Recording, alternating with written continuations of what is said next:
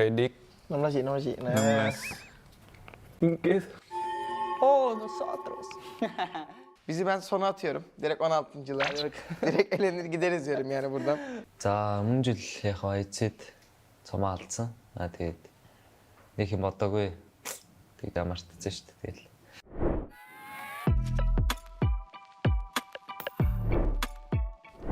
Halo, aku Rosemary.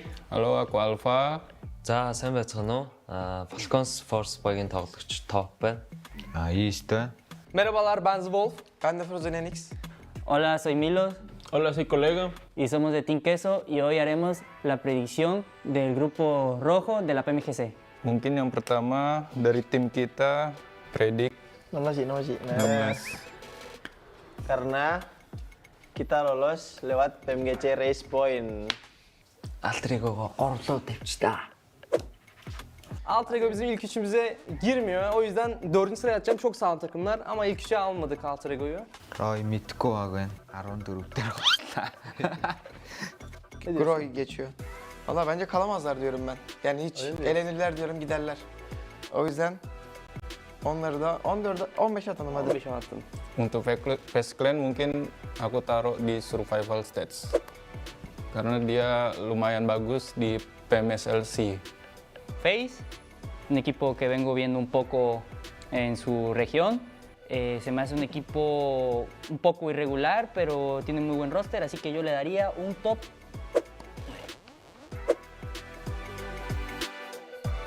Nigma Galaxy aku taruh di survival stage.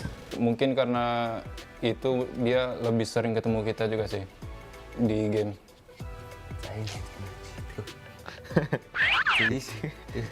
Энэ бэлтрээд алчлаа гэсэн. Ivy Rex biz geldik. Bizi ben sona atıyorum. Direkt 16.'lar. Direkt elenir gideriz diyorum yani buradan. Apa nih tim apa nih? NRX. Kayaknya sini deh. 13, nggak lolos. Karena gua nggak tahu tim ini. Gua baru tahu. Virtus Pro. Virtus Pro bizim arkadaşlarımız. Onları biz direkt... Bizi oradan çeksene. Bizi 14'e koy. Gel. Virtus Pro'yu direkt biz 16'ya şöyle ters şekilde yapıştıralım.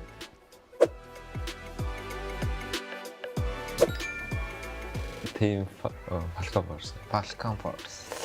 За тэгээд мэдээж уусаа өөрсдийгөө нэг дээр л болсон шүү дээ.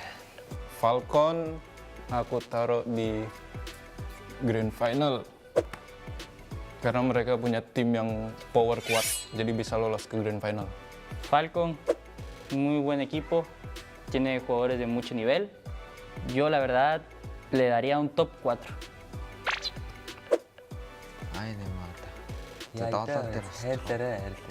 долоо дээр усчих та. Arabistan takımı. Hayır Pakistan. Pakistan mı? Pakistan takımı ama bence iyi değiller. Bence bizi bir öne daha atalım. Yavaş yavaş Hep kaydırıyoruz Allah. Biraz sonra 1'e kayacağız. Kayaknya sini deh. Mereka sering ketemu kita juga.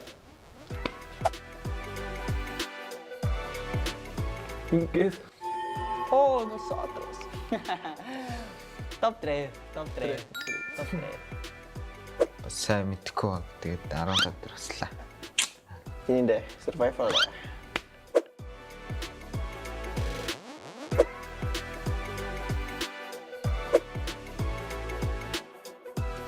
Aduh, ini bisa tukar nggak sih? Dendam gua. Ya, ini yang terakhir, IAC, champion kemarin di PMGC 2023. 2023, kita taruh di 1. Awas gua anjing. Саяцыг 2 дээр тавьчаа. Монгол хүн байд. Монгол манай улсын бас өмнө жилийн дэлхий аваргууд отхон дэлхий аварга. Da bir şey diyeyim mi? Şöyle yapak bekle dur. Bak 10 numarası sıralama yaptık ha. Bende diye HC kaldı buraya. Bence 10 numara oldu. Bence 10 numara oldu. Vallahi gene kaldılar ha bu arada. Benim normalde eleyecektik ama Ama zorla kaldırdık. kaldılar.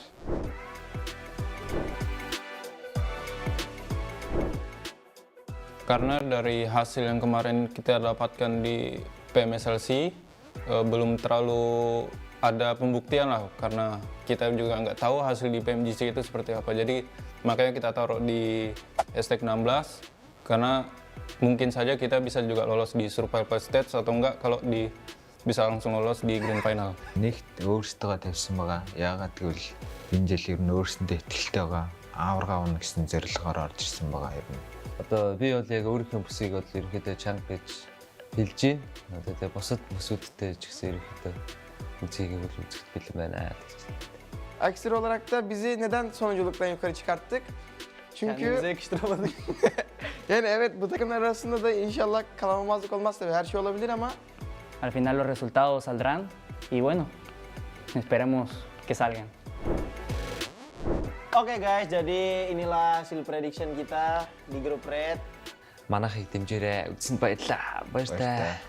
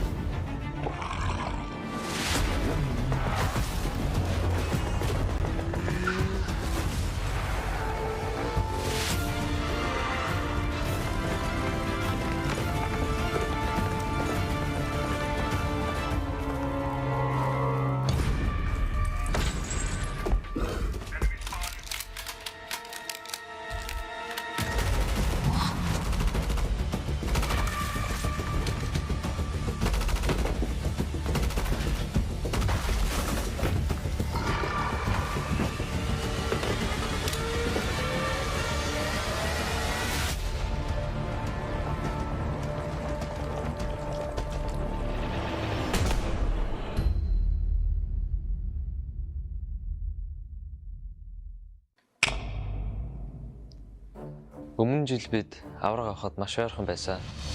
PMGC Champions! geçen sene PMGC'de hiç ismimiz yoktu. La temporada pasada, mi equipo estuvo a un paso de llegar a las finales. Season kemarin kita pernah menjadi harapan Indonesia. But this time, We're here. For the glory.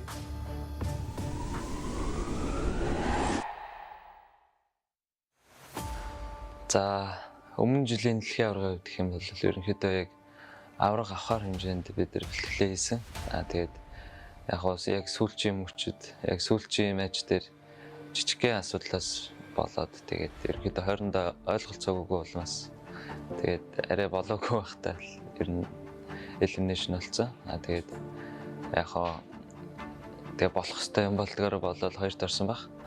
Аврагынхаа яг цомыг атгаад алдахад тэгэл санал санагдсан байлээ. Яг тэрэндээ тэгэл бочроод байсан баг. kalau mau ditanya titik terendah sih, yang pasti kita waktu gagal lolos ke EWC kemarin. Di situ kita benar-benar sedih banget dengan apa performa kita yang lakuin waktu saat itu benar-benar parah banget. Itu kita udah semua tuh udah nggak bisa ngomong apa-apa lagi sih. Semuanya udah sedih. Intinya itu benar-benar titik terendah kita. Sampai benar-benar kita udah nggak mau main PUBG lagi. За улаан группийнхээ бүх багуудад амжилт хүсье. Тэгээд бид нар юу ч хийж магадгүй шүү. Би ялагдлыг мэдэрч үзсэн. Одоо ялагдлаа ялалт олох гэж энд ирсэн байна. Geçmişte sorunlar yaşasak da biz bu turnuvaya hazırız ve bu turnuvayı domine edeceğiz. Yani bize hazır olsunlar. Görüşmek üzere. Los verdaderos jugadores no se rinden, se adaptan, mejoran y regresan más fuertes. De ganar y pues cuidado con Team Queso. Ke IHC sih. Gua nggak tahu nanti di Sanhok dia nabrak atau gimana. Lebih ke arah hati-hati aja sih sama alter ego, bro. Walaupun lu juara PMGC nggak ngaruh kita. Never give up! Together we rise as champions! Don't even try, you are already in my shadow. Stand, fight, in the pride!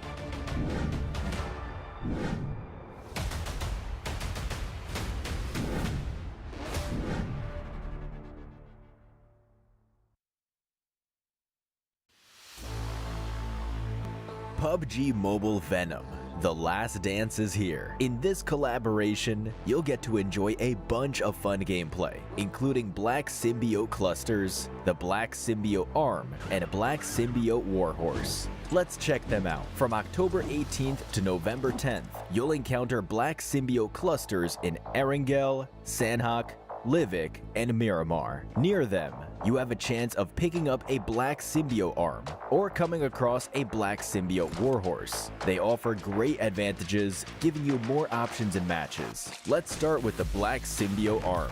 With it, you can aim at buildings, the ground, trees, or other fixed landmarks to get around faster and reach your destination. If you aim at a moving target instead, such as an airdrop crate or even another player, it will pull the target towards you, so you can always be on the offense. To travel long distances swiftly, use the Black Symbiote Arm to anchor to the ground and hurtle yourself forward. You'll be covering ground in no time. Furthermore, the Black Symbiote Arm can transform any regular horse or Bloodfire Warhorse you come across into a Black Symbiote Warhorse. Mount the Black Symbiote Warhorse, and you'll find yourself wielding a Black Symbiote Lance, which can be used to deal close-range attacks from atop the horse. At the same time, you can toss the Black Symbiote Lance to ensnare targets within a reasonable distance. While it doesn't do much damage, it's effective for restricting enemy movement, which provides a great battle advantage. Oh, and during the collaboration, Venom himself will appear in-game by showing up prior to jumping. On top of that, follow the in-game collaboration themed event for a chance to get a Venom The Last Dance avatar, avatar frame, parachute, and home items. Join us in PUBG Mobile and check out the Venom The Last Dance collaboration with your teammates. Become the ultimate duo.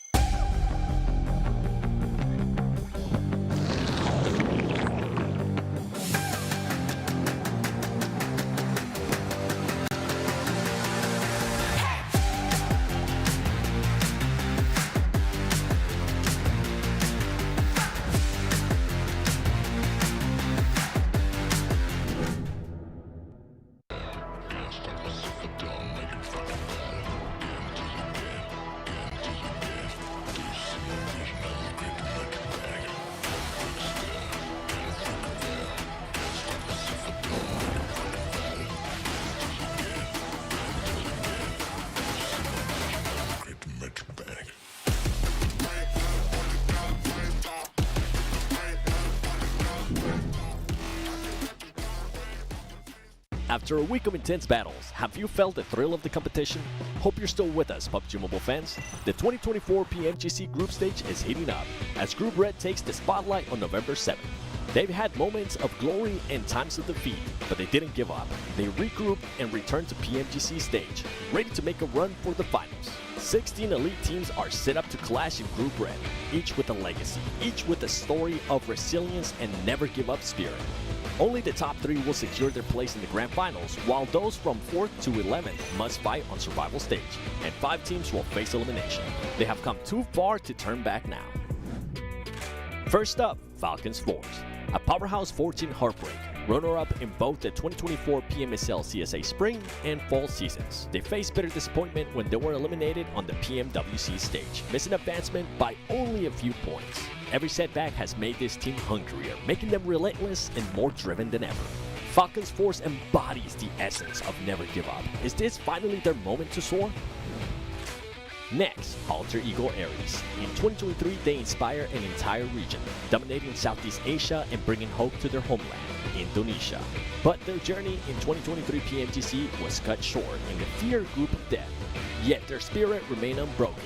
They returned stronger with a fierce determination after toppling rivals like Boom Esports.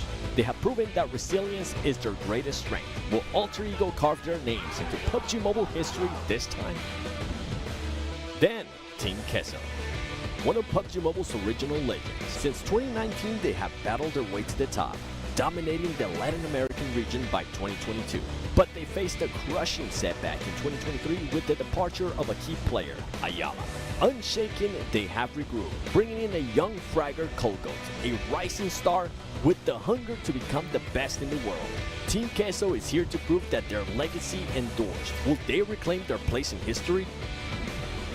And ASIA Esports, a team hardened by countless battles. They have won title after title in their region, but the global stage has tested them. Every fall only fuels their drive. They bring fresh energy and a tougher spirit. With multiple award holders and the renowned grenade master, Falak, fighting alongside ASI8, this week is about more than just a spot in the finals. They are fighting for the pride of their regions, their fans, and their legacies, knowing that defeat is only a stepping stone to greatness. Will they rise above this time? The 2024 PMGC group stage will push these teams to the limit. Every moment their journey stands as a testament to grit, resilience, and an undying power to never give up. Catch all the action on the PUBG Mobile Esports channel from November 7th to November 10th at 10:45 UTC. You don't want to miss a single moment.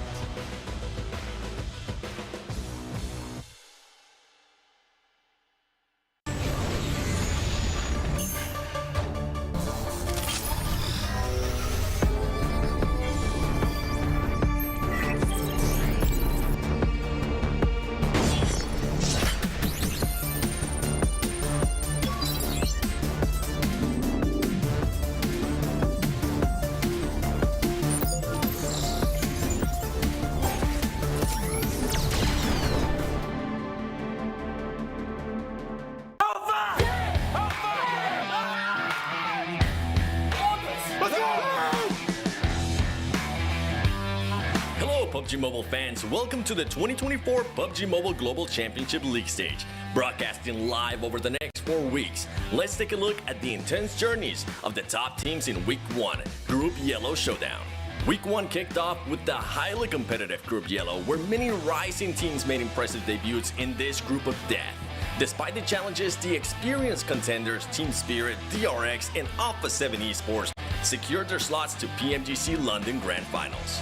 Team Spirit opened strong on day 1, racking up 59 points to secure a top 2 position. Despite rising competition from teams like Miramar and DRX on day 2 and 3, they steadily increased their score, reclaiming a top 3 position with a crucial chicken dinner on day 3. By day 4, they demonstrated resilience and consistency gameplay, closing the league stage with a decisive chicken dinner that solidified their position and proved their strengths in the competition.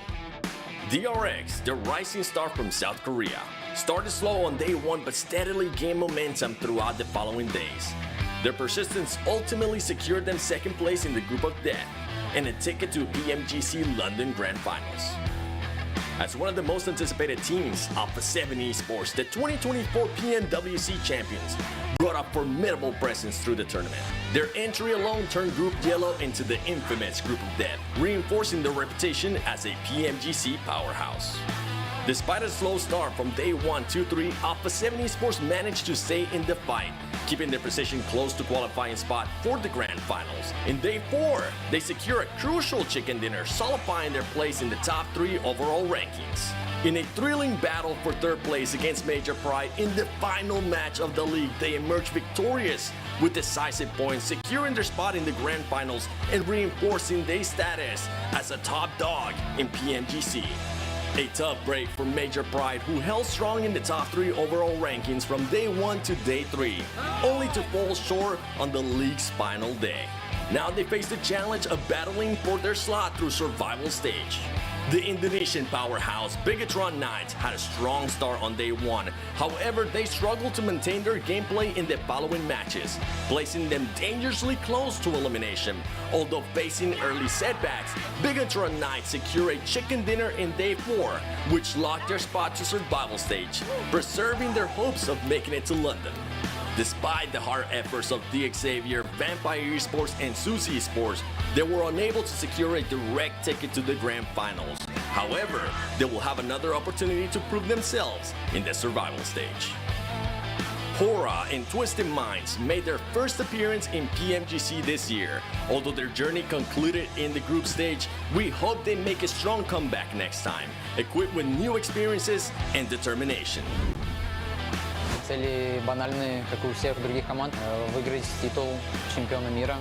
저희가 런던에서 원하는 등수는 당연히 우승인 것 같습니다. Bom, nosso objetivo é um só, é ser campeão. E a gente vai se preparar muito. E se for da vontade de Deus, a gente vai sair de lá campeão. E eu creio que dessa vez chegou nossa hora. PUBG Mobile fans, this marks the conclusion of Group Yellow League stage. Stay tuned for the upcoming league matches where each team will battle for a spot in the Grand Finals. Who will be the one?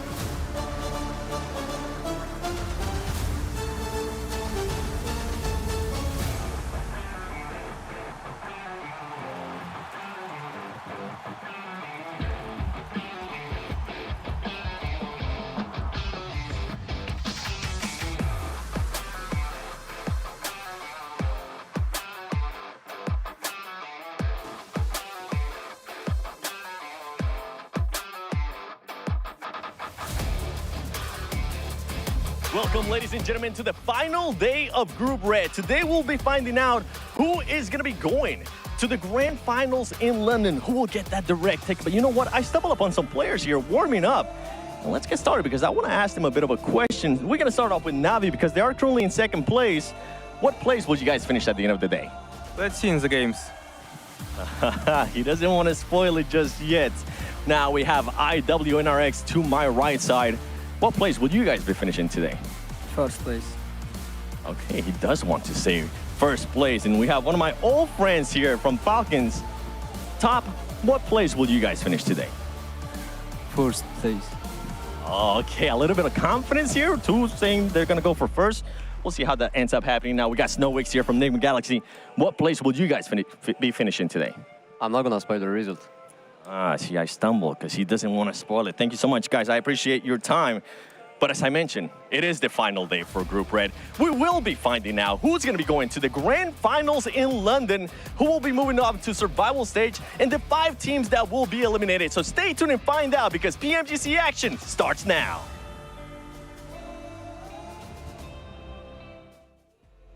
I really love how Seven trying to sit on the highest step he possibly could to look that much taller than other people.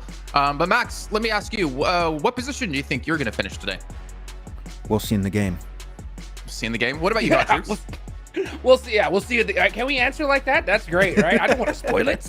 We'll see you in the games. No, yeah, it's crazy, man. This is going to get wild here today. I mean, there's so many storylines to talk about, so many teams. I mean, literally every single squad, right, need to put up a great day today. I think I'm really happy you didn't have TJB there being asked about what place they're going to finish because it's looking like number 1 if they can replicate any sort of performance like they had yesterday. But we had a ridiculous day yet again, not only towards the top of the table as we had constant swapping happening between our teams, the bottom of the table, some of these teams, for instance, like Furia, has been able to massively step up in the second half of yesterday. It's about whether or not they can keep this pace as they put themselves within reach of getting to survival stage. A massive step up from Furia. I mean, the way they rotate and the way they're taking fight is just completely night and day compared to their day 1, day 2 performances. I mean, they had 28 points total after day 2. And yesterday they got 49 points on the day, which is a massive day for Furia. And maybe that's going to allow them to make a jump into top 11. Furia need to keep this day going in the final day of Group Red. There you go. Got it. I forgot. I was going to say green for a second. It's fine. It's all good. And maybe it should be called Group Orange right now because of the way TJB have been dominating these lobbies. But one thing we're going to have to worry about here, Hot Jukes, is a potential of a tiebreaker. And looking at the chicken dinners in our top 7, IWNRX has still yet to get a single one. That's crazy. I mean, if they qualify here, I believe this will be the first team we see actually qualify to a grand finals like this without a chicken dinner on the board. I mean, it's wild. It's wild to see them up here when you got Falcons right below them. Enigma Galaxy started off so strong. Both teams have 2 chicken dinners. We've said that, you know, IWNRX is only a matter of time, but when is that time gonna come, Max, right? I mean, we only got 6 games left here. I don't want to bring up bad news about IWNRX, but yesterday was their worst day. Like, they did not have a good time. Even their eliminations took a significant dip compared to what you saw, especially in the second day of Group Red. It's red. Right now, it's a little bit of a rougher time for IWNRX because guess what? Na'Vi and TJB were not sharing chicken dinners. Like, all the points were going towards those 2 top squads, and other teams were able to do a little bit of a comeback, especially Falcons. But outside of that, IWNRX need to be careful because if they keep having this kind of trajectory, they might just unfortunately slip out of the top 3, just like Mir and Sejong last week. So they need to be careful. Man, I'm going to be so sad if a team like them who have been able to sit in top 3 for what feels like the entire time to potentially not qualify because of not having any chicken dinners. It's going to be a shame. But one team as well making final moves in the last match of the day was Tianba, able to get themselves up to number 7. Again, putting themselves within reach here of potentially going for this top 3. And I feel like we can kind of all agree anyone in this top 8 could go for it. Forget Roy. They need to show, I think, a little bit more if they want to actually have a legitimate chance to get into top 3. But let's just say 7 and above, proving like they could easily take top 3 at any given moment. Yep. And when it comes to 8th and 9th place, I mean, we have to see them literally start off Sanhok strong. Like, we need to see a Sanhok chicken dinner from both those squads if we want to make it happen. And we talked about this, Jason, about, some people could say that, oh, we're trying to say that, hey, these teams just need to try harder. That's not the case. You know, it comes down to urgency. You know, it comes down to urgency and being able to take more risks, right? We saw Fudia do that yesterday, right? We saw them take those crazy pushes towards that center position and to be able to get some good games under their belt. It worked out for them. It is risky, but right now, I mean, you might as well go for it all. You have no choice. If you want that top 3 position, you got to start off strong. So a regular game of just like, oh, nations, it's not going to cut it anymore, Max. Yeah, it's not going to cut it. But Jason, every time I hear someone say they got to try hard, it's like, I think double point day. Every time you hear that, you're just like, you're getting PTSD of me just you berating making fun you of me. constantly. Yeah.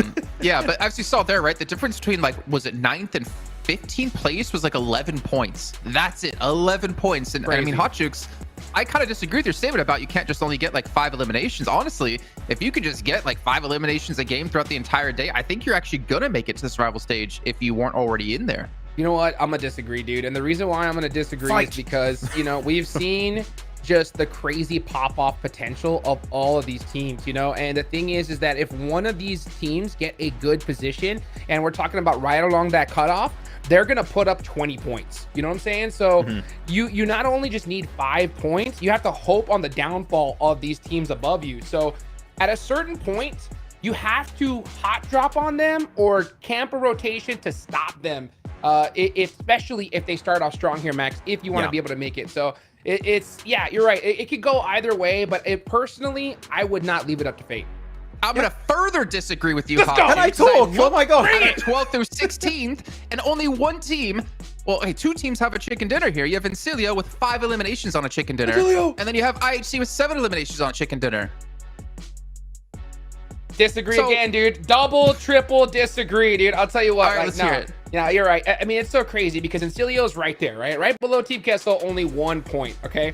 The thing is that if you're going into that mindset here with just, oh, you know what, let's just put up consistency, I think that is a strong point. At a certain point, though, you're going to have a pop-off game. So, you know, in these next 6 matches, you could get not one favorable circle, right? And if you don't get a favorable circle, at a certain point, you're going to have to take that risk. I think send it towards that center, crash a compound, and take it out. You gotta make it happen yourself. I hate seeing squads just do the same thing over and over and over again, and then we see them not make it because of it.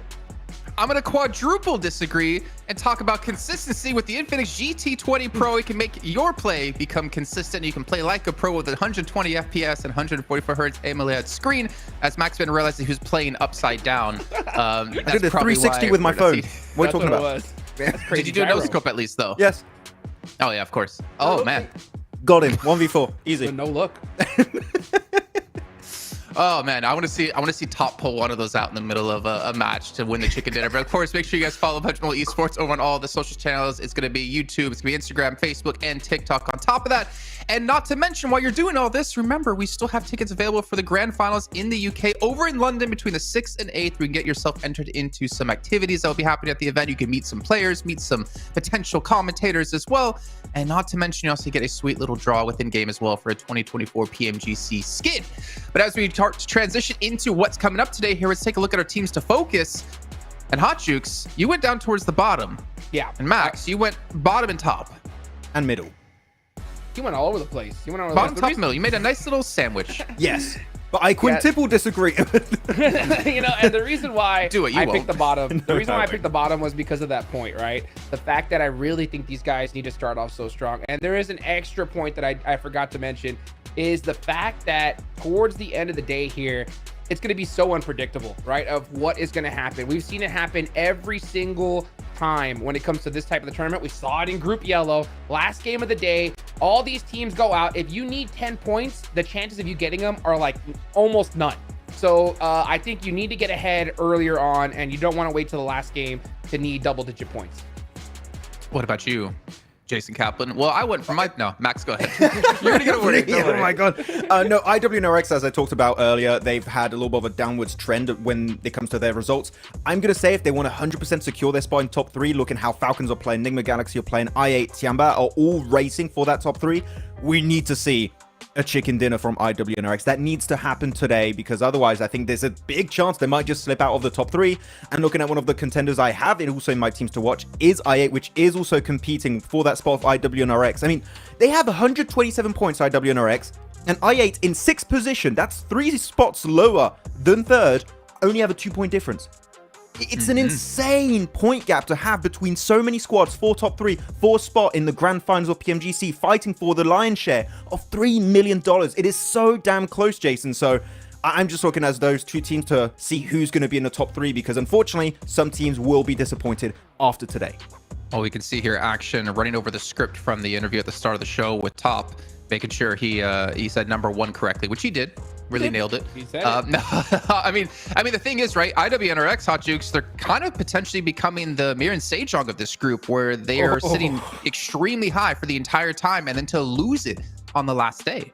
Oh my gosh, Vlad's rolling over in his chair right now. In his grave, I thought you were going to say. Yeah, no.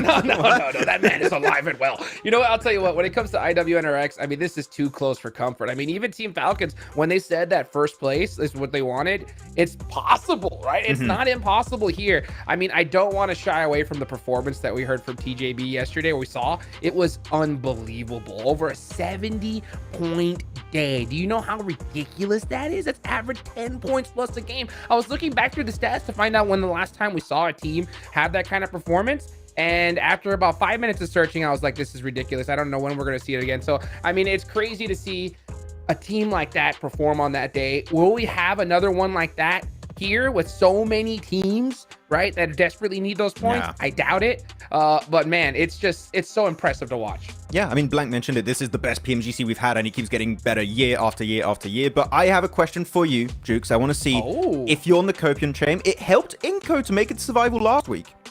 It sure did. What do you think is going to happen with Fiora here? Because they've had a big step up yesterday. Are they going to keep it going, or are they going to fall off?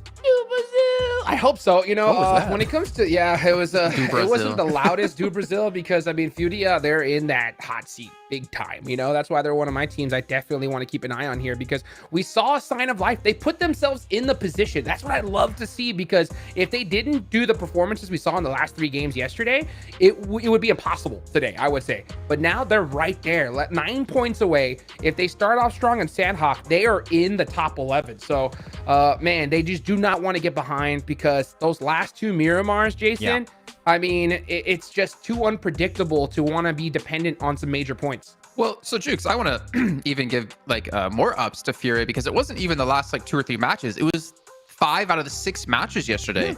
They had a 4th or higher. They had a 4th with 2 eliminations, a 3rd with 6 eliminations, a 2nd with 3 eliminations, a 2nd with 4 eliminations, a 3rd with 3 eliminations. That is insane consistency. I think the one area they're lacking in, though, Max, is eliminations. I feel like if you're a team getting that high in the placements that late in the game, you should have more limbs to back it up with.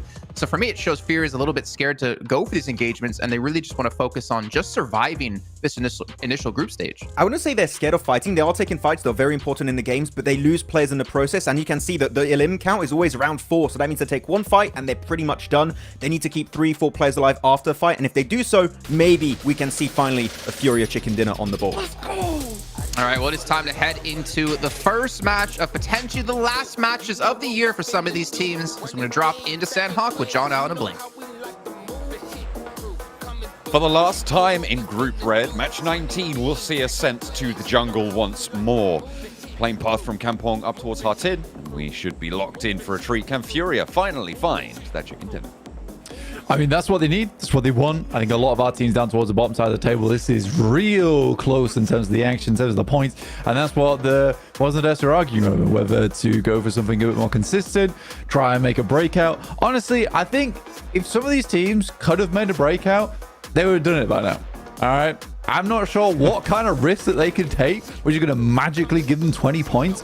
Right now, they just need to have a better mindset coming today. It is literally as simple as that. You need to be disciplined on your approach. You need to play the best PUBG Mobile you've had throughout these 4 days. But for some of those teams, it's just not going to be possible. You know, you can't just switch it on just like that. It doesn't happen. All right. And that's why we make fun of when it's just try harder. You know, it's just not like that, right? It's not that simple. Yeah, it really isn't. There's so many factors that go into this. And I genuinely think that for some of our teams, you know, down towards the bottom of the tables, maybe this just wasn't their PMGC, man. Maybe it just wasn't meant to be. I think that they can be thinking themselves fortunate coming into Group Red, considering that a lot of our teams are around about that 78 to 90 point barrier, where it is easy enough to slip up and down between that 11th and 12th place position. You see here in Cilio 85 points, Team Quesos 86 and 87 in 10th and 88 in 9th. It is real close. For Vengeance, they're definitely not safe in 9th place, but we'll see how the day progresses here. There's very few teams that can actually start to make a couple of risky decisions in these games as well. You're probably looking down towards Fury, Virtus Pro, and IHC, but I would say that maybe you could also include teams like Tianba and Getso Roy in there, right? So maybe 5 teams out of our 16 can actually afford to take risks, because if you're in that 9th down to 13th bracket, if one misstep and you're out, right? You're out of the tournament entirely. So you really can't be affording to go for super risky plays. So it is, as you said, just back to locking in, getting some of the best, most disciplined PUBG Mobile that you've played all tournament. And the same up the top of the tables, right? It is so closely fought for that 3rd place spot. A little bit ahead for TJB, but they still need to keep their wits about them, because teams up there really know how to put points on the board, which is fantastic to see, but definitely not something that you want to be taking too many risks with around that 3rd place as well. FaZe already starting off to not the best beginnings here, with Falcons Icy trying to take on the entirety of the FaZe squad. Finds a second on the engagement. Dude, it's just him here right now. Is this a 1v4 versus FaZe coming right out the gate? Almost has it with the shotty as well, mate. And there is backup coming through right now for FaZe. It's 2 players coming through for Falcons, and they better get these reses on quick. Johnson's in there, Noise not going for the res, but there's the first knock. The second player from Falcons needs to find a knock now. Does manage to tag the backline. Onzen's around the rock. Can they finally take the Falcons out of this one, or are FaZe going to lose it all here? Around the side, the Falcons lose a 3rd player. Blank at such a crucial moment. They're not even going to get an elim for it. But where's East? Where is East? East is West right now. What's he doing? Up is down. No. He didn't even try and engage on that fight. I mean, that could have been an easy cleanup there for Falcons. And considering their 4th place, trying to break into the top 3, which is just 1 point away, by the way, this is a horrible start for them. For FaZe, on the other hand, wow, good job to them. They get some points on board. JK, Navi's here. They're here to play as well. Oh dear, trying to cross that river. Moving on through, but Alter Ego, they're having a real tough time of it. 2 players down already, a 3rd to go as well. Boysil under the stanchions. As Puncher needs to reload on the DBS, but on the inside there, spots the player fleeing out back. That ain't going to go well. The rest of Na'Vi handle it. Alter Ego, crumble.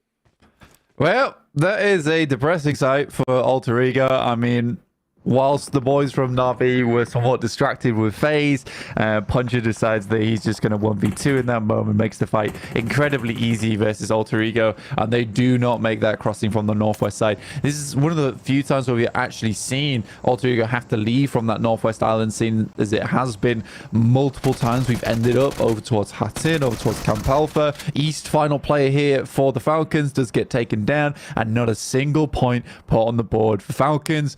What a bad start for them. It's really bad timing. It's almost like handouts, though, for the lower squads. That is true. Yeah, a couple of little prop-ups there for Virtus Pro to pick up 1. Team Queso, FaZe now on 3. It's nicely done. Not to mention Na'Vi. Na'Vi, don't know where that one came from. With 5. Nays with 5. There we go. ASIA trying to take shots out their way, and again, ASIA in that top 3 spot conversation, but they are a little bit up against it right now. Still up on that northwest island, Blank. The North Bridge rotate, I feel like wouldn't be a terrible idea, but they have to have figured out first that there is no one holding it on that far side.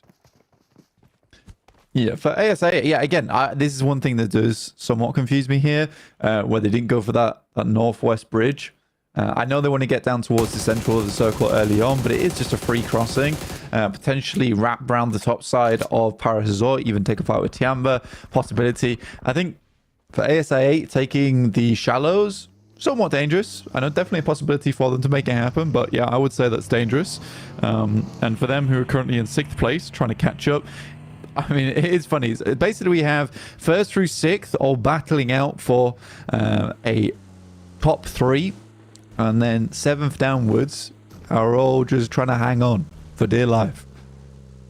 I mean, yeah, it's front page versus back page right now. There's 2 sort of individual tournaments almost unfolding now into our final day, with some small wildcard potential. But it looks like ASA8, I mean, this looks like the idea here feels to me to be waiting for this next circle. They've moved UZM across to the mainland, just to the west of boot camp now. So they do have an opening there. And as you say, taking those shallows, potentially a bit of a risk. But it feels like they're waiting for the circle to close so that they can really commit to one side or the other. Probably a smart decision for ASA8 as well, who we know they're a strong team. Currently in the war zone, really, with Falcons, Nick, Big Galaxy, and themselves all sat on roughly 125 points. You do want to make a smart choice here, because if you can get ahead early on, that would be ideal. So ASA playing it a little bit more cautiously. IHC over towards Barnside, they're playing on that ridge. No one's really making that rotate past Quarry on that south side, though. So I think for IHC, it's likely they're going to be out of the conversation for a little while. Furia, another team who had some pretty good rotates yesterday, honestly. I was happy with what we were seeing from Furia in terms of being able to get towards the center side of the circle. I think they were able to put up the majority of their points yesterday. So that was good to see, and hopefully some of that contest for the top side, well, for 11th place, continues to come through today. Into the walled compound to the west of Quarry. Incilio, all the way up on the north instead this time around.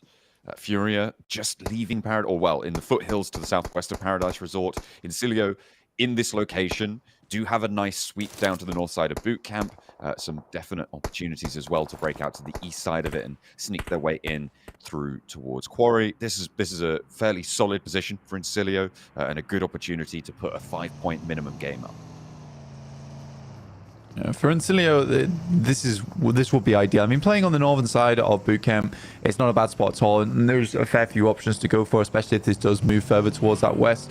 But as circle does pop, heads down towards that south, so Quarry still kept in. IHC fairly happy with this as well, considering they can continue to play that barn ridge. Tiamba, though, again, on their wide wrap antics. This is all the way on the eastern side. They're going past Camp Bravo. I wonder if they do cut in underneath Cave, because they would have to face off against Vengeance as well as Tong Jiabao. Oh, they're busy. They've decided to hop out. Maybe going for a little bit more loot. Not too sure there, but Tiamba taking it very slowly. We're still stage 2, so blue zone obviously survivable. Na'Vi pulled back off the trifecta compound. They're currently moving past ruins and maybe also going for another wide swing. Could this be a fight between Na'Vi and Tiamba unfolding over towards that cave location if Tiamba opt to go for it? It's pretty packed down towards the south side, though. I think if you're Na'Vi, you're sort of assuming there's going to be quite a big line going down from Boot Camp to that south side. I don't know how much more free it is going to be over towards the southern side of the lobby, though, with Nick Galaxy, Vengeance, and Tong Jiabao in this location. Like you say, Tong Jiamba also on the way. I'd be curious to see what they do. They could wrap all the way to the eastern side of Quarry. I think that would be the smartest choice to go for here. Might not keep you in the circle forever, but there are definitely positions to play that have high ground in terms of scouting capability as well. That'd be good. And you know that if you're making a wide wrap like this, a lot more times it is better to wrap into slightly less strong position just to give you more scouting, because you really do not have a lot of information on the circle. Na'Vi have just made their way past Cave now, and looks like they are going to go up the east side of Quarry here. Try and navigate from that southeast side. They move up, they get a little bit of information to go through this compound, and they're aware that it's unlikely anyone is still holding into it. and they can move further on this west side of Quarry. Actually, getting up to the north compounds of Quarry would be a really great start for Na'Vi to get into these mid-game to late-game circles, getting that compound, taking that position away from Tiamba as well, and potentially picking up the points on a crash. Yeah, they need to make a quick rotate up towards that north side now, though. There is a good compound to play on that northern edge, but I think Tiamba's considering making their move over towards it. Though they are being a bit slow on that decision. Shan is the one to first make that move, and Lemon's being really quite concerned about what lays over towards that north side. But yeah, Tiamba very slow on that eastern side. They just sort of allow Na'Vi to get in, and they should be able to play this one. If anything, Na'Vi at this rate might even be able to cut out Tiamba. Could potentially, yeah, take that position ahead of them, get in the way, make things difficult, force Tiamba to take a fight with them, right? And that's potentially a very dangerous prospect for Tiamba. It'd be good news for Na'Vi if they can secure it, though. Make sure that they are feeling all the more snug in the top three. They're second place right now. They're only 2 points behind TJB with the eliminations that they found this game. The TJB looking to equalize that scoreline, finding one on phase. Onsen's the last to stand after their scrap earlier with the Falcons. The laser sight from behind. There's Flower. You don't need no laser assistance there. He's already laser focused. Yeah, Onsen's, it's a matter of time till he goes down. Sadly, for FaZe.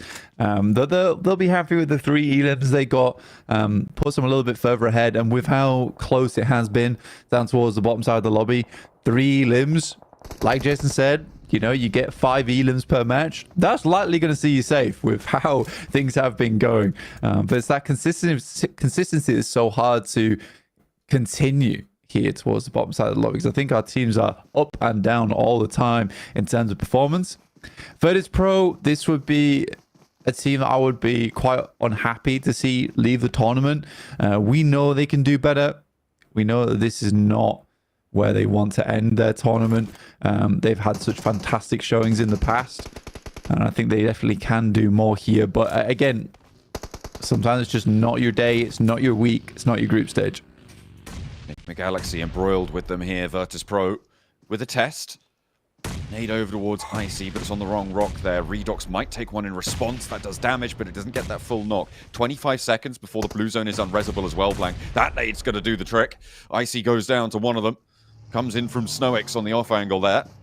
Tixie trying to crawl forwards, but I think Nick McGalaxy should look to disengage here. Move up to the compounds, but it looks like Redox has other ideas. Goes for the spray and the flush over onto Tixie, and Virtus Pro cut down to 2, and then 1 knocked in the blue zone. With the blue zone unresable almost, well, right now, Blank, it's not going to be possible. What a shift for Na'Vi, and TJB on the top of Quarry. Yeah, Tongjubao, once again, no matter what circle is on Sanhok, apparently getting the circle is the name of the game. Nick Galaxy will find the entirety of Virtus Pro. I think they have to go for this push here, considering they'll be rotating in alongside with Virtus Pro. So they don't have too much of a choice other than to go for the fight. And 4 elims, that'll be pretty decent for you. That knocks IWRX out of 3rd place. And pushes Nick Galaxy back up into the top 3 for the first time in a couple of days. ASI8 coming up against Furia, though, who are struggling versus the Onslaught. This is a backstab that came through. 2 players now for ASI8, though, and it's a question of whether they can finish this fight off between UZM and Noki. Nade up high, Noki launching it towards Furia. Damage coming back his way, and the Molotov there. Traps towards the north side. Furia had a decent position for a while on this north side with this hard south shift. The necessary movement that they have to make, it's going to make it so much harder to extricate themselves and get into a solid spot here. This Kayowski can finish off UZM, but no, there's a crossfire from Noki. This Kayowski is spotted. UZM does go low. Doesn't have any meds, though. Yeah, that should be him going down. He just can't get into this one. ASI8 may draw short here with only the 1 elim. Yeah, just Noki remaining. Again, that's UZM. In fact, Gustav finds Noki on his rotate inwards. So SA go out early with only 1 point on the game, dropping down to 5th place. Damn, that feels pretty rough for them. I was excited to see more from ASI8, but it feels like, you know, the plans really did go awry as soon as it moved away from that northwest side, which they're used to playing on here in the group stage. IWRX, though, finding Furia. Kayowski goes down. I think Fury is down to one player now. Incilio at the top side of the hill. Here's IHC though. They lost a player earlier on to Tong Jiabao, but are now putting the pressure over towards Incilio, who have to come off this hillside. They've already sent 2 players down into the compound beneath, but it was a contested drop down into those sight lines, and you can see just how difficult it is to make that approach. Fash navigating that smoke train and actually may have slipped through the cracks here. 3 players for Incilio, 3 players for IHC. Everybody on this eastern side is packed into this set of compounds here. Neither team really wants to step too far forwards because you can see there's off angles. Tianba up a little bit across the way, will take shots if they can. Na'Vi further south as well. Getso Roy cramming in on that northern side as it crunches over to TJB again. They really are feeling the luck today on this circle. Can they capitalize? Can they push that front of the pack even further out? I mean, if you are a team that's chasing first place spot, I'd be pretty annoyed by this. The amount of times that Tong Jiabao has been able to secure a central position in the lobby, or at least a spot where it's sort of unplayable for a lot of the teams to play off the back of it. Yes, Tong Jiabao, they are very good at holding these positions. However, you can't deny there has been some circle luck over the past few days. Especially on this circle. I mean, they have the high ground. It's centered up on a hard shift and a full center on them. Yet again, 2 circle shifts in a row. The question is, what can they extract from this, right? Because every team over the course of their careers will get games like this. It does go both ways. TJB do sometimes get cut out by shifts like this as well. But this is their time to benefit from that shift. So we'll see if they can do more than get 2 elims here. There's a lot of teams from the north side are going to look to push in, but they may cut themselves down to size before they even reach TJB. So many squads on this northwest edge, all having to rotate in alongside with one another. Enigma Galaxy started things off well versus Virtus Pro. Would like to continue that a little bit further because they cut out that competition. It means they can get into that western edge quite comfortably. Incilio does find AHC. They go down. So our 13, 14, 15, and 16th place teams are all out. And with that, too, Vengeance drops into 12th place, so is now out of safety, just like that. IWNRX, 2 players moving forwards towards Getso Roy, doing a brilliant opener there to turn the corner with the DBS. Frozen tucks back in, stays safe. 1 player left for them to handle. Porsche with the nade cooking over towards Frozen, sees him break wide, puts the nade back in. Not likely to be able to get these reses either, as both of the IWNRX players are on the hunt now. And Porsche's spotted. Sliver of HP, and through the smoke, the last blow is struck. IWNRX now up to 4 eliminations, but Enigma Galaxy are on 6, Na'Vi are on 5, TJB are on 2. The chase is still as hot as ever. Good recovery from IWNRX. That looked real dangerous versus Getso Roy, but yeah, they're able to get all of those elims through. Enigma Galaxy, 9 eliminations. What's happened inside this lobby for them? Another disgusting nade over the top side from Enigma Galaxy. Tong Jiabao finds a shot over towards Na'Vi, cutting them down to 3 now, as Tong Jiabao looks more and more likely just to take absolute control, the reins over this game, the north shift as well. Damn, this lobby really wants Tong Jiabao to win. This is uncanny. They have managed to get an incredible shift going their way yet again, but it is Enigma Galaxy who are profiting the most right now. Unfortunately, they have just taken a knock from Na'Vi across the way, still on that east side of Quarry, but they are going to have to shift north. The blue zone's putting pressure on. This is Six, who is at the back of Na'Vi's extended train position on that east side of Quarry. Will have to crunch back up to the front carriages of it. Na'Vi will have to move on in just a moment. So what impact can he have until he needs to go for it? For Na'Vi, that compound has seen them safe for quite a while, but they need to cut out some openings on this eastern side. And Six is in the blue, doesn't move out of it. Here's Tiamba, though, finding shots over towards Incilio, which is good, clearing out that northeast side. Frozen finds Narvalo on a nasty backstab from them.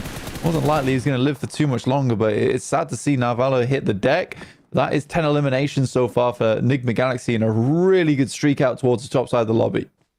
Brilliant stuff, and 8 elims for Na'Vi. These top 3 spots, they're getting confirmed on towards. I mean, IWNRX getting into top 6 here with 4 elims. They're probably thinking, oh, you know what? This is a pretty decent game. And then they're going to see the tables after this one. Enigma Galaxy struggling to get off this hillside, though, with TJB starting to strike out. They're up to 3 eliminations now. And a difficult approach for Enigma Galaxy. It might be easier for Zedwolf, actually, to make this one work. For Zedwolf, it is a 1v2 that you'd have to be in versus Longs as well as Flower, but 2 dangerous players to come up against. Ralph has to make this send down the hillside. The blue is pushing them like nothing else, and Flower just has some nasty angles. Snowix will find Zedwolf, so it's IWNRX now down, and Na'Vi equally in a really tough spot over towards our eastern side. Trying to make that push up on the east is just so tricky. They will fall to it. Incilio with a chance, Vengeance as well. These 2 teams looking to stretch away from that 12th place bubble. They do not want to be the chump holding a ticket at the end of this match. That's on the back of their minds, got to be a constant worry. But TJB now, 7 elims, starting to pull the points in towards their tallies and kick off the last day with a great result. I mean, look at this circle, dude. What are you meant to do versus Tongjiabao? I mean, they control the southeast side, which is where all the teams are. The possibility for them to get into the circle is going to be tough. Tongjiabao did lose Triple S, but for Vengeance, a very important game for them because they got knocked down to size very early on. A few teams around that area to get more points. Second place is quite crucial for Vengeance here as TPZ does move up with a nade. Yamak is down to the play zone. Ideally a second place here for Vengeance, but Incilio just as desperate to grab it. Ooh, turning the corner, 676 goes down. Unfamiliar of a feeling there, because normally with that pump action, he's dead on the money. But this time around, Fash able to win that trade, and it's going to mean that Vengeance have a little bit longer to try and crawl in, to try and survive against TJB, who are now on 2. So this is dangerous. There is still that 1v2 potential from any player in this lobby. At this stage, Fash crawling forwards. TPZ has the high ground now against TJB, but I think Flower should be able to spot this or hear this, know something's going on the north side. Fash spotted, no, Longs is just pre-firing into the smoke. Fash is looking healthier than the player up the top, and that's actually Vengeance to step up, get that second place, but it is, of course, TJB to kick us off with the first chicken dinner of the day. Yeah, it's a naughty game there from Tongjiabao. Honestly, the fact that I think it's around about 18 points that they take away from that one, despite Enigma Galaxy getting so many eliminations, despite Na'Vi having a pretty awesome rotate down towards that southeast side, it's still Tongjiabao to come away with that one. And there is a lot of circle blessing going on there, but they control it well. They maintain the majority of the circle throughout the whole of that one. Very cool stuff, and Tongjiabao will be our first team on the last day to pick themselves up their chicken dinner.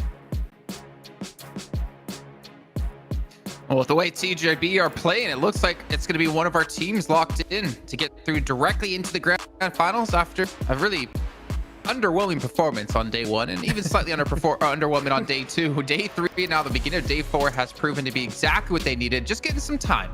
As you said, Hot Jukes, talking about their performance in PEL to get warmed up, get into this, and you know, who's going to stop TJB at this point? Yeah. Not no team doing 5 points a game. I'll tell you that right now. Because, oh, goodness, dude. TJB, once they got that position, and this is the thing, when you're on top of the leaderboard, you are big chilling. You know that, hey, you know what? You have some room to be able to make some mistakes. And as soon as we saw Enigma Galaxy go as crazy as they did, that room definitely shrunk. But TJB's center circle had no worries. It was just about cleaning up these players and winning the game, Max. Yeah, I mean, it was a really solid match from TJB. They went for center position. I mean, yesterday we had 7WG talking with the coach yesterday, right, of TJB, saying that they were gifted some pretty good circles, but they're doing good decisions and acting accordingly based on whatever kind of situation they find themselves in. In his spot, that 2-2 split was on point. If I had to play that spot, I would do the exact same thing. That 2-2 split is solid for information gathering, having solid angles when the only kind of defensive positions you have, Jukes, in that position is going to be rocks and trees. So 2 angles are going to be negating any kind of push in that vicinity, in that kind of area. So it's solid, and I think that one thing that did help them out a lot, Hot Jukes, is that all the other teams were fighting each other on the edge, which means they didn't really have a 4-man team pushing on the area. It was always like a solo, a duo, maybe a trio. So right out of the gate, they had the man advantage, they had the position advantage. It was all going the way of TJB. Yeah, that's why whenever you get blessed in Sanhok, it's just that much more potent, right? I mean, because, you know, the blue zone just comes in so viciously. You're forced to fight those teams on the edge. There's nothing you could do. So you saw Na'Vi forced to fight Tianba, IHC, which I thought would have had a little bit of a better game considering that they had that northern precision just on top of TJB. But unfortunately, they weren't able to get it done. And that it really grinds my gears here, because to me this was their opportunity, right? Like they needed to win this game, I think, in order for them to feel comfortable to make it into that survival stage, Jason. But oh man, it's just it's not looking good. Well, I'm going to see how things are going to shape up. Obviously, it's taken into account some of these other teams. I think the fact that Vengeance was able to get so deep makes them a little bit more comfortable, but obviously with still 5 matches left to go, we're going to find out here. But one team we do have to mention that you two were heavily discussing was Falcons and how consistent they play Sanhok in terms of their positions and rotations. Yeah. We were theorizing with the Jukes during that game, like, this is kind of interesting, because we know that this has been the case for years now, that Falcons drop in boot camp, and very quickly they pivot into Bootcamp Hill, south of Bootcamp, which has been a great scouting position, especially in this circle, Jukes. It was a great spot for them to play from. But FaZe, I really think, read into that. They dropped Trifecta, which is the old reject split they had in PMWC PMGO, and then they said, wait, we can punish this rotate pretty much for free on Falcons, which currently is a contender for that top 3. So I think FaZe came in with a game plan here, Jukes. Oh, I think they did as well. And that's the thing, is that, you know what, at a certain level, when you're here at PMGC, these teams have so much respect for each other. And that's why we see a lot of the times these teams, you know, constantly do very similar things. But we're on the final day here. It's do or die, right? So any kind of those, you know, that respect is gone, right? You got to do whatever it takes to make it into those finals. And if you are FaZe, right, you did your homework. You notice that Falcons like to go up to that bootcamp hill very early. So you rush it, right? You take that hill first before you can get them, and you knock them out, put some points on the board. And not to mention, that's the team in 4th place, right? That's the team you're trying to be able to pass up to get into 3rd. So a great play from FaZe at the rip. Unfortunately, they weren't able to survive late into the game, but I love seeing plays like that for sure. Yeah, I love what we're saying. Oh, FaZe, that was a really good early play, and they're just not on the first half of this page, but it was a really good mechanical play for the drop. It was actually really on point. But we saw some great results from some squads, and I really want to talk about Vengeance here. I think that we disagree a little bit, Jukes, in terms of how they played out this game. When they were fighting versus Nigma Galaxy, they decided to go down the cliff and actually just try and survive into the late game. I think that was a great play, because if you push from where Nigma Galaxy were downhill into TJB, and we already mentioned they had that solid 2-2 split, you do not survive that transition. You are getting instantly eliminated, as we saw for Nigma Galaxy. So I think Vengeance here, that plan to survive until the late game to then secure 2nd place was the best option they had available at the time. Even maybe Nigma could have done it, Jukes. You know, actually, I disagree with what you just said, because I actually do agree with you. I do agree with the Vengeance play going south. They had no choice, right? You're on the so bottom of the leaderboards. You need to survive. You need to put any points on the board you can. The part that we did disagree on, though, was if Nigma Galaxy should have gone south towards Vengeance position, right? Now, I think that Nigma Galaxy, they popped off this last game. They had so many eliminations, and I think they were going for that win, which is something I think they needed to do in order to usurp TJB for that 1st place. Of course, they didn't, because TJP just went crazy. But Enigma Galaxy, they were going for the win. I think that's why they stayed on that kind of like on that western side rather than going and wrapping down south towards Vengeance. What do you think, though? I mean, I think Nigma should have gone into the Vengeance position and actually fight it from there. I think that would have been a really good angle for them to play from. But you know what? At the end of the day, it was a TJB kind of game. Jukes, and they got himself their 5th chicken dinner. And I really want to go back and see previous PMGC League stages. Who got the chicken dinner record, like the highest amount of chicken dinners in the league stage? Because 5 is an insane amount for the amount of matches played, Jukes. So like, is this a new record in the making? I'll have to check. I think so too. I mean, they're playing, ridiculous here. 10 points a game yesterday plus. That is unbelievable. I mean, so when it comes to TJB starting off at Sanhok, they're just letting everybody know this is our stage, right? Group Red, we're going to be the champs. Good luck when it comes to the finals. Pretty much it. And we saw some teams that are like, I8 normally, we really like Sanhok. This is going to be our best map. Well, unfortunately for them, not much was really done. They went out, going south in Paradise Resort, encountering Furia, encountering also possible late rotates into IWNRX and Getso Roy if they survived Furia. But unfortunately for them, it was just not quite able to work out, because I mean, Jukes, we've played Sanhok so many times. The terrain south of Paradise Resort is an absolute plague. It is horrible to play. And unfortunately for some of these squads, they were just struggling to get out of that kind of area. Well, you guys at home who are watching the show, make sure you guys go into the, well, I mean, you're going to be watching on the English YouTube channel anyways, but you can vote on who we're going to be interviewing next with Seven Worlds Gaming, whether it's going to be Falcons, Na'Vi, or Enigma Galaxy. Make sure you guys get your votes in right now. But as the last note for me, in reference to that last game, really unfortunate to be I8 or Falcons, because TJB, Enigma Galaxy, Na'Vi, and even IWNRX were able to get some consistent points in that last match, make it even harder now for you to catch up to these teams and break through to top 3. And whereas at the bottom of the tables, I mean, we did have Nsilo get a good couple amount of points here, able to put them up to 10th place, which is going to be very important as we progress through the day, because a gap is starting to grow here as well in the bottom of the rankings, where previously it wasn't that many points. But we didn't see Furia, we didn't see Virtus Pro really step up. Ultra Ego getting 0 points on this game. I hate to say it, Max, but it's looking like your boy Rosemary might not make it through. Well, unfortunately, it's a reality I have to kind of accept, Jason, that might be happening here. I mean, at what point do we start counting out for real some of these bottom squads in the bottom 5? Because we're going to get to that point where right now, IHC technically, oh yeah, they might be able to do a bit of a comeback, but if they still remain in that position by, you know, game 3, I'm telling you, IHC are out, then it's going to be VP, then Furia, then Ultra Ego. We're going to go up that list really, really quickly. Game 1's already done, and we're going on the Erangel, and we know, Jukes, that Erangel right now, for these top teams, for your TJBs, for your Na'Vis, for your Enigma Galaxies, for your IWNRXs, this is going to be their battleground where they get a huge portion of their points. So those bottom squads are going to have a real tough time making it out of that red zone. Oh, yes, they are, man. I mean, IHC, VP, I think they need to win this next game, to be honest with you, if we're going to see them make it on in, because that door is just closing on them, and they need to kick it wide open with something big, I think, in order to make it into that next stage. But another team that I'm really worried about, Max, and another player that we might not see in the finals is Z-Wolf. And that would be crazy, because Enigma Galaxy just popped off. Na'Vi, TJB, if they want to make it straight to the finals, they need a big game here and soon.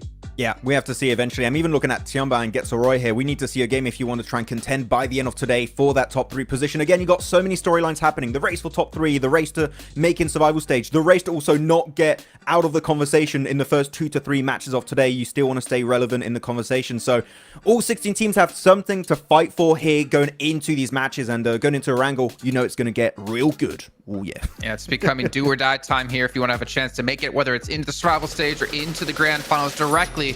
Let's head into our first Erangel of 3 of the day with John, Allen, and Blaine. I absolutely agree 100% that it is going to be real nice. Oh, yeah. Going down from the southeast side of the Plain Path, Milta Power Peninsula up towards Zaki.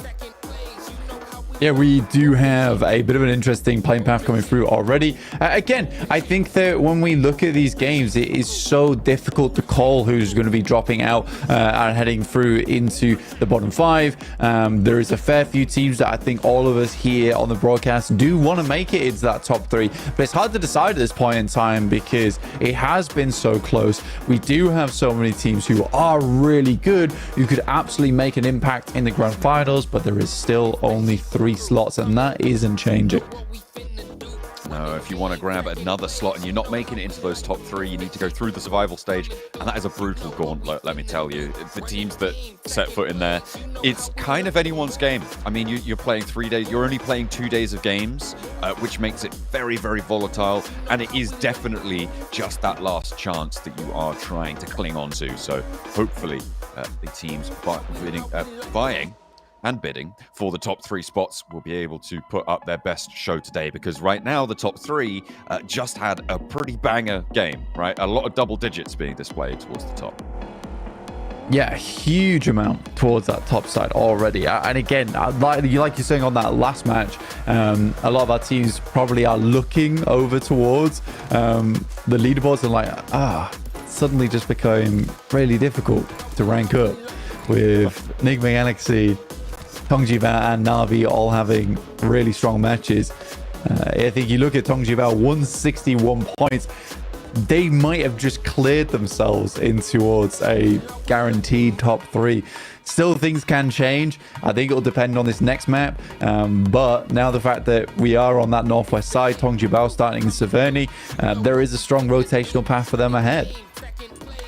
just to put in context the point scorings from last week from Group Yellow, the cutoff for third place, well, Major Pride were in fourth with 184, so if you'd have got 185, you would have been in that third place. 190 was the scoreline for Alpha 7. Team Queso, their countrymen, they have been looking for a little bit of an improvement so far over the course of this tournament, but right now they're on the bubble. 7WG did manage to get caught up with them, so let's take a listen. Welcome back to a quick report with the 7WG. This time it's going to be in regards to Team Queso. I got a chance to talk to one of the players. He said that the biggest issue so far in PMGC League stage has been individual errors. They're trying to clean that up. So I know Blank was talking about just teams having to be a little bit more disciplined, especially those bottom teams. This is one team that has to do that, but they also have to be willing to take risks. And right now, the energy is not quite there yet for Team Queso. Hopefully they can pick it up.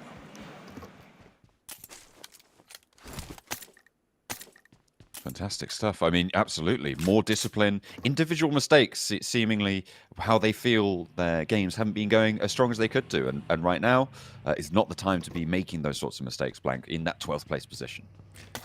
I think it's fair enough. When you get down towards 12th place, you're right on that bubble. Individual mistakes are going to be happening because there is a lot of pressure on you. This is not a case of, oh, we dropped out the top 3, so I guess we'll go to the survival stage and we'll play it out there. This is a case of, we've dropped out into the bottom 5. We're not going any further. We're going home. So those individual mistakes are going to happen more frequently, especially in that last day, which is why the point scoring margin here is so terrifying for a lot of teams, because it's not a case of we have to beat 1 or 2 squads ahead and they're 10 points behind, so it should be easy to stay ahead. No, it is Getso Roy in 8th place all the way down to 15th place of Virtus Pro, all with a big chance to leapfrog over one another. So it's going to be an absolute war up until those end moments, and for these teams it is a case of marshalling the soldiers on their team to get ahead and do what needs to be done here in these matches. But it is that discipline that is required, and individual mistakes are going to cause you big problems, because we know a lot of times if you're dropping one player at the start of the game, that can be horrendous for your chances towards stage 6, stage 7. Yeah, absolutely can. It's a really rough time. I mean, you just need everything on your side at this point. Whatever you can get, you'll take it. I mean, right now, 11th to 12th place, Blank, it's a tiebreaker between FaZe and Team Queso, so it is so close. Every single advantage matters. If that point goes to your direct competitors as well, it's not only that 1 point that you don't get, well, it's not the point that that you don't get, it's also a gain for them as well, right? So it becomes an even more dramatic swing, losing those small little margins early on into a match. And that's what teams are looking to avoid. Right now, it feels like Tianba is kind of on this island on their own, just sort of the only team not super likely to be able to make it to the top 3 and not super likely to drop all the way out towards 12th place as well. And right now, it's kind of a weird placement and a unique one within this fold. Chamber's got somewhat comfortable with this position, though, I would say. I think I said it yesterday that they're not quite as good as our leading teams, but they're not on that same level as our teams who are desperately trying to clamber up towards a position that feels safe. Getso, Roy, and Vengeance are the interesting ones to me, because I look downwards and Cilio, FaZe, Team Queso, Alter Ego, Furia, VP, and IHC all have this pedigree behind them. So it's just odd to me seeing that, you know, it's Getso, Roy, and Vengeance who are ahead of them here. And I think that they have just had a better understanding of what improvements they've needed to make throughout the days. We had a nice little graphic pop up just earlier for Vengeance where it was 1.7 average eliminations to now 2.8 going into day 3. So they've definitely went lower deck, cleared up those holes, those breaches in the ship, and they have looked a lot nicer because of it. Yeah, definitely need to be sailing on open water there, nice and calm. That's what you're looking for, but there's going to be plenty of chop, swell in the future, I'm sure, for them too. Because as you said, it's going to be an all-out war here down towards the bottom side of those tables, especially, not just towards the top side for these small margins, these small little openings. Teams condensing towards the middle of this map here, over towards South George. This circle pushes up to the northwest side of this. And in general, teams seem to be favoring a more central style, as we've become accustomed to over the last few days. SI8 on our screens. That's the team that I think you really want to get in towards that top 3, but it's looking less and less likely as the day goes on. Realistically, again, it's what I was saying earlier. Realistically, Enigma Galaxy, Na'Vi, Tongjibao, all three of these teams just need one more big game, and then they're pretty much set for the rest of the day, because the consistency that they've displayed, I imagine after one strong match, it's going to be hard to profit over the top of them going forward, unless they completely drop the ball on these games. And I think that when you are this far ahead in terms of seeing those tables reveal with Na'Vi, Enigma Galaxy, and Tongjibao all having a good game on Sanhok, the first match of the day, it gives you this sense of calm, right? Which I think is really important for consistency, because I imagine there's a whole bunch of turmoil going on for our teams towards the bottom of the lobby. That fear of being knocked out of the whole tournament. Our teams at the top, the worst thing that can happen to them is to go to survival stage. Yeah, that's still, though, a much less favorable result, as I said before, right? For survival stage. Well, much less favorable? I don't know. What, than getting a direct qualification? No, I was saying getting knocked out. Well, yeah, more favorable than getting knocked out entirely, but it's still a really dangerous situation. It is. I think I'd rather stay at the tournament. 2 days. You only get, yeah, that's true, but it's still, my point is, it's not pleasant. It's really, really tricky to make your way through the survival stages. And I'll concede you're definitely right on the fact that it's better to be in the tournament than not in the tournament. But in general, it's still got to be a big weight on your shoulders, especially if you place 4th and you only get that. You only miss out by like 1 or 2 points, or even on a tiebreaker. It's in general really, really galling to have that sort of a result unfold in front of you as well. When you see the teams ahead of you just accelerate away, and you're like, I didn't keep up with them. We are now going to have to go again. We're going to have to go for round 2. Yeah, I don't think anyone wants to see that one happen. I agree. It's not fun going into survival stage. But like I said, for these teams at the top side, getting that first strong game of the day, the fact that it's all 3 of them getting it, it's surprising to say the least. But yeah, it does mean that for the start of the day here, for our next 5 matches, Enigma Galaxy, Na'Vi, and Tongjibao are all just laughing really at this point in time, because they've been able to accelerate ahead from a lot of our squads. IW, NRX, and Falcons still looking to put those points margins back up again, but there has just been mistakes coming through from both these teams. IW, NRX not always looking as bold and as controlling over some of their team fights we've seen over past years, and the Falcons, I would say that there's mistakes happening on that team. They're still a really strong squad. They're still putting up points margin because they all are individually very strong players. But there's just some little moments here and there from them where I'm like, that didn't go well and it could have gone better. For instance, even that fight versus FaZe, I think although East is in boot camp, technically quite central, I think you give up the central position to make sure that you're not going down in essentially a 2v3.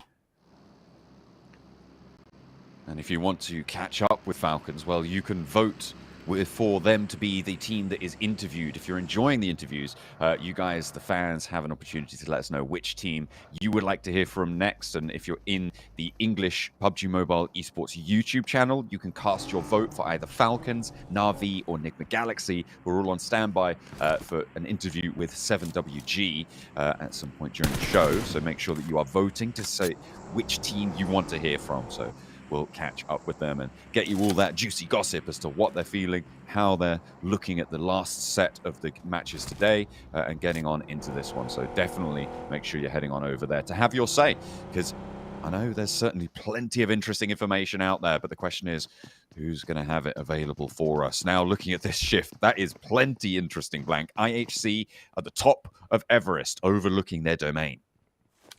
We see some nasty fights on top of Everest throughout Group Red actually already. And this is one of the circles that I really wanted to watch. I don't think we've seen too many Everest circles before. And I always really like the dynamic of the fielded area down towards the south of Everest, down the compounds that kind of lie along the base of Everest itself. It's always a really fun circle, and I think it does test a lot of our teams of how they want to play out their rotations. Do they play Ruins, stay a little bit out of the way?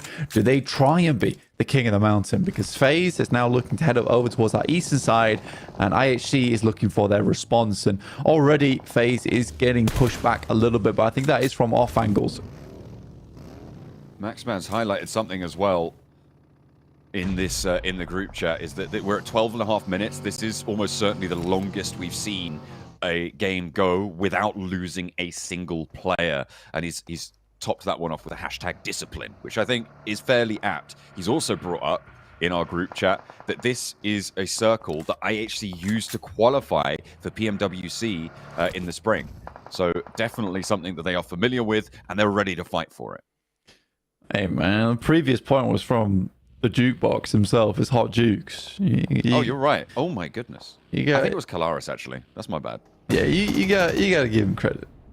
Credit where credit's due, you know. No, it was Hot Jukes. But yeah, that's my bad. we do finally lose some players. 30 minutes in.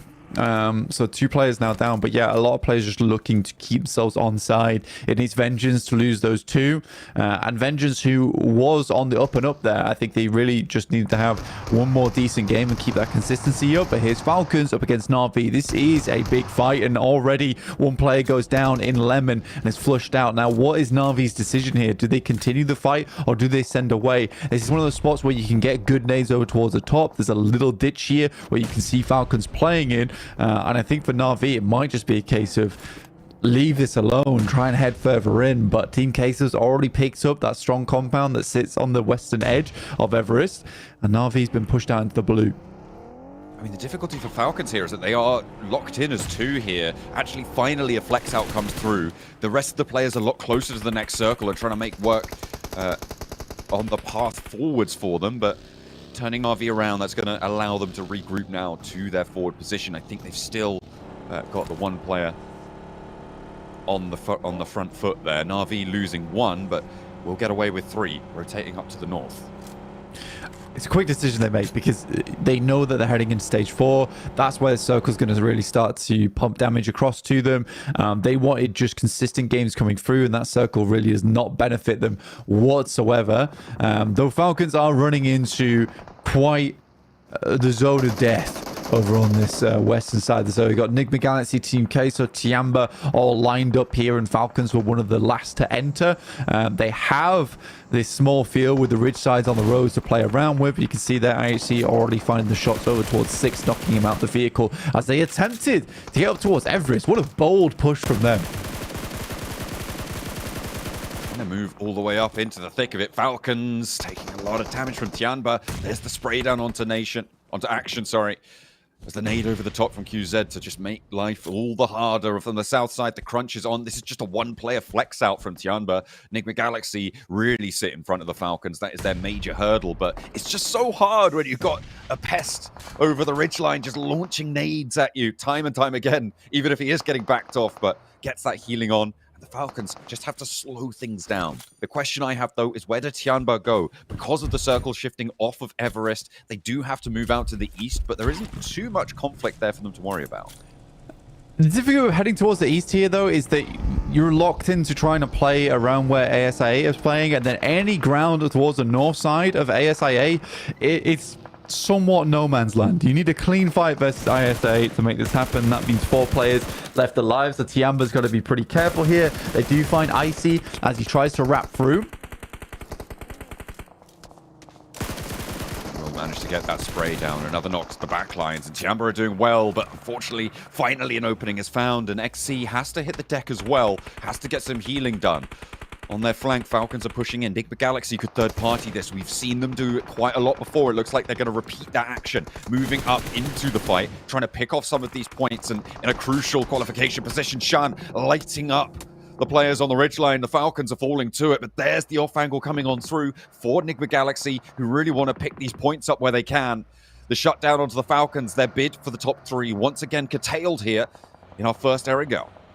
Yeah, Falcons out again with only 2 eliminations. It's a sad experience for them so far, and being cut out both first few matches means that the pressure just mounts and mounts and mounts here. For Vengeance, I think they're going down to just the 1 player now as Noise hits the deck, as Nick Galaxy will pick that up with 3 eliminations already saddled away for themselves. Na'Vi's in a very weird spot over on the northeast side, so I can't imagine they're getting too much further into this one. PUBGMOBILE, on the other hand, northeast side of the field. They're happy. They are really, really chilling right now. That is a big pickup for them on that position. All 4 of their players alive. A mad dash in for Nick Galaxy. Well, less mad, more calm, calculated, but Team Queso are here to play as well. Let's see if these individual mistakes can be patched up. An immediate opener, and that's great to start things off for Team Queso, but there's a little bit of danger left in the wings. Where did that nade come from? The backline pressure, and Incilio picked them up almost immediately. A hop out the back, and Fash does get knocked, but he can start the crawl on through. Nick Galaxy looking to rampage on the compound, and Westron holds down that angle. Redlick at the backline, launching nade after nade. Can they get Fash back up? Incilio holding well against a double crash. Yeah, Incilio, I don't know how they've kind of got away with this, but they certainly have, so well done to them. But obviously, this is not an easy position to be in for Incilio. The fact they've been able to battle back is very important for their point scoring. Nick Galaxy still going at it, though, and with 1 player down the back lines, Westron and Fash will regroup alongside with Redlick. There's tons of nades pouring out over on this high ground at the moment.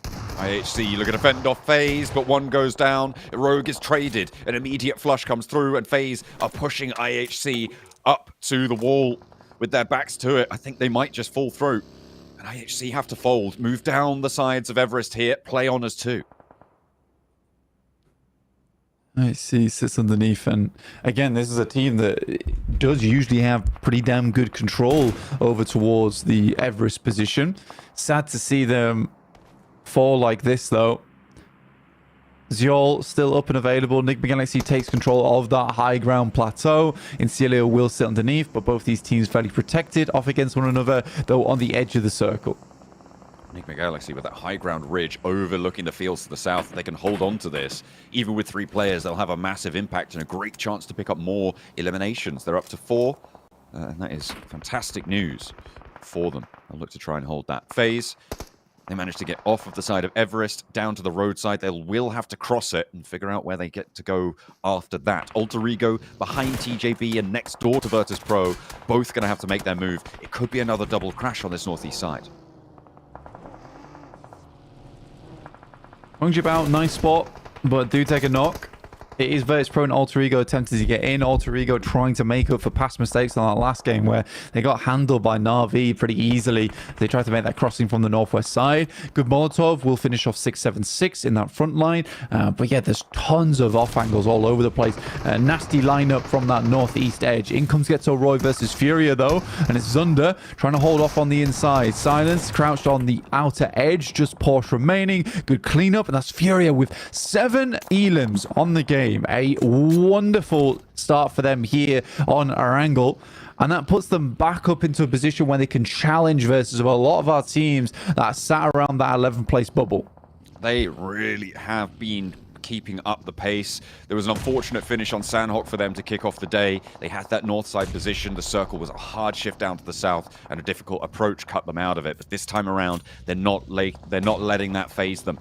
They will be moving in again from the north side, but they pushed in, and as you say, 7 eliminations. The placement points will start to add up fairly soon, and hopefully they can keep their ascension going, and the do Brazils from the desk can get a little bit bigger from Hot Jukes and from 7 over in the arena as well.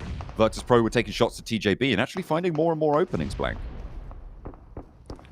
Yeah, I mean, it is Alter Ego and Virtus Pro going up against PUBGMOBILE right now. Malloy gets a rundown on towards Flower. IQ's able to find Malloy in the process. Triple S is on towards Dixie. It is a nightmare on this northeast side. And Alter Ego looking to clean up the pieces afterwards. But in comes Furia. Arthurson rocks up. IHG over towards Nick Galaxy. What is happening? It is all systems go for every single team here as they attempt to transform this game into something that that keeps their tournament alive. ASI8 starting to flex out from the south side, establishing a full baseline of fire to cut teams out, trying to move from the top of the hill. FaZe lose Mela on the high ground, still Furia close by. They've lost one, but they still have a little bit more power left in the bank.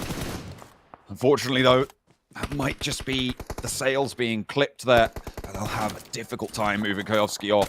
Still 7 points on the match, and that is going to prime them to be in position to make this one work. The placement points will start to kick in a little bit. FaZe accelerating away from them, though, and the goalposts will continue to move. ASI8 isolated on this south side. Blank, they might have a good chance here. Triple S goes down to it, and that is going to be another elimination found. 4 points on this match, with Na'Vi down, with IWNRX down. Nick McGalaxy most likely going to be going down here as well. This is a big opportunity for the team from Pakistan.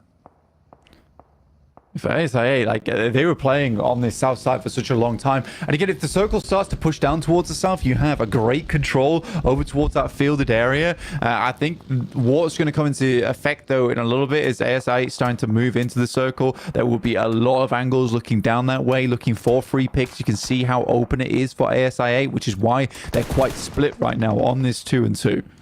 The difficulty is, though, for the teams on the hillside, you can't take free open picks, right? For Alter Ego, you can't step up and go for shots because there's teams out to your west side. You've got FaZe who are going to be looking over at you. Luckily, they managed to find Falak, and that now flank has been curtailed somewhat. The pressure that they're feeling is lowered. Now, Alter Ego needs to make the most of this time, make the most of this opening to get further on in, and you can see they've just crept forwards a little bit to the next rock on their path. Noki taking shots over towards Alter Ego now with 3 players still up, 4 eliminations. It's not been a horrid game for Alter Ego, but Boysil will get the explode in the vehicle, takes himself down off the back of it. I think that is just a case of trying to explode that vehicle, but took a bit too much damage from the sidelines. Nades, these nades are nasty. Oh no, but they're not quite bouncing right. Nearly catching it. Finally going to be able to find that shot. That's 2 players down for Alter Ego, and ASI8 may have just been able to seal those 2 away. Very unlikely that Alva can get back in, get those reses. Just try and play on as a solo. You can't put your head up. You will get taken down. And ASI8 controlling from the fields now. Blank, I really like that duo flank out. It was worrying when they took a knock over on the east side to Alter Ego, but they picked it up admirably with a lack of roll down from Alter Ego, the lack of availability of that as an option. They have controlled this south side, and I'm really in awe of this play style right now from ASI8. I would love to see them navigate these circles so well. For ASI8, they're doing a really good job. Again, they were one of the few teams that play down towards that south side. There is a rollout you can make. I think they understood the worry that there were going to be teams looking down from the hilltop towards their position. This is why they take this lineup, and they are just causing problems for all these teams that they know are all in contest with one another on this northeast side. Another great shot from Falak. 7 eliminations found for them. This could be a massive match for ASIA to get them back into the picture here.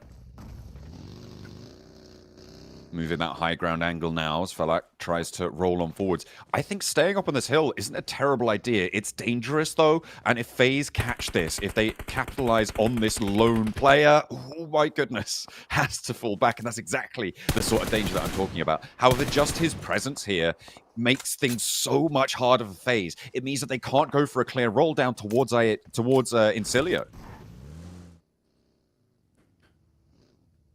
It's been a very, very well-played game here from ASA in terms of the hold on the picture. FaZe's position somewhat interesting. I mean, it's a wild rollout. They do find IQ. Mormon goes down to Noki, but potentially Resable here. Exploding the vehicle is going to be dangerous. That might be all of FaZe going down. They know they desperately need to get this vehicle exploded, but the shots coming through from Noki in a very shrouded position. Man's playing an assassination game right now.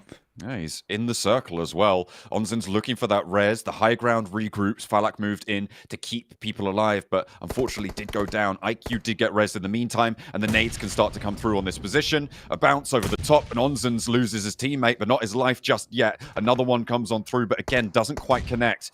Coming through on the back line, Onzin's gets that heal off. As the shots will ring out as soon as he pokes his head out.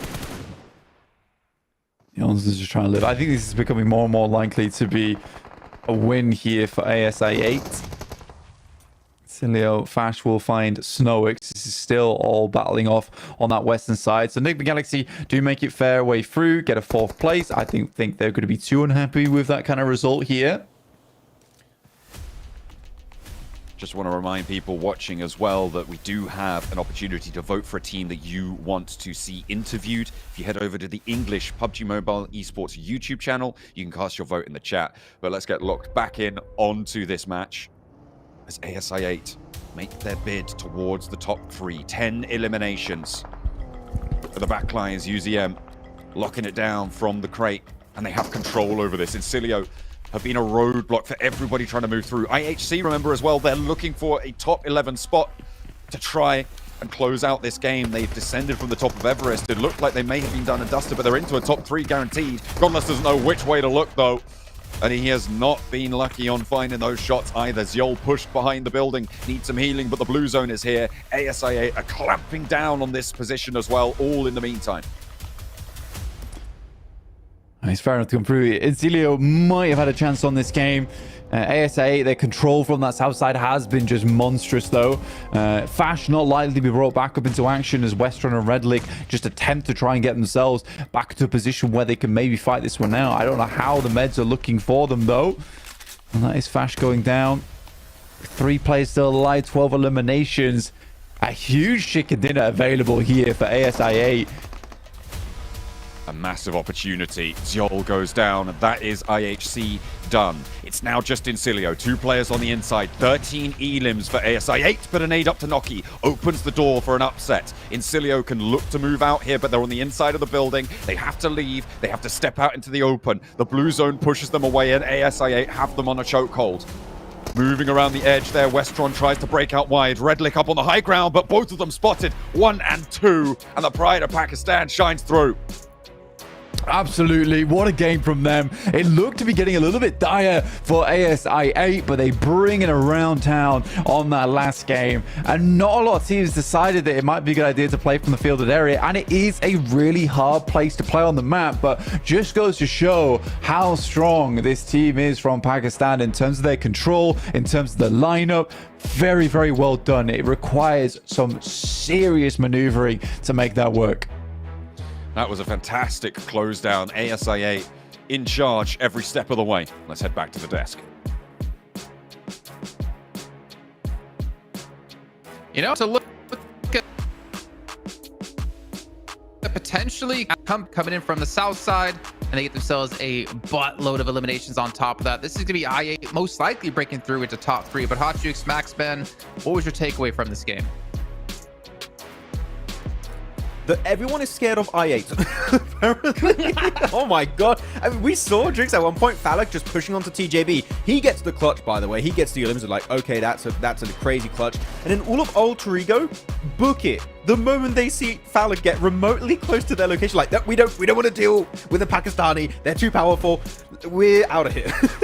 yeah, and rightfully so, because these guys were just on fire this match, and perfectly on time too. I can't stress it enough. If these guys want to make it straight to the finals, they needed a game like this here, right now. A chicken dinner with double-digit eliminations. This is 100% going to put them in the running for top 3. I was a little bit scared though at one point. Jukes are looking at Knock him like, you're getting a bit overconfident. You're learning from Falak. That's a bad tendency to have, but sure, he does get taken out. But the other 2 players, IQ, was able to just lock down that game versus Incilio and get himself the chicken dinner that really, as Jason said, right, they needed, because we were somewhat starting to count them out of the race, but this game puts them right back into it. And this is a game that we might look back onto at the end of today and say that was the game that helped them push themselves in top 3.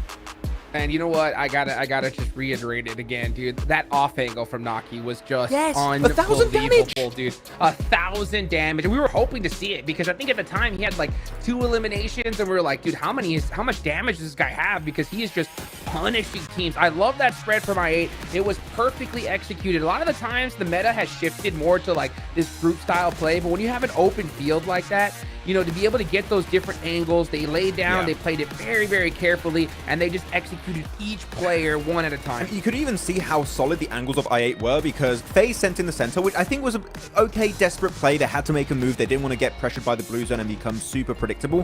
I kind of get why they do that play, but the angles were so solid from I8, the ones you're talking about, Jukester. they play center and they get obliterated in the next 20-30 seconds. They just could not survive because Noki in particular found the perfect bush. He was in a bush and a small opening through the bush and he could spray everyone down. I think his biggest enemy, Noki, this game was not enemies, it was running out of bullets, realistically. Yeah. And he was literally just like, yeah, he was on point. He was almost single tapping. It was crazy, dude. It was ridiculous. And you know what? I mean, great on I8, but at the end of the day, there's so much to talk about, right? And there's one team that I really want to just mention here, and that's Furia, right? Because Furia, they were getting some serious eliminations up top, Max, and they took out some serious teams. I mean, they took out IWNRX and Na'Vi at the same time, and then they cleared Getzo Roy all in one clean sweep. What's happening to Furia? They're not just being now a team that's making it to late game, going for some good rotates and eliminating one team. We said it on the pre-show. They only get one team typically. They squad wiped 3 squads. Okay? Unbelievable. Madness, Furia. More of this, please. Like, this is the kind of games that will push in top 11. Sure, no placement points, but the fighting was top tier. So, Furia, more of that, please. Yes. But I mean, I don't know, Jukes, you said they need to have big games. Not to go back to our discussion, but I want to be right. It's got to be me. No, I disagree. But yeah, I think you're right. A big part of that match, though, was Everest and the conglomerate of teams that we had up there as well. I'm amazed to see really any team make it so deep into the game, like IHC, for instance, because you had, Na'Vi, Vengeance, IHC, FaZe, IWNRX, all really on towards that Everest position. And coming down from that spot, it just, like, I think I just avoided the cluster of teams and was able to just, if anything, get a ton of placement points because they didn't have to really worry about the massive fighting towards the north.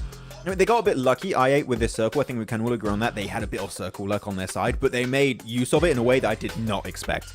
The angles they were taking, Falak just going in, 1v2ing TJB, pushing away all of Ultra Ego. That's crazy stuff. That's absolutely crazy stuff that we just witnessed from I8. So this game has got to be one of my favorite games so far for this group. This is madness from so many squads. You talked about Furia, talked about I8, even Nigma Galaxy's third party Jukes is something we could really try and highlight on the West. It was a good approach, but there were just too many teams at the end on the West. Yeah, dude, I mean, this is crazy. I'm going to give the clutch badge to I8 already because, I mean, just how far are they going to move up the leaderboards? Naki MVP here, 1000% deserved. I mean, that angle pretty much won them the game. But, I mean, prior to this one, they were in 6th place with 126 points. Nigma Galaxy was sitting in 3rd with 139. So, I'm really interested to see those overalls to see just how far they've gone up because, dude, a game like that, I mean, with 25 points, I mean, you gotta be able to push up the leaderboards big time, right, Max? Yeah, exactly. I have to say, Jason in particular, I can't wait to see what memes by KNAT's meme is going to be about this game. You know they're preparing something good right now for Instagram. Yeah, 100%. And hopefully it's actually going to be something along the lines of me talking about Naki and how I feel like he's been the underperforming player on the team as he kind of shuts me up in this last match, proving he can frag out with his teammates. But we do see I8 coming into 2nd place at 151 points, pushing Nigma.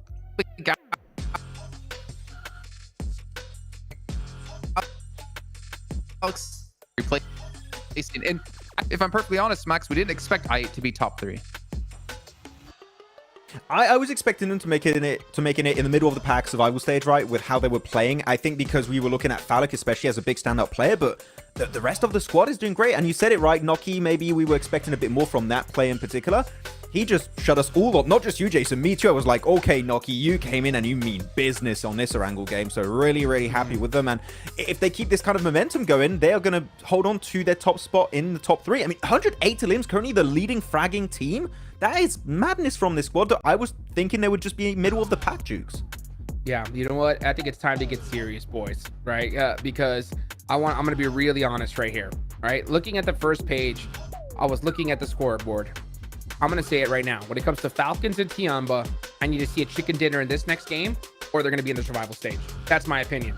And when it comes to the second page, it's going to go the same for IHC and even like Virtus Pro and Furia. Like, honestly, if these guys do not win this next Erangel match, I think they're going home. What do you think, Max? I'm thinking we need to see a win in the next 2 matches, or a second, third place with a lot of elims. I'm talking like 10, 15 eliminations, something along those lines if you want to still remain part of the conversation of making it to or survival stage or to the grand finals based on where you are in the ranking. So so much is currently happening, dudes. It's going to be a real tough one for these squads, but the amount of pressure these guys are dealing with right now, I mean, you were talking about nerves, I think, earlier today, Jukes, and it must be getting to some of these players. Yeah, and you know, the reason why I say that is because, not just because some people are going to be like, what do you mean, dude? There's still like plenty of matches left to go. The problem is that this is the last day, folks, right? And on the last game, I'm telling you, it's going to be a smorgasbord of just teams sending it on each other, because you're going to need some squads that need 20 eliminations, so they're going to start pushing everybody. I mean, we're going to see half the lobby like wiped out by the time, you know, Circle 4 comes around. So I hope these teams truly understand the urgency of what is happening here. Yeah, we still have 4 matches left to go, but you got to put some points on the boards here and now, because I mean, even a team like I8, they just proved that, hey, if we get a good position, right, we're going to get into top 3, and the same's going to go for so many other squads. We kept talking about it for so long, Jukes, too. We're looking at I8, right, with this chicken dinner. They overtook not 1, not 2, but 3 teams with that game alone. They overtook IW. No, actually, wait, No, they overtook 4 teams, right? They were behind Falcons, IWNRX, Nigma Galaxy, and Na'Vi. They overtook 4 teams with that 1 win, and we keep mentioning how close it is between all of those squads fighting for top 3. One big game like that, if you're in the bottom, like 5 or 6 position in the rankings, could push you in the grand finals in the very last game. I'm telling you, that last game on Miramar is going to be absolute madness. So I really can't wait to get to that point, because we're going to see some of the coolest fights ever, I believe. Like, these teams are going to really be sending everything they have in the arsenal in that final game. Yeah. Especially when it comes to IHC. I mean, I saw IHC that last game, right? And they were lasting towards the end, and I was like, oh, I was so conflicted, because I was like, should these guys just risk it and push just to try to win the game here and now? And I understand why they played it a little slower, just to be able to put some points on the board. But this game going forward, they gotta risk it if they want to continue on here. Otherwise, they're gonna be done for the rest of the year, and that is not what we want to see, especially from somebody who's been the champions of the big show not too long ago. Yeah, I mean, desperate time required desperate measures for some of these squads. Do it, send it all, or just go home at the end of the day. We'll have to see how it goes, but as we get ready for our 3rd match of the day to reach the halfway point of day 4 for Group Red, we'll send it back to John Allen and Blank for our 3rd match of the day. Things are really heating up here, and we had a demonstration of the volatility at the top of the tables, with ASIA blasting their way up into 2nd place, Blank, and things can still all change at the drop of a hat. Our playing path this time will take us from Kameshki down towards Sosnovka military base. I think it's my fault, honestly. I think so. Top 3 safe. Apparently not. Everyone's just like find the little gaps they can get their way through, and just owning a lot of the squads here inside the lobby. We get a heavily eastern leaning playing path, so a bit awkward for some of our teams, and I think that this has helped out Tongji Bao as well, because always getting towards Severny has not really been a problem for them during the majority of these matches. ASIA probably dropping down towards Sosnovka military base, unless they decide to go for something a little bit interesting, but I don't think that they'll be changing their game plan just yet, honestly. Alter Ego out towards Lipovka, who have been consistently shut down by fair few of our other squads inside this lobby, and it is sad to see. I really would like to see Alter Ego do a little bit better here, but it's just not happening at the moment. It's just such a tough lobby to make your breakthrough. Virtus Pro dropping down on the south side here. A split drop on the west side of that military island, all the way on the south as well. There's a potential split there. Is it going to pay off? No, it's not a military circle. That could have been miraculous for Virtus Pro, but instead... Or are they going for a long drop, actually? I thought they were going to drop down on that military island, but it looks like, no, they're just going to send back over to Primorsk and not compete for those vehicles over by Ferry Pier instead. Yeah, send off on that side. For Virtus Pro, long drop over towards Primorsk. Nigma Galaxy starting over towards Pachinki. I don't mind his position from Nigma Galaxy, honestly. I've enjoyed how they played out from Pachinki side. They usually have good control over towards the rest of the map, playing off the back of this. And they are somewhat of an aggressive team when it comes to those edge pushes on the third parties. So it makes sense for this to be a good drop spot for them. So far, though, man, it's been such a good group. I think Group Yellow was very fun to watch, but there were some specific teams that we were expecting from at least day 2 to just maintain that top 3, and they did. They absolutely did. Here it has just been up and down all over the place for all of our teams on that top side. I think from what we've seen from ASI8, it's not even... maybe after this next match, but it's not out of the realm of possibility that Tiamba could ladder up to a top 3 at the end of the day. Yeah, it's an outside chance now, but as they were saying back on the desk, right, you need a pretty big gain here, but you're right, it's still all very, very possible to make these work. And we'll see if they are able to do so. But on 163, TJB still quite far behind the mark set by Team Spirit last week of 225 for that top role. But it doesn't matter. If you qualify with 10 points or 100 points, it is still a qualification. And getting that first place spot is also really, really great news, because it means you are, of course, booking that direct ticket to the Grand Finals in London, which is fantastic for morale, if nothing else. It means you can actually turn your attention fully to researching the rest of the lobby, not have to concern yourself with doing your homework for survival stages, and you can start to really develop those strategies and mature them to bring over towards London, not have to bring out anything special in the survival stage, to throw things out there that maybe you were trying to keep back. But either way, it's good stuff coming through from our top teams, because right now, if you consider where we were last week in this sort of same era of matches, in terms of being in towards the last 3 of the last day, we were looking at maybe 4 and maybe 5 teams competing for the top 3 spots. Here we are looking at 6 teams, maybe 7 teams competing, which is a hugely big jump up, right? And it's got to be nerve-wracking. It's kind of funny as well, because I think for Tongjiba, it's actually really important they get into the top 3. Like they were saying before, and from a lot of the really good coverage we've had from 7 by the stage, Tongjiba just didn't have a lot of time to prepare, right? And I think that is something that's really, really quite... It's something that we need to hammer home here, is that if they get into a top 3, it gives them a ton of time to watch the other groups. It gives them time to figure out exactly who's going through in towards that top 3. Start doing that studying now whilst they have a chance, as opposed to having to prepare for a survival stage, where likely a lot of those teams they prepare for, only a couple of them are going to be going through to the Grand Finals. So much nicer for them now to get in towards that top 3, get the direct invite, and start doing some more targeted study to the teams that they know they're going to be going up against in the future. So I think that is something to take into big consideration. That's the advantage of being in the top 3, is that there is way less teams that you need to be watching out for in the future, and means your preparation can be much more targeted. Yeah, a lot more open road, and you can give yourself the best platform to play in towards those finals. ASI8 going to be looking to leave the military island. No roadblock, as IWNRX have already moved from Ferry Pier. Virtus.pro are still in Primorsk, so no one in their way just yet. They should be able to get across this bridge fairly simply, unless they psych themselves out and decide, ooh, I don't know if I trust that. I wonder if there's something to be said for moving some vehicles into a position that looks like people are holding in the buildings on the far side of the bridge in this scenario, if you're IWNRX, and trying to psych ASI8, slow them down on their approach. Yeah, I'm not sure. It's an interesting one. I think there were some road spikes set up as well. I'm not sure where exactly they were on the map, but it's definitely curious to see how these teams are causing problems for other squads.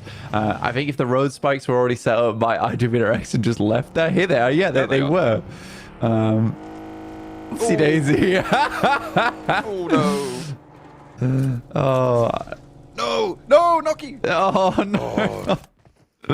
Oh, it's so hilarious. That is so hilarious. I mean, well played to IWNRX, knowing this would happen. Yes, that they can't hold them out, but what they certainly can do is really deal some damage to the vehicle presence, at least. Is the other one going to catch them? Felt like on the swivel, trying to dodge them. Yeah, go left, go left. It. Guys, I've cleared the right side of the road. Just go on that. Goodness me, that is unfortunate. That's actually hilarious. I really enjoyed that. Well played, IWNRX. Cheeky maneuver. And in one of the second to last Erangels to do it on the day, yeah. That's a way to catch your opponents off guard. That vehicle's done for. Yeah, it's on the rims. No way to get that one back. It's on the rocks as well.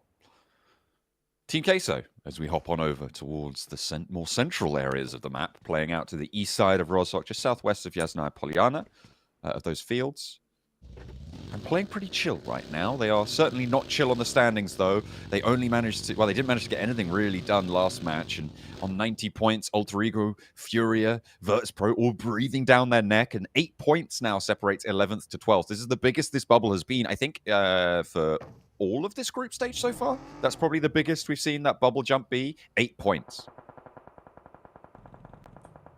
Yeah, it actually is a bit of a separation, which is funny considering, like you say, it is only 8 points. It really is not a massive margin to be scoffing at, honestly. But for FaZe, wow, it's the safest they felt in a long time, alongside with Vengeance at 98 points too. But we'll see how this circle pans out, as it is fairly central right now over towards Rozhok way, but knowing how Group Red has gone, it's likely going to be a Northern Shift that it is. I didn't even get time to say it before the circle threw it in there. But yeah, up towards that northern side. Tongjibao once again. Haha, we have the circle. Tricked you. We're on the edge. Just kidding. We're in the middle again. How do you like them apples? Goodness me. So pushing up to the north side of the river, going to be high priority for a lot of these teams. ASAA, they're already making their way through. No more spike traps, hopefully, to be laid out in front of them as they pass IWNRX on their left-hand side, trying to make their approach and getting ahead of that one. But a lot of teams all condensing over towards the bridges to the east of Rozhok, towards Yasnaya Polyana as well. Only one team right now on the west swing, which is IHC, moving up from their Everest position, and Virtus.pro super late out of Primorsk. All these teams crunching in, and it's causing some fights. And they all have to move so incredibly quickly over towards that northern side as well. So it's a difficult one. Alter Ego probably with the best path ahead of them over on that northeast edge up towards the compound that sits down towards the south side of Stalber. But yeah, it's a difficult crossing. See, Falcons can't really go for that same play they made before, which was to set up underneath the bridge on north side of Rozhok. And Na'Vi already down a player, which is rough here. I did enjoy the fact that, you know, we got told earlier that even the coach from Tongjibao realizes that, you know what, they have been lucky, but they're not going to let those blessings go to waste and pick up more points off the back of it. But for Tongjibao, I think they're lying. I think that they have a circle magnet they're not telling anyone about, and they're just trying to play it off all cool. Oh, you know what? That actually makes so much sense. And it's basically truth now, I think. Yeah. You've said it. And that's right. That's how that works. TJB, I mean, just unreal on this one, but still not out of the woods just yet. With the number of teams descending on this location, Getso Roya now close by, FaZe over the hill, Alter Ego. As we take a look at a replay, this was the pickup from FaZe to be able to find the first and only point so far in this lobby, 10.5 minutes in against Furia, which is a little bit unfortunate. I'm surprised that this is the only casualty of this crossing. Oh wait, no, Na'Vi lost a player to Tiamba, so there's been 2 casualties in this lobby. But still, I feel like there should be more on a circle like this. I think so as well. I mean, I think a lot of teams are just realizing that, you know what, for the guys around this circle, we can figure out where exactly these players are coming from. They've had 3 days of play now in terms of figuring out these rotates, analyzing those rotates as well. So they're all making these interesting decisions. Virtus.pro even on a nice western rotate. You can see them here on your screens heading over towards shooting range. It's a smart decision, smart choice. One that was born of necessity as well, considering they are in 15th place. But they know they need a strong match. And if they can make a gamble, a bit of a risk, they're not going to have a lot of scouting done, but they do get in towards that western side of shooting range. And now they need to backstab over towards IWNRX, which I imagine IWNRX are not going to be happy about because they're desperate for some big points on this game. But for Virtus.pro, it's way more important for them to stay in the tournament. Absolutely. Virtus.pro moving in on that west side. IWNRX are actually moving up north to deal with Alter Ego's approach from that side of the map, which of course does need to be handled, but that might allow Virtus.pro to get in and ahead of them. Falcons as well, moving up the bank of the river from that west edge, as Virtus.pro move closer to the IHC compound, or the position that they hold that overlooks that south side. Is difficult to play though if a team like IWNRX starts taking shots down towards IHC. Taking a look at the map here in terms of positioning. Weird circle though, dude, because we're heading down towards that south side again. And Rozhok is still in. Nigbit Galaxy is praying that the circle continues to move down towards the south because they have a strong spot over towards the warehouses on high in Rozhok, giving them a bit of that high ground advantage, allowing more scouting to come through later on. Falcons also managed with this southern shift on the circle to set themselves over towards that western side. I think that was very, very lucky for them that this happened, but they made a quick decision to route themselves into a better spot. These wide wraps are now killing off Tiamba, though, sadly. They tried to wide wrap all the way to the northern side, only for circle to come back down again, and now they are flowing in through shooting range behind Virtus.pro, behind IWNRX. I imagine the northwest side of the map is about to get very hot very soon. There is a lot of teams moving in who set up to that north side, and a little squonky south shift has caused a little bit of... I know, it's a good word, isn't it? Down towards that south side has caused a little bit of panic, potentially. Well, not panic, but disarray, certainly, over on this north side. Tianba at the back of the queue here, and starting to suffer to the blue. Stage 3, not pleasant to sit in. It's doable, but not ideal. However, we did see their proclivity for staying out in the blue zone back in Sanhok. They stayed there for ages. They seem to like it, like a warm bath, but unfortunately, it's a little bit too hot for the health bars, and you do need to get out of it sooner rather than later.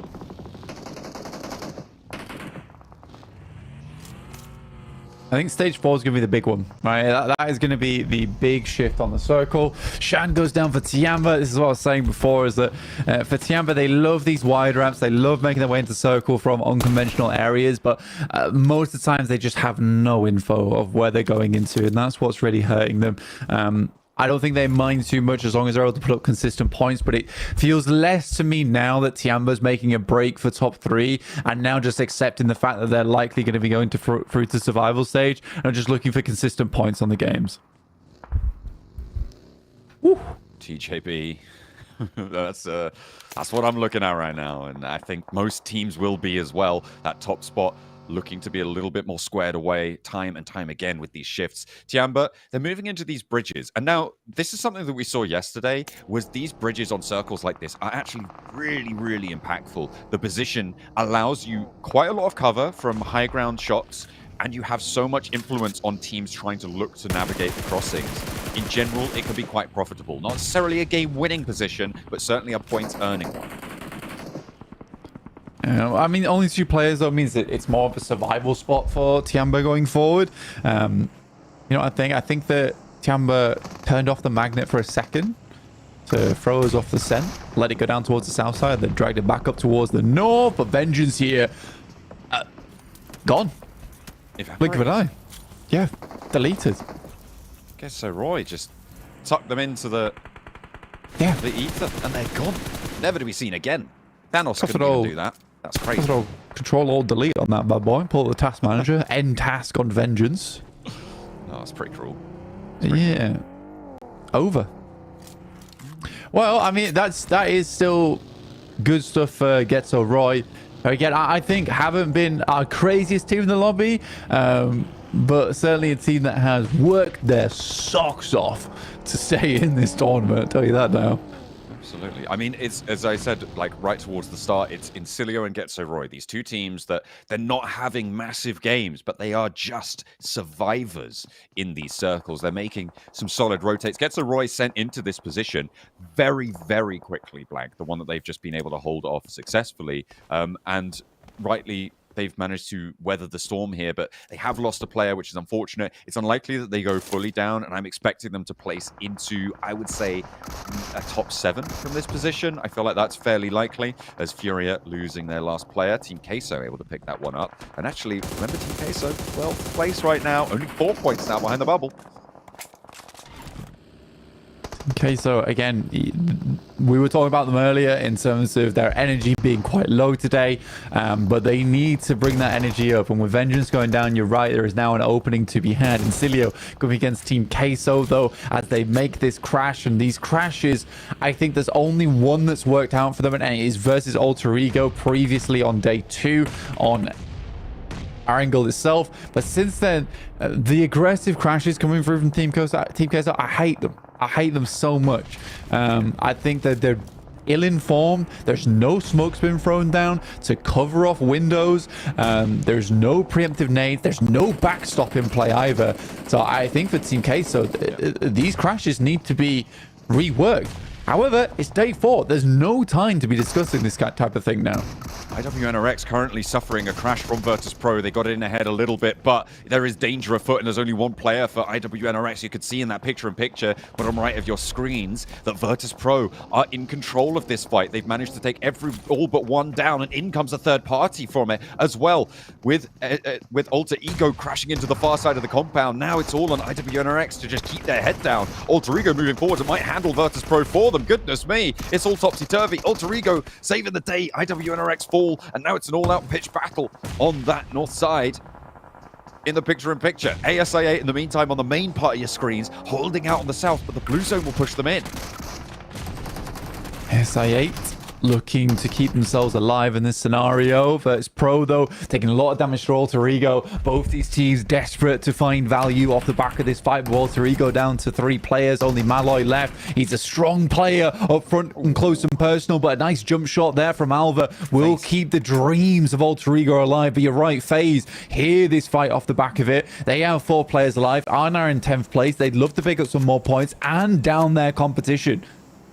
There's that IHC as well, flexing out to try and third party.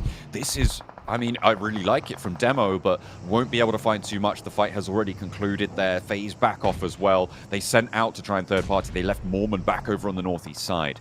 ASI8, their big crossing has to happen now. Na'Vi over to their east side. Enigma Galaxy in the way. Blank, this is a scramble for the top 3. All 3 of our second, third, and fourth place teams are battling out in Rozhok. Bao, though, suffering to FaZe on the side. I mean, FaZe is taking another fight all at the same time. That's Team Queso out. Ooh, really bad news for them. In 12th place as well. 94 points gained on the match, with Vengeance still above them. But nice nades coming through from the Falcons, who are looking to regain this position. Bao retreat back into their cave there on the northern side. Alter Ego go for the crash onto TJB. Alpha goes down first. It looks like TJB were ready, but a third-party potential from Getzo Roy makes this fight dangerous, even if they conclude it now. One knock sent back, and there's that flush coming on through. Alpha's too far forwards to go for the rescue mission here for Alter Ego, but UK's starting to send those nades in towards the top floor. Triple S takes a hit from that nade, doesn't go down, but that is still very, very dangerous. IHC could move over and third-party this as well. Finally, a shot comes through, and that's exactly what they were looking for. Demo moves in and takes a player of Getzo Roy down. There are 4 teams fighting in this compound. It's a strong compound as well to play. Really nice sightlines. The 3-story gives you a huge amount of ability going forward, and the exit does give you those little ridge sides to play off the back of. Bao, though, done a fantastic job to stay in this one with Triple S as well as Longs, but the sidelines are here to play. In the meantime, you can see ASI8 taking a tumble. That's versus Enigma Galaxy, in fact, who have absolutely annihilated them on the southern side. We've got Na'Vi as well, trying to make this crossing. Enigma Galaxy want to get back up towards the top spots here, taking down Na'Vi, taking down ASI8. IWNRX are already out of this one. They have a chance to try and breach towards TJB's position. If TJB go down in this conflict, there is a really big opening. Unfortunately for Enigma Galaxy, they're on 3 players alive, and Tianba are going to hold under the bridge, the trolls they need to move past. Tianba have not made a sound, not uttered a murmur over on that eastern side. Alter Ego is still desperately trying to finish out this fight versus Bao, but that high ground, the 3-story, gives them so many options, so many angles to play from. Circle keeps them in with that cut. I think for Enigma Galaxy, actually, if I was them, I'd assume there's a bridge camp coming through. They'd love to hold on to vehicles, but I think at this point in time, it might just be the right play to go for a swim. on the north side of Rozhok and just play across that way, you can slightly cut out the angles coming through from Tiamba by playing far over towards the west. But I'm curious to see what their next move is. So many teams that are needing more points down to a few players remaining. It is Incilio and FaZe, though, still with a strong amount of players into this one. Incilio getting themselves 111 points with 2 extra on the elims. They're looking to see themselves safer. May even overlap Tiamba, who has been sort of our test team over towards 7th place for the longest time now. Looking to try and lock down a spot in these survival stage teams as well. Enigma Galaxy open up. IHC, they're getting spotted. This is a really great pickup. Enigma Galaxy have actually moved 2 of their players up to the northern shore now, trying to stay covered off from Tiamba over on the bridge. I like this approach from Enigma Galaxy. Falcons are stopping a lot of these teams from moving too far down, but I think that if a team can get into Falcons' position, they're going to have a great time of it. Incilio moving down, I think they've read this too. Over towards that lower ground now, and taking a tumble down the cliff sides, taking a lot of damage as well. This is dangerous. Tiamba are there. Westron dropping those smokes. Look at it, keep them safe. I mean, they know what's coming next, and that was a dangerous move from Incilio, but it has worked out, keeps them alive. XC does find Ralph on the crossing. This is what I sort of expected them to go for, is to drop the smokes. He's a little bit closer to the eastern side as I might have liked, and they did have time with that blue coming in, but IHC, they quickly read the scenario. Enigma Galaxy's a little bit slow on this crossing, but they can stay alive, and Ralph does get back up towards his feet. The big refresh on a lot of the utility and the meds coming through from the wipe over towards ISI 8. Enigma Galaxy should be fine for now. I just hope they brought enough smokes with them. Enigma Galaxy, 6 elims, those rocks that sit on the riverbank right now, keeping them safe from Tiamba. Obviously, Ralph decided to peek up a little bit and was punished for it on that angle. Coming through from underneath the bridge, and the nades can start to come in from IHC. Teams moving downhill. I mean, it shows you that those ridges, they feel like they can play. Falcon's position, that's what I was saying, I feel like is one of the strongest right now in the circle. This fight needs to conclude. Alter Ego, okay, they try and go for it, but TJB, so ready for it. They're up to 5 elims. Alter Ego this entire time, I've just been literally knocking on the door of Dongji Bao's free story, like, let me in, and they just cannot find anything. I feel so sorry for them there, and they don't break out from 12th place. They remain down towards 12. Vengeance still ahead of them with 98 points here, and Dongji Bao now looking to work the problem forward. 2 players alive, 5 elims. They do not want Enigma Galaxy to be able to catch up here. A shot around the side, though, when they might not have a choice. Mormon sets them back a pace or 2 as he sends around the corner with a DBS. 5 eliminations for FaZe, and they are making a bid for the survival stages as well. These breakouts from Incilio, from FaZe on this northeast side, they might do enough here to make themselves safe to the next stage.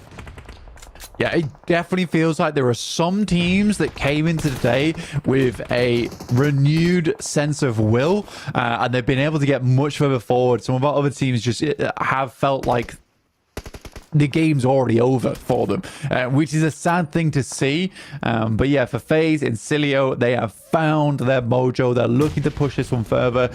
8 eliminations now for FaZe, with all 4 players up. A big game potentially in pocket for them. Nade over towards Tiamba. Remove that threat from the sidelines of Enigma Galaxy, and you afford them a lot of freedom here. Dangerous potentially to take Tiamba out of the mix this early, but Tiamba have to move, so do Incilio, so the fight therefore has to wage on. And Bond looking for the res, trying to play on us too. The smoke's going to clear soon, and that's going to be when Incilio can open the cannons. A dangerous approach from that southeast side. The riverbank for Enigma Galaxy is still in. IHC hold the ridgeline, and the Falcons' position now getting overwhelmed by FaZe from the northeast.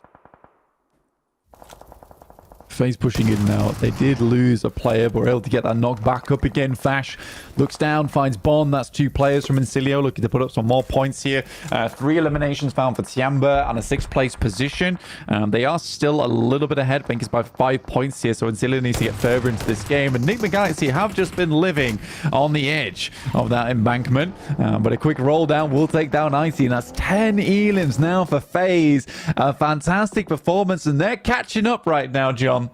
They are really pushing the boundaries now, as Enigma Galaxy have weathered the worst of it, but The team sat ahead of them will not make it easy either. FaZe, I think, in the strongest command position over this circle. They've got a ridgeline to look down towards the rest of the circle on. They've got those off angles to stay protected from different flanks. It's looking pretty good for them. Can they convert? Can they capitalize and keep this gravy train rolling as IHC get pushed on these long slopes, these open grounds, which make it so hard to move?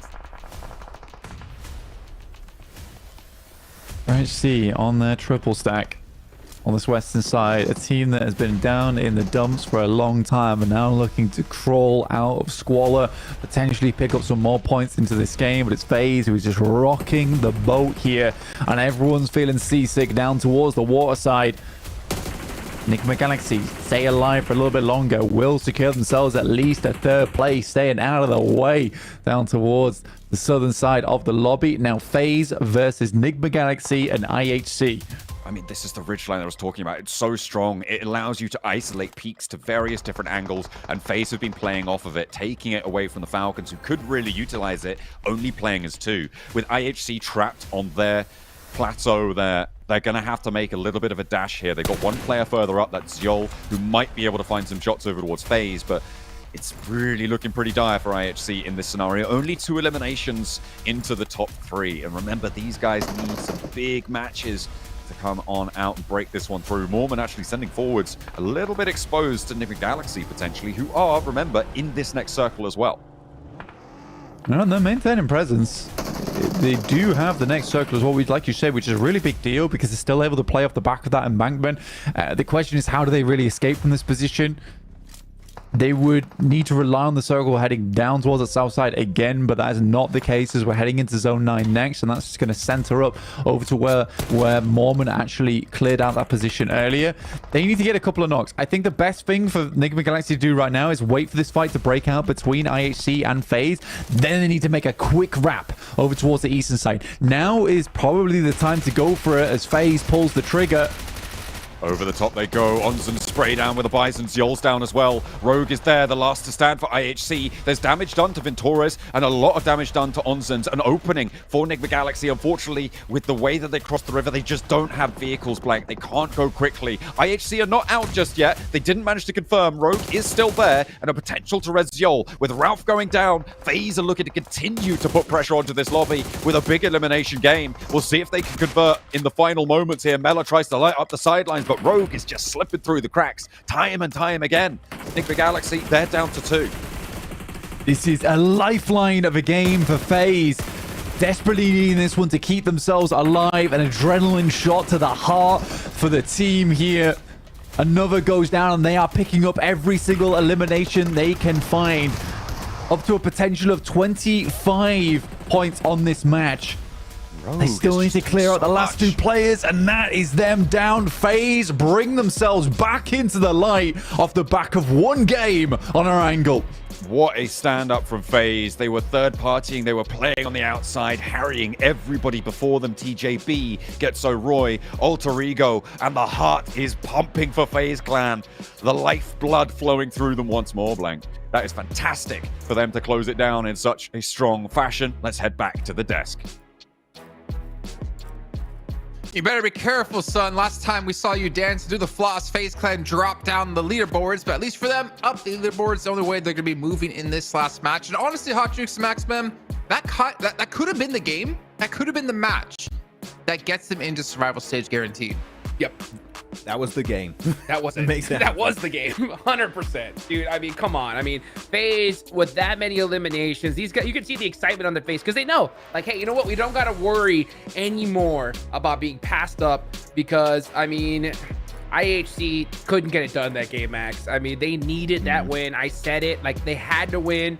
Unfortunately, they couldn't. So for me, in my books, I think that's nail in the coffin for them. I think it's going to be pretty much dunzo for some of them, unfortunately, and IHC is going to be one of the squads. I get what they were trying to do. They were playing pretty passive onto the western edge, but because they dropped George Paul, I kind of get the whole idea that, oh, okay, we're not going to be too aggressive this game. We're just going to make it to the late game. But here, relinquishing this high ground spot that you can see in this replay to FaZe was just the nail in the coffin, Hot Jukes. That spot alone gave them such a good ground to hold on to bully IHC, to bully Enigma Galaxy, and all of the other teams too. The thing is about FaZe too, right, Jukes? They didn't just get it for free. They had to fight versus Team Kesso super early, clear their backside, eliminate TJB, and then and only then they could play that high ground the way they did. So FaZe, sure, they were confident in the late game, but it all started in that mid game to make sure they secure that spot in the first place. I mean, it didn't become easier for them too, like looking ahead in the zones, right? Because they still had TJB, Alter Ego, Falcons to all deal with, to worry about. And that was where the clutter was. I would think I was saying during the match that if FaZe Clan can come out of this without losing a player, I think they're going to win. And they ended up doing so. But how they're able to get through all those teams so cleanly still blows my mind. Yeah, it was craziness. The fact they were able to survive, what was it, 1, 2, 3, 4, there were 5 teams over there, man. That's crazy numbers. And, like, we're not going to lose a single player just to prove Jason wrong. It worked out. I mean, you take out TJB right after their monster performance too. I mean, how more? I mean, these guys had everything going for them in this game, and who knows what could happen? We still have more matches left to go. I think it's going to be pretty unlikely, but like when you get this opportunity, you have to take it. And FaZe just did not hesitate, and that's what I love. I love to see clutch plays in those championship rounds. Oh, I didn't see that spray. Ooh, that was insane. Let me ask you about this, Jukes, because I feel like this might have been a really good indicator from it, or in what I saw. Do you think teams are playing differently now just because of where they are on the leaderboards? For instance, I kind of thought IHC were maybe playing a little bit passive here. I think the Galaxy as well playing a little bit passive, just kind of waiting by the water, right, for their time to die, basically, trying to hold on to as many placements as they could. I say yes. I think that IHC played it wrong, though. I think IHC needed to go for a win. I don't like the fact that they played it passive. I think playing it passive is something you do when you're right there in kind of like where FaZe position was last game, right? Like, hey, you just need to put some points on the board. You know, you're not in the best position. But I think IHC needed to go a little riskier here. And some people be like, well, if you're riskier, you're going to really just destroy your chances of making it in the top. But if you don't, where they're at on the leaderboards, I mean, I don't know. I get so frustrated because I wanted to see IHC just go for the push. If they went out, it's okay because they're so far down at this point that they needed a big game max. Yeah, I like how saying, oh, they should have gone for the win. It's like, well, I think they were trying. Oh, I mean, for sure, but like, but the play definitely was not showing them trying to go for those big chicken dinners with the lava limbs. At least for me, it was a very passive approach. I talked about the high ground already. They relinquished it for free, pretty much, to the side of FaZe. And the moment that high ground was given away, then FaZe are going to use it because they have 3-4 players in position just ready to gun down IHC, to gun down Ligma Galaxy. So yeah, IHC here, especially because of their rotate jukes, they had nobody between their drop spot and that western side of the circle. There was no one. So the fact that they just are playing so passive on the edge was a little bit surprising to me. I think they could have got involved in the conversation, maybe versus Getso Roy, TJB, even to push off FaZe earlier onto Team Kesso. Maybe they can get involved, but unfortunately, I feel like they're just trying to get placement points, but we know at this very moment, placement points alone are not going to cut it if they want to go to survival. Exactly, dude. And that's why I get so frustrated because, like, I mean, yeah, 6 placement points, 2 eliminations. If this was day number 2, you know, match 3, 4, I'd be like, great game from IHC, right? They put points on the board. They didn't get a good position, but they did it. But I mean, they are so low on the leaderboards here. I mean, what were they prior to this game? Let me go ahead and double check. Yeah, last they were. place. Yeah. I mean, yeah, they were in last changed place for a while. But I was thinking the math from FaZe, right? Because FaZe was in 11th. They had 98 points. IHC had 72. You're not gonna cross that with only 8 points. You need double-digit eliminations. You need a good performance. And IHC weren't playing for that. They were playing just to put points on the board. So I'm disappointed. I don't know if they realize what they're trying to do here, but maybe they were just trying to do it for this game, and then maybe the next one they're gonna go for it. But if I especially don't see a win from in the next game, it's especially over. It's over. You know what, Jukes? You know, despite our disagreements at the top of the show, and I wanted to just hard disagree with you here about IHC, you know, looking at the numbers, I feel like I'm going to have to agree now because, yes, staying alive, getting places. Oh, the world's exploding. Hacks. Max, keep your head off. The fact is for them, like, yeah, you might be about like 18, 20 points out of top 11, but you have to start making some moves, and you don't want to wait to that last match to make that move because anything can really happen in the last match like we saw last week. So for me, yeah, IHC, they have to go for it in this next match or I would count them out fully for sure. But maybe a question for you, Max. FaZe Clan, with that massive victory they just had, could they even be a contender now for top 3? Well, I think that's a big statement to make. I mean, maybe Gotta go mathematically speaking, they could. Who knows? That could happen, right? But right now, I think they're just keeping themselves safe from possibly going down in the bottom 5. I think that this game alone just solidifies their spot in the survival stage. And one thing I want to highlight about FaZe, and I think me and Blank kind of echoed this point a few times, is that Mela clearly is the star player of FaZe. It is good to see another player here, especially Onzen, being the MVP player of the squad. I'm happy to see it's not just Mela. Onzen is also bringing numbers on the board for this team and helping them reach 7th place. And I just hope that we see a little bit of a hotter start from them in survival, because top 3 for me, I'm not really counting them in just yet.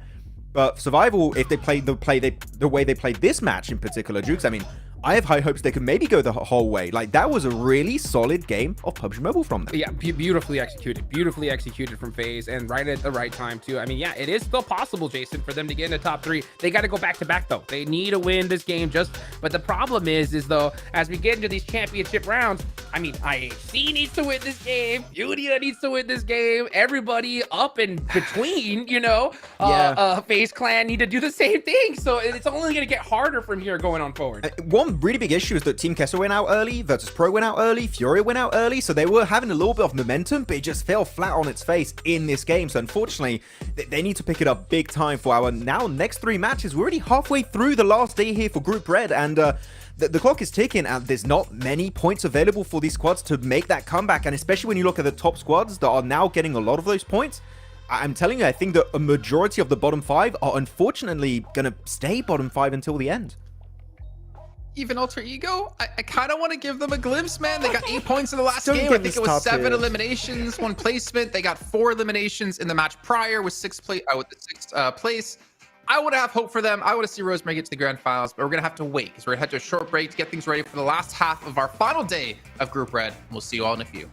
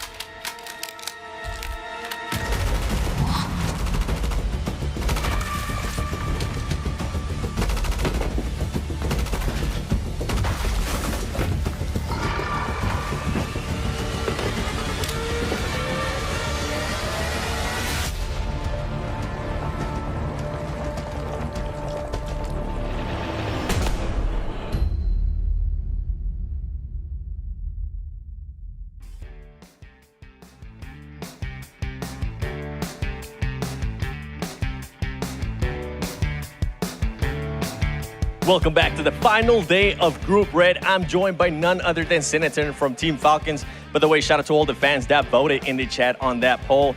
Senator, let's get straight to the point. You guys are currently 20 points away from top 3.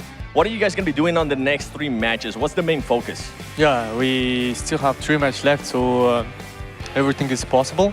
And we will try to, our rotation even in the previous days, the rotation was good. Now we want to focus more on team gameplay and team fight. If we win the fight in front of us, top 3 is even possible, even with the last match. So, right on. Well, I'm glad you mentioned last match because something that we kind of saw last week during the last matches were some hot drops, especially from teams that were already a little bit secure or teams that were actually fighting to at least make it to survival stage. You guys are a big known team. You guys are a team that some people might try to hunt you down just to kind of make your life a little bit harder. Is the team prepared for some hot drops or some teams wanting to engage with you guys a little bit more? Actually, our boys always prepared for everything, but this depends on the game, right? Sometimes we lose, sometimes we win, but we're trying our best. So we play as we want. Assuming we have hot drop, and if is as our plan, we have more points, right? If we lose, not some.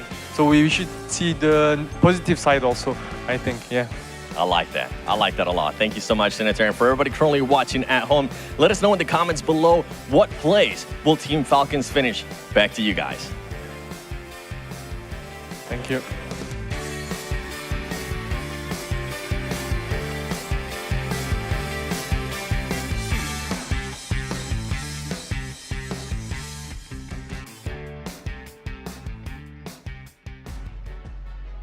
We are back as we got to hear from Senator coming in from Team Falcons. Not too worried about the hot drops, thinking it as an opportunity to get more points. Okay, interesting stuff. I got Hot Jukes and Jason Statham, or French Jason Statham, going to be joining me here on the desk. I'm not sure if he's actually committed to the bit or if he's committed. So Mr. Statham here, obviously seen a lot of these teams in PUBG Mobile going head to head. What are the teams you're really keeping your eye out on? I'm looking at the big fragging teams here, Jason, and realistically, I've got to say, what the hell is IWNRX doing? No chicken dinner yet, kind of cringe, so it's gonna happen. Kind of cringe. Yeah, Hot Chicks, what's your thoughts? I mean, don't be too flabbergasted that we have the celebrity Jason Statham with us. I mean, I'm just shell-shocked right now. I mean, what a pull, dude. That's what I'm talking about. I mean, yeah, IWNRX, extra cringe. Extra cringe right now, dude, without a chicken dinner. I mean, hot drops, I think they're in the conversation at this point. I mean, you got your last Erangel of the day. You know just how important it is to pull out a big match here. If you're Falcons, IWNRX, trying to hunt down Nigma Galaxy or I8, I think definitely in the cards. Jason, what do you think? I mean, Statham. Oh, me? Okay. Oh, you better be talking to me or you'd be in danger, Hot Chicks.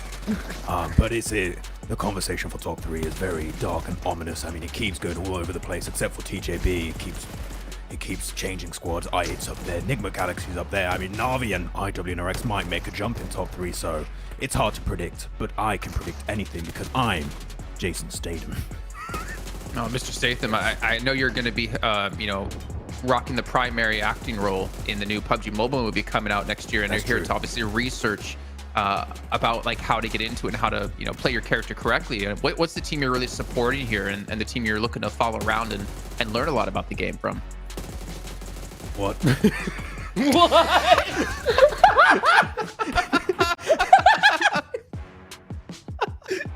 It was intentional. I didn't know, Mr. Statham, that you were such a comedian. But we are taking a look here at Vengeance up against Alter Ego, our current 11th and 12th place. And we can see, Alter Ego's elimination is definitely going to be on point, as we've seen Vengeance in the past, specifically trying to play for these placements.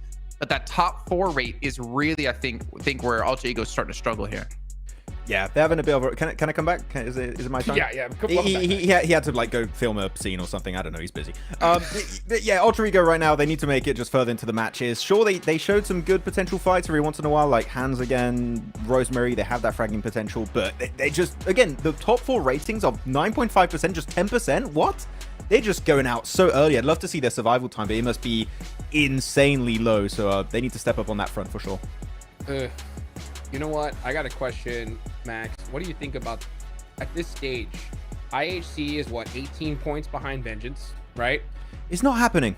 I know it's not happening, but wouldn't they have to go for Vengeance at this point, right? It's not happening. Stop. Okay. Mr. Statham, while we have you here, can you tell us about your favorite mobile device that actually all the players here at PMGC are using? I'm actually really happy you bring it up. It's this device, Jason. It's the Infinix GT20 Pro. I recommend it. Me, Jason Statham, love this device. It's fantastic. There you go. Right from the mouth of the actor himself. I'm so happy to have him on the show. We can see that Mr. Statham, I think he might have to go again and film another scene. He might be used on set or a mission. I don't know. I'm hoping to get Maxman to take his place here in just a few. But Hodgix, Alter Ego, I feel like they do have a legitimate chance to get back into top 11, which is why I kind of have them as one of my teams to focus here. But really, the bottom of the table it's so rough right now where, again, one match can lose it for you. One match can almost guarantee it for you. Yep. Yeah, and Alter Ego, I mean, they're in that stage where, yeah, it's hard because a chicken dinner obviously would be amazing, but they're in that place too where it's like just putting points on the board is a necessity. So I'm not going to be ashamed to see Alter Ego play it a little conservative here, Max. What do you think? I know that you picked them.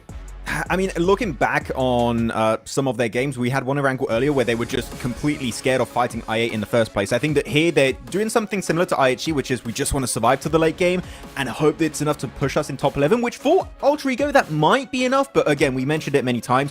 Those eliminations are really going to count towards the end of the day. So Alter Ego, sure, placement points good, but they need to take fights eventually. Pull like a note out of the book of Furia. You need to start sweeping the edge in those kind of situations. They haven't done it yet, but 3 matches down, they might start to go for some big, desperate plays to hopefully push themselves in the survival stage.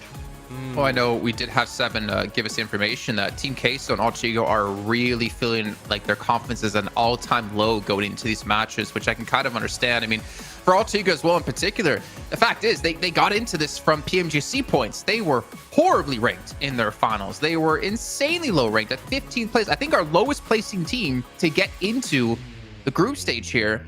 They have a lot of work cut out for them. And honestly, they're one of the biggest teams in Southeast Asia. And to not make it to even the survival stage here would be a massive letdown for not only them, but for their fans. And we've already seen the impact on Rosemary taking himself out yesterday in match 5, feeling like he's just not playing well enough to deserve to be on the roster, the starting roster right now. Oh, yeah, their mental game's is at an all-time low. I mean, honestly, the way I'm looking at it with how they've been playing, they need like a huge circle gift, I think, if we're going to see them make it at this point, unless they show me something different. Because, I mean, hearing it from their mouth, just saying that, you know what, that they're not feeling it going into this is a big statement to make. All I know is that I would never admit that. You know, I'd be like, hey, we're ready to go. Let's make it happen. You got to cheer your squad up and just kind of reset here because they are one of the best teams in the world. You can't get in your head at this time in the championship round. So for me, when I hear that, I count them out already. As crazy as it sounds, that's just the way it is. Man, that's rough. That's really rough indeed. And obviously still 3 matches to go. We'll see and check back in with that later on. But what about FaZe Clan? Max, you had them as one of your teams to focus. I kind of wanted you to go into why. How they were playing in SEA was actually quite interesting. They were not one of the most fragging teams in the lobby. They were not just like this big standout squad. They were just consistent. And for me, consistency is pretty important going into a PMGC. A 4-day tournament, consistency is quite relevant. And I thought that would be enough for them to push them at least in survival stage, maybe even competing for top 3. They were kind of an underdog team for me, Jason, in particular, and I thought that they could be a bit of a surprise, but they had a little bit of a slow start, so that did unfortunately hurt them for the overall rankings towards the end. Okay, well, another team here on your screen, IWNRX, need to have a step up here. I mean, again, it's Mir and Sejong to be towards the top of the table for almost every single day, that to go into the last day and not be able to just have that one good game you need to catch back up could be unfortunate for them. But I believe it is time here, gentlemen, to head into our final Erangel of the group. John Allen and Blank, let us know your thoughts here about IWNRX and how they can look to improve in these final matches.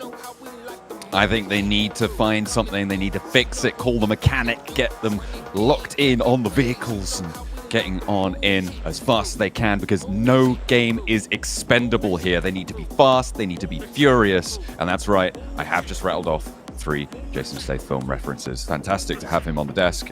Really appreciate him stopping by and showing his appreciation for PUBG Mobile. I might also do some jokes and then explain the joke that I've made. Yeah, that's right. Good. Being there at work. Stop being a crank. Sorry, bro. I apologize. That's actually a Jason Statham move, if you guys didn't know. That's why it's funny. Yeah.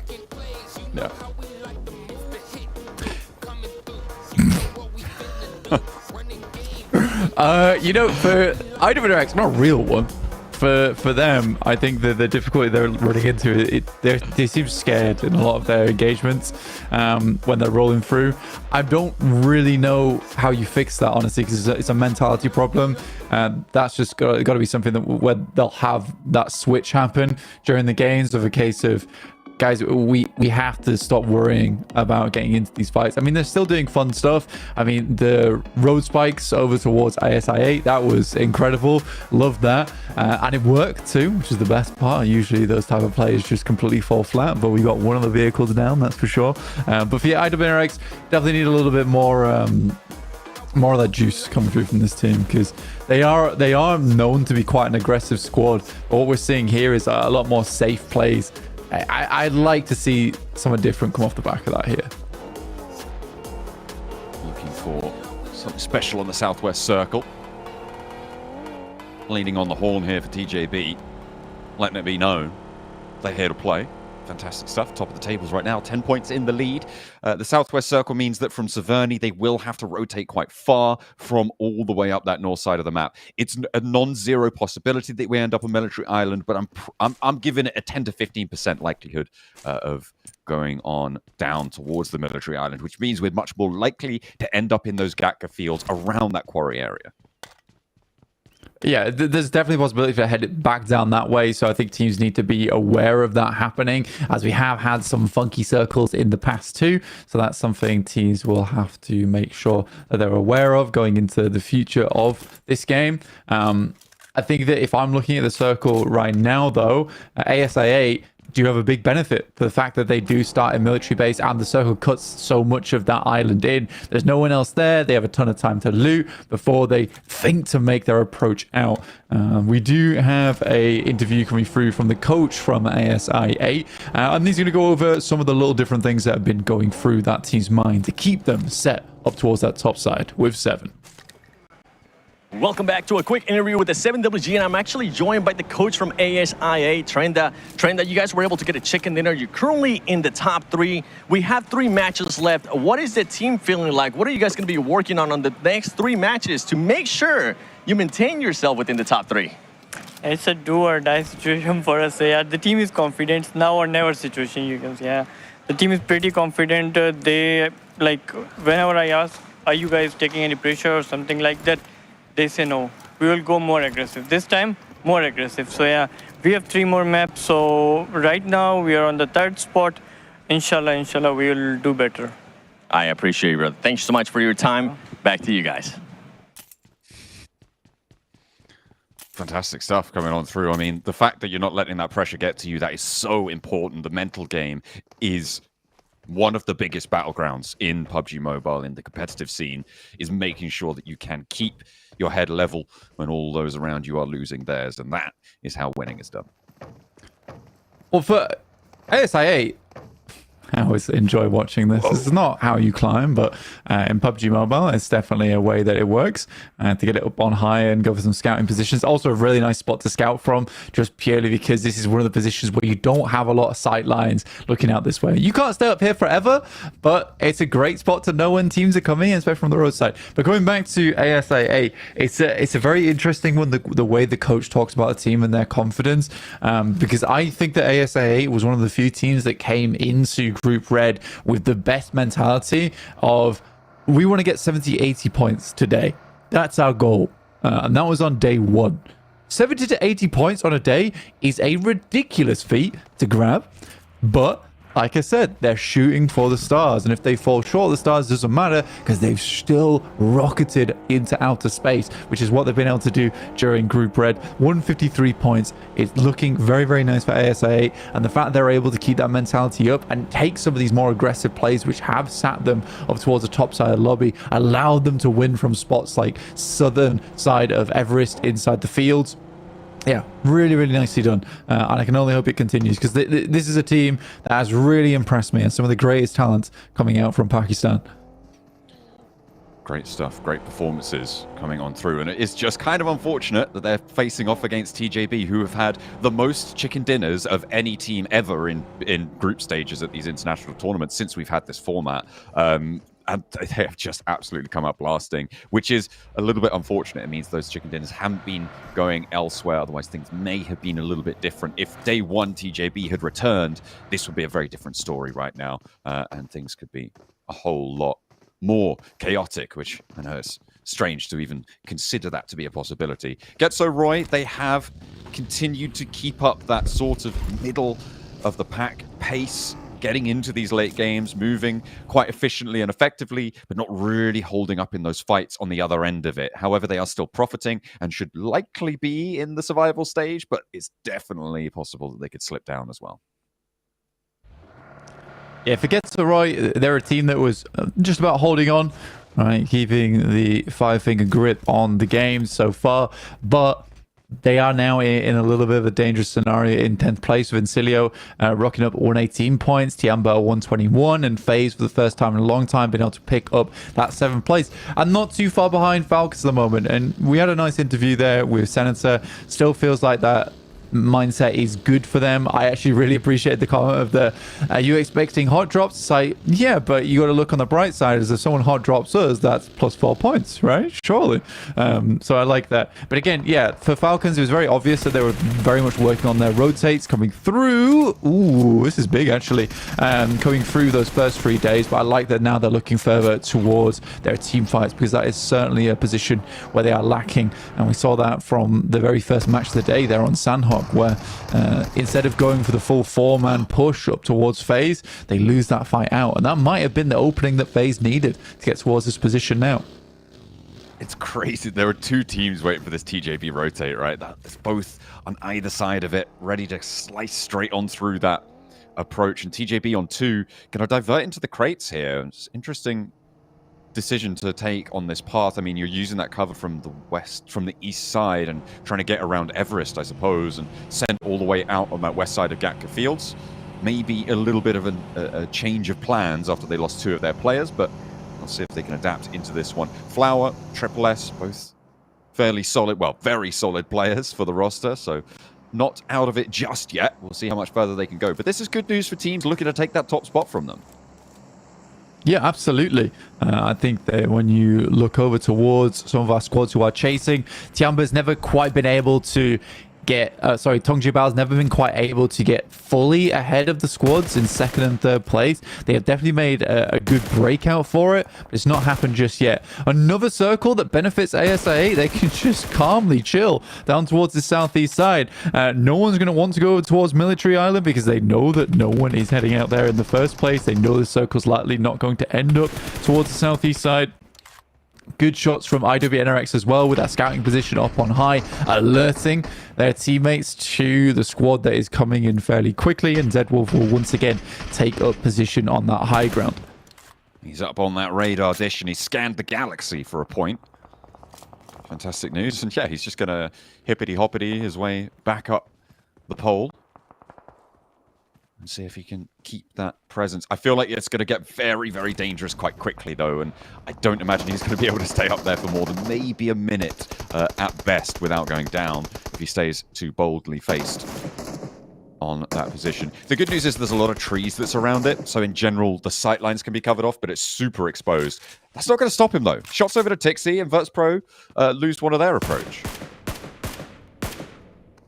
Yeah, I mean, VirtusPro, 15th place, they are not massively far away from breaking in to the survival stage. And again, not a load of our teams down towards the bottom 5 aren't. I mean, IHG's even been able to get up towards 80 points now. It's wild how close this is for those bottom 5. I think this is our most competitive lobby, and probably will be even going into Group Green. We had Group Yellow, which was a group of death just because it had some horribly strong teams over in there, mixed in with some of maybe our weaker squads, but still very strong. For Group Red, on the other hand, I think this is way, way more evenly matched, to the point where I think you wouldn't be unhappy to see any team drop out of survival stage and one of these teams from the bottom 5 jump up. I don't think it would feel like anyone was stealing away a spot towards the survival stage, because they all sort of deserve to be there in their own rights. Yeah, I mean, I think the good news is there's a lot of trees that surround it, so in general, the sight lines can be covered off, but it's not going to stop him, though. Shots over to Tixie, and VirtusPro lose one of their approach. it'll be interesting to see how many teams from each group make it through the survival stage as well, Blank, and that's what I'll be looking out for, to see if, because of how closely fought it is, we're going to see some very strong teams from the top of Group Red and even all the way down through the middle of it have a really good go at those survival stages, see if they can get all the way through it as well.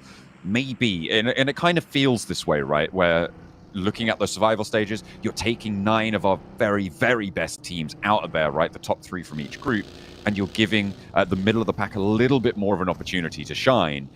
I think you're considering the fact that you're going to see one of TJP, IWNRX, Na'Vi, ASI8, all of these teams potentially lose that spot and have to go over to those survival stages, have some incredibly impactful games. A big shift over on the circle sends it to Ferry Pier, and ASI8 currently not leaving from the military island, with Na'Vi behind them, actually.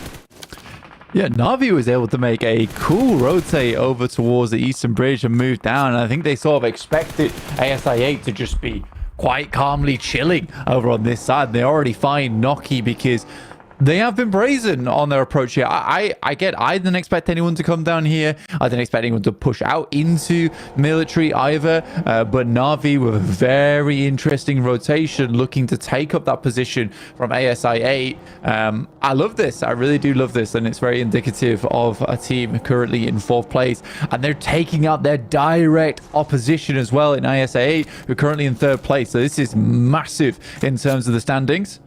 I mean, they were talking about Sanhok potentially being a calculated approach to the team in boot camp, moving on in, and I feel like this may be the same sort of play. You're right, it is so pivotal that it's against ASI8, and you know 100% of the time that ASI8 are going to be on this military island. So you push in behind them, you're moving on through as Na'Vi.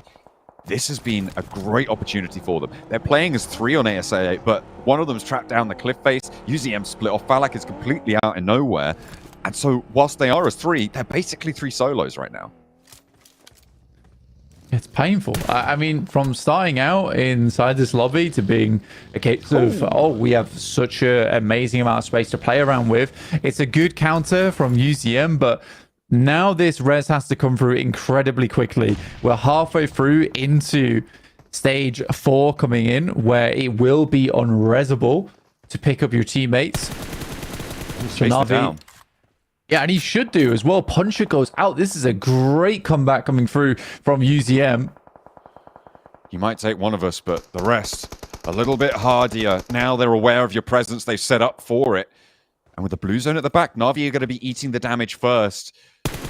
Puncher, very unlikely to get rezzed here. The spray down for Flip, not going to quite connect there. Pushes back, and remember, there is still IQ underneath them on this cliff face. Lemon gets rezzed, UZM repositions. The 2 players from ASIA on the northern side of things will move around this coastland. They can get to the bridge and play in this zone as well, Blank, but it looks like they want to stay out and guard Na'Vi. Yeah, Na'Vi 6 goes down to IQ. Is a good comeback coming through on the side of ASI8, and again, it's so important on the standings with ASI8 and Na'Vi both battling out for that 3rd place position. So any damage ASI8 can get done here is really pivotal. Essentially for Na'Vi, they need to get ahead of the problem here, and the best thing that they can hope to do, because they should understand that this is ASI8 that they're going up against, is that they should just hope to guard them out. That's the best thing they can do. Even if it costs them their lives, what it creates is a situation where they can get a reset on the game. Out goes the bow. Good shots right now from Lemon, looking to finish things off for them. Maybe just a little step too far there to go for an open rotate. They thought that Na'Vi were going to be across the bridge already, but a back step there, and Lemon drops out while the zone doesn't fully close. They've got 20 more seconds to try and find this shot, try and find this shutdown, and he's tagging the damage out into the water for Uzum. He is going to eat the final bullet there, and Lemon leaves a bitter taste in their mouths. I mean, there was some retribution, but Na'Vi exact their toll as well. Yeah, unreal play, actually, from Na'Vi. Again, they just give up on their teammates, because I think that's totally off the back of an understanding of where ASIA are dropping. should be 3 elims going through to them as well off the back of that. But well done to Na'Vi. I think that is a tough choice to make in the moment, but it is the right decision overall for their game. It felt like they really had that all under control, but it kind of went pear-shaped, though, right towards the end of it. Disengaging us too, though. I mean, you're right, that is kind of the best of a bad situation. Tianba looking to try and get rid of Tunch, but he won't go down that easy. They're launching nades on the inside, but he's already managed to exfiltrate on the building and do a lot of damage. Keep that hold on going. It's interesting, though, because ASIA and Na'Vi both have gone down. This is IWNRX. This is Falcons, both with a big opportunity in big positions as well on this circle blank to make a lot of ground up and get back into such that tight grouping of teams towards the third place bubble. Yeah, and again, this is the aggression that I wanted to see from IWNRX in this position. They've been handed a game here, which drops over towards where they start their matches for IWNRX. So I want to see a little bit more. Vengeance has clear overview towards Na'Vi's push across. ASIA actually able to get their second player back up again, so 3 elims not going over towards Na'Vi as they left that spot earlier on. So well played to them. And as to, there's a good chance they can get further into this game. If they can get up into the ridge line that stretches that tree-covered ground, but at the moment, IWNRX really not letting anyone else in because this east side is popping off with Incilio taking heavy casualties, and FaZe continue to put pressure on the lobby overall. Remember their last game, that was pretty bombastic. We'll see if they can have a repeat performance. They've managed to get 4 eliminations on side already. The Falcons unlikely to stretch out for a big third party to their location, and likely the only team to counterpoint the IWNRX spot, the Flip, close by, playing Secret Agent Cody Banks right now. Yamek doesn't spot it. Flip stays alive a moment longer. Yeah, that's the step up, move forward. And this is a dangerous run that he's making, but it's the only play that he can make in this moment. Get himself further in. No more first aid kits either. I think he's working with bandies as well as some stims. Have they? They must have seen this, surely. Oh, yeah, they definitely have. They're going to know something's up. Did he just take shots? Not entirely he went sure. down. He went down. He's down. Crisis averted. Vengeance handle it. Na'Vi are out, and that is a pretty big team to fall at this stage with only 2 elims. They don't make it across the crossing. They have to essentially now hope that ASIA go down early in the next couple of teams, so they don't really get too many more points off the back of them. But yeah, this could have been a really good game for ASIA, and it is scarpered by Na'Vi. Doesn't gain either teams too many points in the future, but it does just get a reset in. And for Na'Vi, considering where they were playing at the beginning of this game, to be honest, I don't think that they had that big of a chance into this circle anyway. So taking your competition out, it's a bold move. There might have been a world where they were able to get in towards one of these positions on the eastern side of the lobby, but who knows? We'll never know. This game would have to be replayed. ASIA actually spotting players from Vengeance, picking up some points there on the south side, trimming the overextensions away and maybe looking for more to the high ground. That's IQ landing another knock. This guy is on the warpath today, and I mean, you can tell why with the points tables as close as they are. Unlikely to see this flex back out from Vengeance. I think that might be Lily just going down, and IQ continues to surge out and put pressure onto Vengeance. With 2 of their players remaining, he gets the flush going.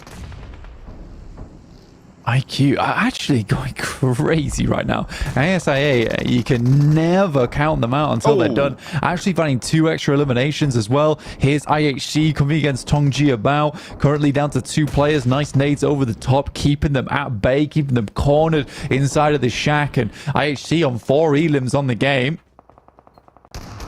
TJB looked to stop the first approach. Demo does go down. I thought it might have been to a team nade, but it was a step out spray down. IHC moving up to the shack against 2. One of them on a sliver of HP as well. But finally, just down to 1. It's just Flower to contend with. They got cut out earlier, and IHC are fumbling this approach. Flower low, but they're out of there completely. The third party angle. No, wait, Godless is still there. Okay, now he's down. But so's Flower. What just happened? Oh, dear me. I mean, to be honest with Godless, you gotta admit, in that moment, The fact that he's able to jump up just as a vehicle explodes and gets the DBS shot through the window is somewhat remarkable. So at least they're able to finish off Tongji about in that moment. Nice nade comes through from Flower as well through the window. Didn't even prime it, just allowed that one to cook on through, and then it explodes at the worst timing there for the boys over on IHC, who go out with 6 eliminations. Blank, the point scoring capability of the top 4 is severely diminished now. ASI8 finally going down. They get 5 eliminations. It's a decent result given what situation they were in. Getting those 5 elims, as Jason was saying back on the desk, that's Kaplan, not Statham. It could be enough to see you safe, but towards those top 3, it's probably going to need a little bit more juice. Enigma Galaxy on that south side with 2. If they can survive for longer, they may be able to secure that second place. Zedwolf finally having to hop down there. But IWNRX, 4 players alive, looking fairly solid in their spot. Falcons, 4 players alive, fairly solid in their spot. FaZe, 4 players alive on this northeast side. We know they're liking a frag out today. Can these pushes towards these top pack come on through on this game as well? I mean, FaZe are just flying through. They have done this multiple times, though, in the past in terms of getting into tournaments off the back of their final days. Yeah, I mean, for FaZe, 4 eliminations. Like you said, point scoring potential of our top 3 severely limited. ASI8 were able to get 5 eliminations. So honestly, big thumbs up to them for the fact they were able to make that happen, despite the shaky start that they had, which sits them a little bit further ahead of Na'Vi. IWNRX, though, is the team that I am focusing over towards. They have had a good game so far. 8 teams remaining, 22 players. This is where they need to make their breakout. This is where they need to clear that gap between them and Na'Vi and ASI8, and potentially even Enigma Galaxy on the 2 players they have. Enigma Galaxy, they have Team Queso to their south side, but IWNRX are making that approach for Team Queso a little bit rough here. Getso Roy, I mean, trying to rotate into the late game here again, but they don't have too much to work with. Only the 1 player, and already Zedwolf knows where you are. A nade, not going to target Car directly, but spots him as he peeks his head up over the parapet, and Zedwolf takes it clean off. That's Getso Roy down. Yeah, good stuff. Very, very good stuff there. We'll keep IWNRX nice and safe over towards that side of the map. FaZe, though, up against the Falcons. Both teams, I honestly don't think anyone would have expected both these teams to be so closely in contest on the leaderboards, but FaZe is here to play now. Big. Team Queso, though, nice shots over towards Enigma Galaxy, especially for Team Queso now on the chase above Vengeance, who are on 100 points. Team Queso currently on 99.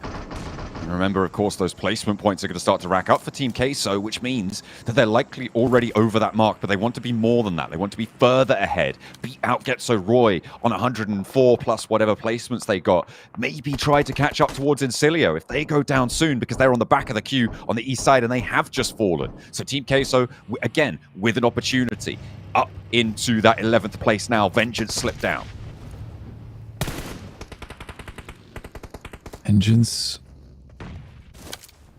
now in 12th place. Not a good place to be for them. And Team Queso, 4th match of the day. A bit of confidence maybe regained here for them. Just so needed. And we saw them earlier. They looked pretty downtrodden over on the stage. FaZe attempting to get these nades over into the shack, but the smoke cover allowing them to keep the eyes off the ledges and make those angles to line up for FaZe a bit harder. Yes, you can try and throw a bunch of nades in over that way and hope one fits in, but a lot of times in these end circles, it's a good thing to throw those smokes because teams do not want to waste nades at this point in the game. Falcons getting will feel so incredibly bad because this is the game that they have been waiting for so long now. And East already falling right off the bat, John. Ooh, it's not a good feeling for them. I mean, it's so unfortunate because they're kind of in the saddle of this ridgeline as well between FaZe and IWNRX. The 2 teams around them on the tables as well. It is so devastating. Either side on the tables, either side on the ridgeline. And Falcons need to hold off this push. FaZe try and go on in, but it's being cut down here. East has been flushed away, but they still have 3. And only Venturas now sits on their flank. This is a big pickup on the position for the Falcons. FaZe may have just been able to lose out here. Yeah, FaZe down to 1 player in quite fast fashion.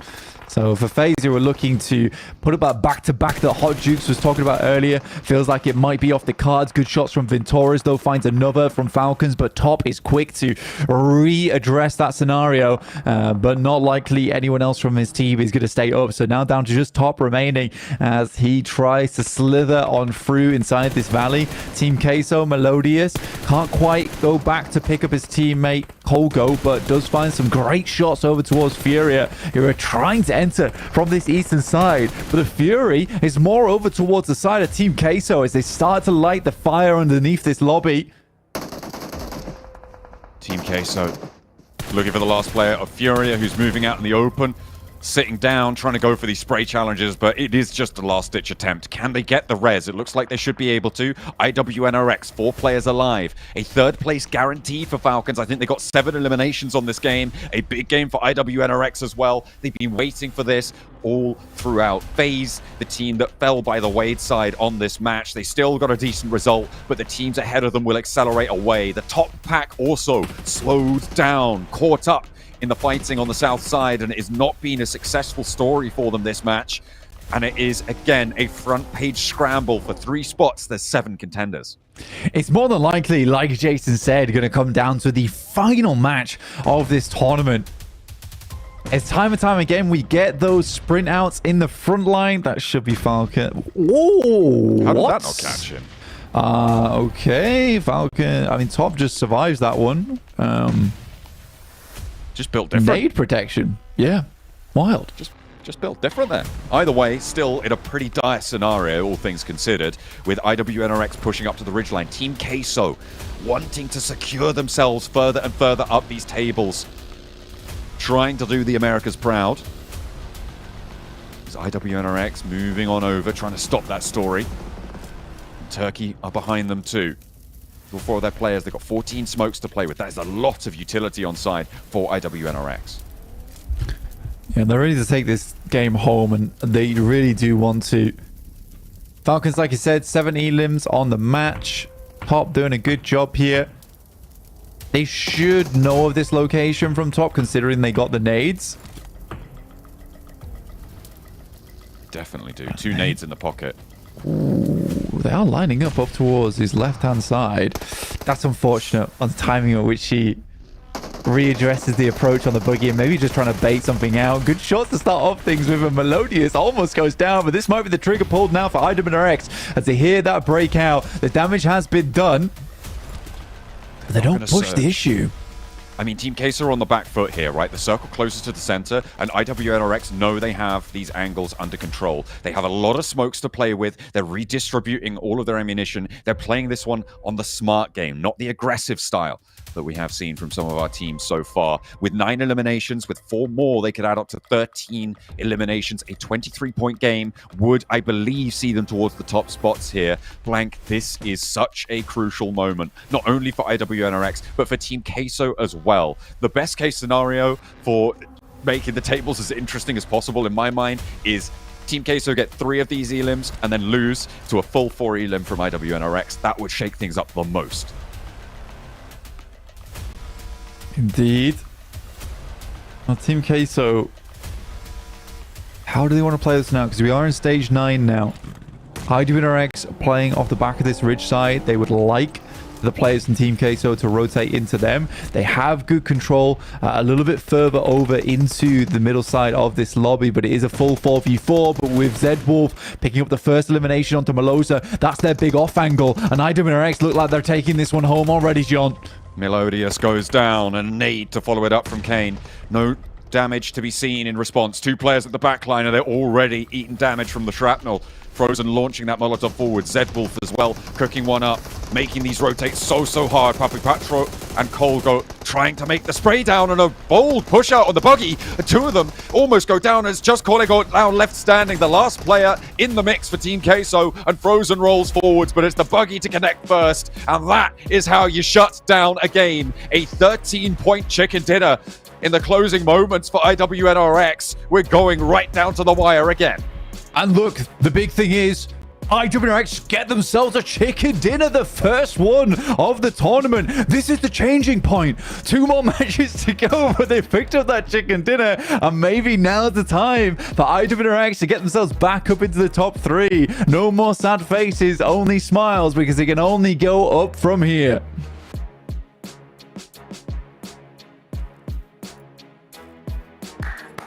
They done Yes! it! It's possible!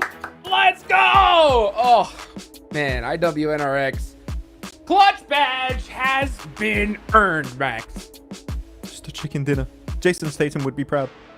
I am proud. Dude, Oh, damn, everyone's he's proud. Look at Team still here. Kessel. Wow. Not happy, dude.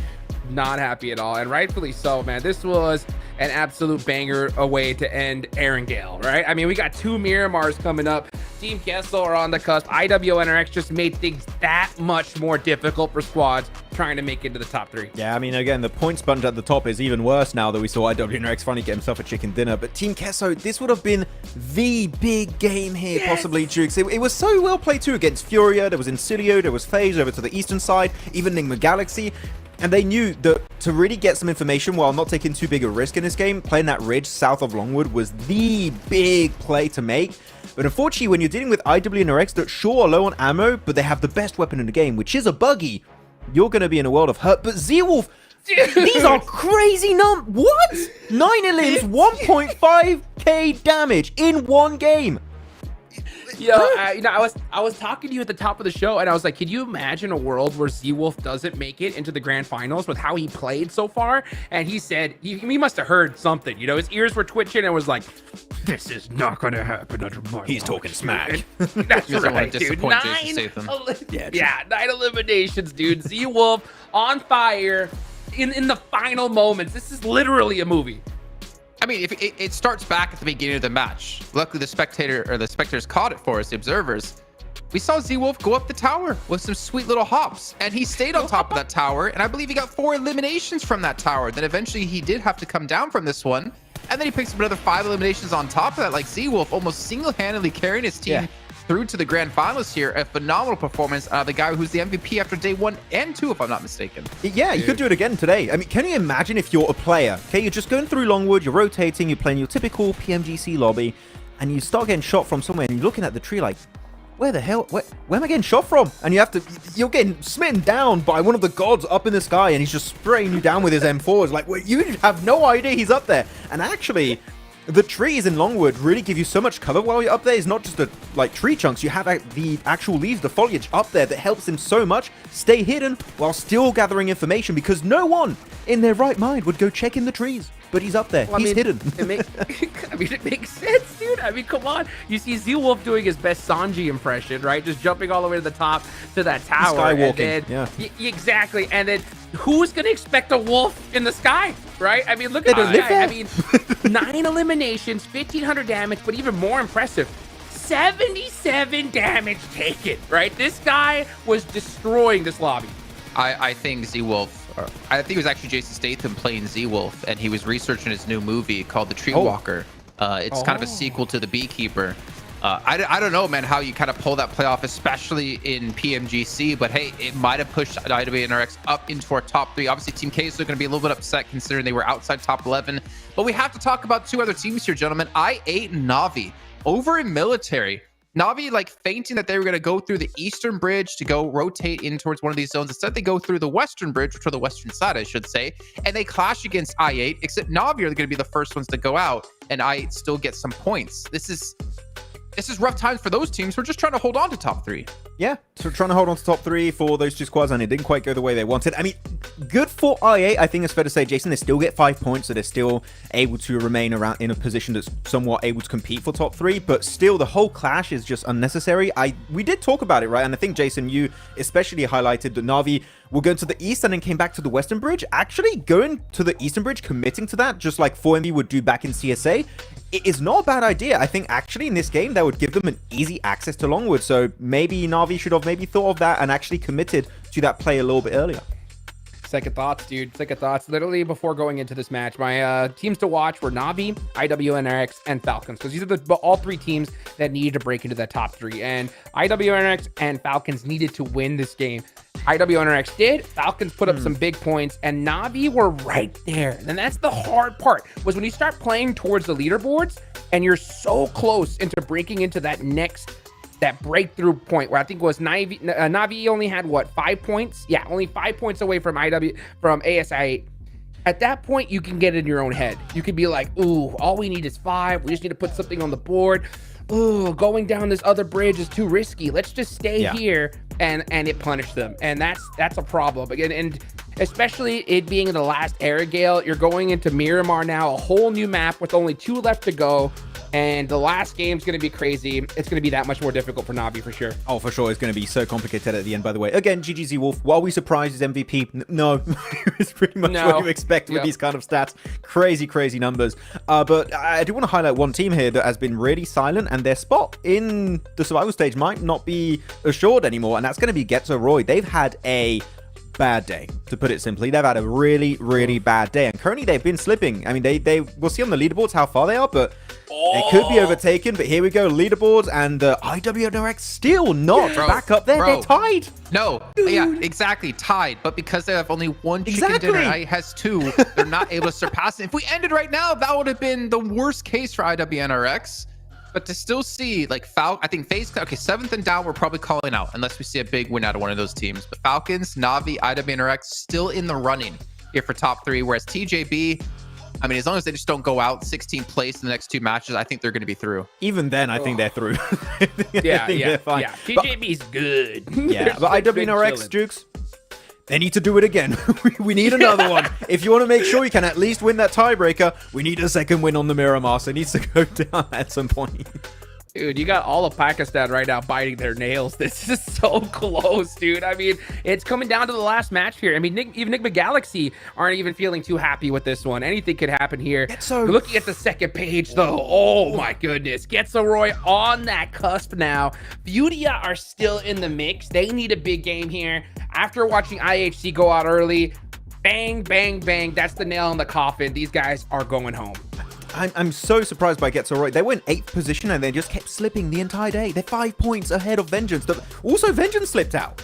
What the hell's happening over here, man? Well, so Team Queso, they were 13th place and they moved up to 10th after that last match, which is why I was kind of surprised why they were so upset or didn't look happy about that last game. Obviously, they wanted to win, but they still were able to jump up massively in the leaderboards.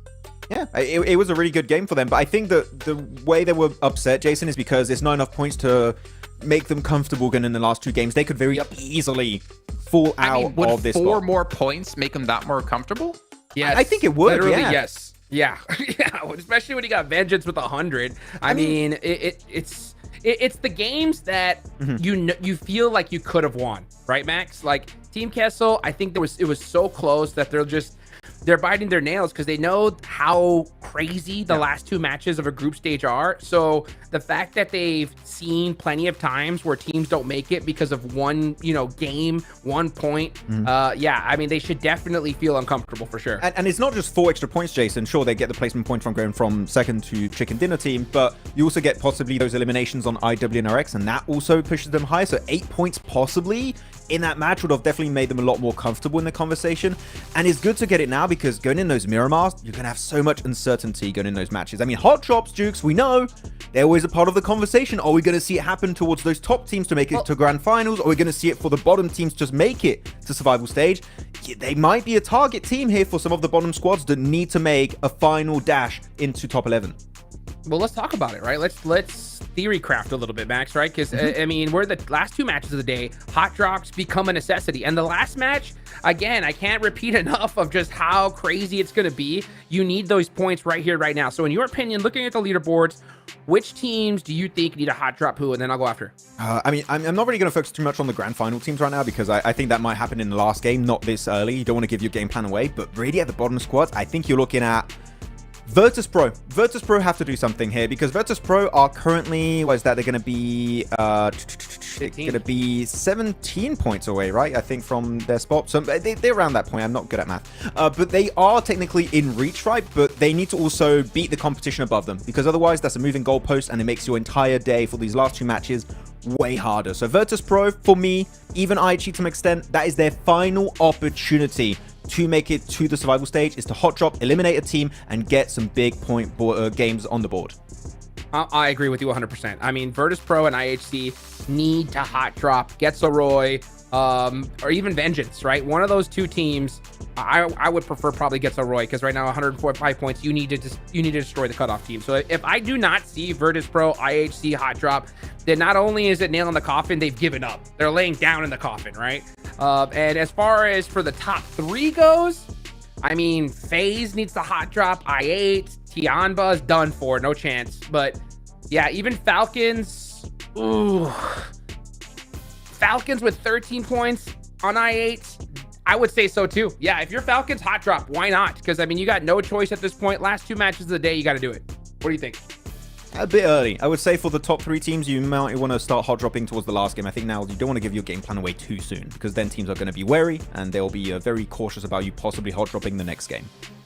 Well, we can sit here and discuss hot drops all we want, but instead, we're just going to jump straight into our penultimate game of Group Red here. It's our first time on Miramar. We know all the teams are in the conversation of either it's top 3 or top 11. Let's see how things are going to wind down here as we drop on in. The last 2 games are upon us, and we're going back to the desert, of course, to heat things up. 23 out of 24, almost that full 1 fraction as we head on in with a plane path from Partona up towards Ruins on the northwest side, cutting out areas like Torrejamara and Tierra Bronca on the northeast. Yeah, we're pushing far off towards the west here, which is always an interesting way to start off a Miramar. The first one of the day and the penultimate match of Group Red.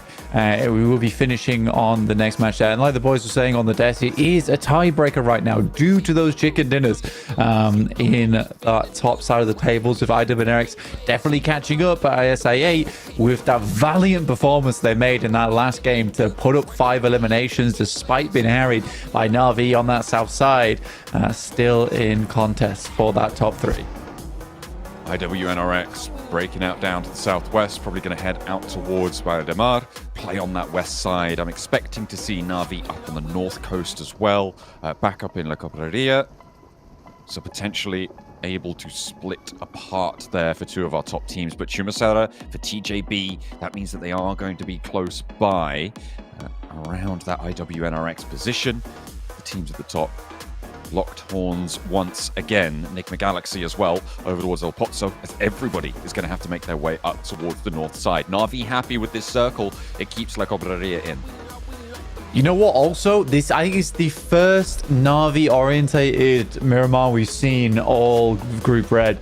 They've mentioned before how they really haven't had much luck on the circles at all in terms of Miramar so far. So again, this is now time to put your money where your mouth is.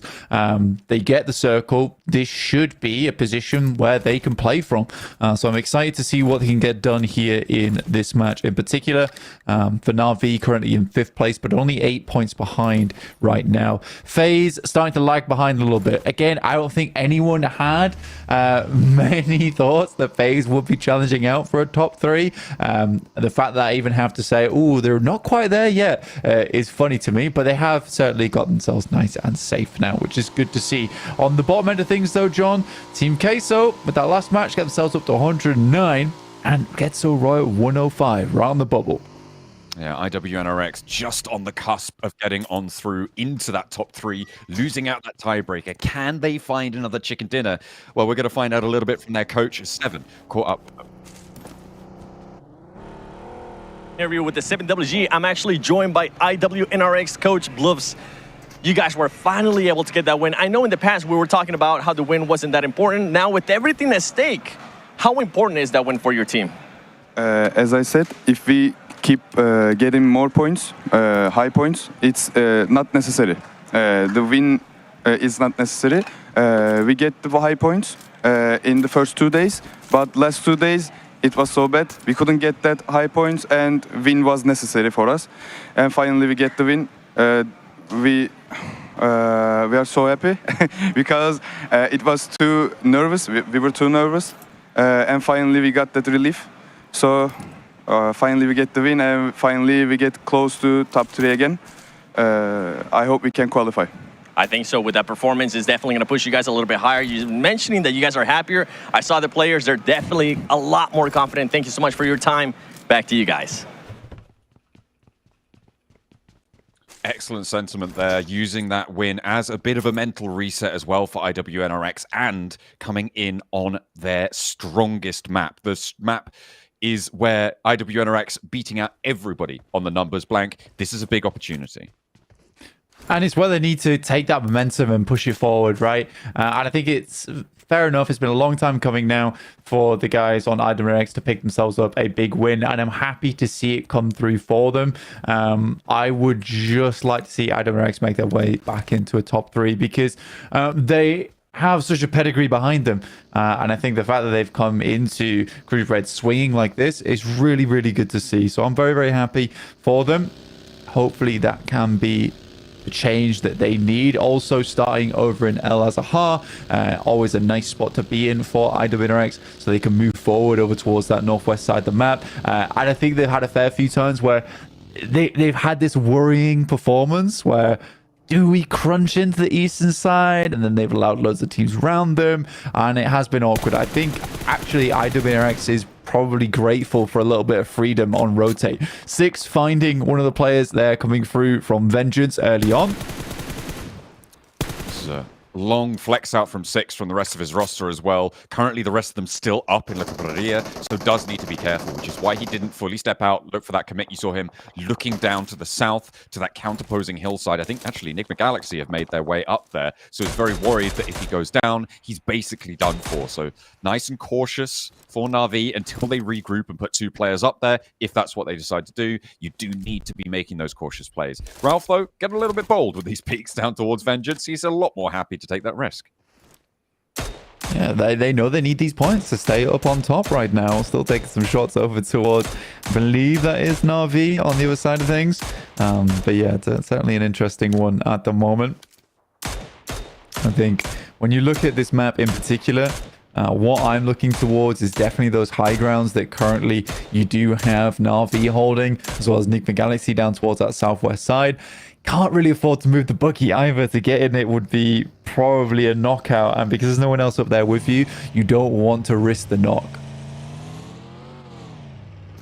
Chamber on that east side. Moving over open ground. They may have done enough to seal themselves that chance at the survival stage. They're on 121 right now, bang in the middle of the tables, unlikely to slip down too far enough to fall out of it, and very unlikely that they can achieve the point score to get all the way towards the top. So very likely we'll see the team progress to those survival stages. Similar story was true for Getzo Roy, but they have had some really disastrous games today, just not finding that late game position that they have done previously. However, against FaZe, they may be able to not only allow themselves a little bit of safety, but also ruin FaZe's chances of getting back in that conversation again for our final map. Which you do not want to see. To be honest with you. I think on the final map, getting pipped to the post there always feels really rough. And I think this is the group where 100% anything can happen in that final match of the day coming through. If you're Tongji about Enigma Galaxy, ASA8, or even IWNRX, at this point in time, you want a massive chicken dinner. You want to see yourself safe towards that top side where things don't change all that much into the future. Nice bumper tap there to stop both vehicles short, but opts to grab back into that one. I mean, that's a really nice use of conservation momentum there. Two similarly massive objects crashing into each other, opposite directions. Just immediately cancels out all that momentum. Very good braking technique. Not so good for the whiplash, though. Difficult to get that one to work with the spine. Triple S, you can't park there, mate. You got to move that buggy.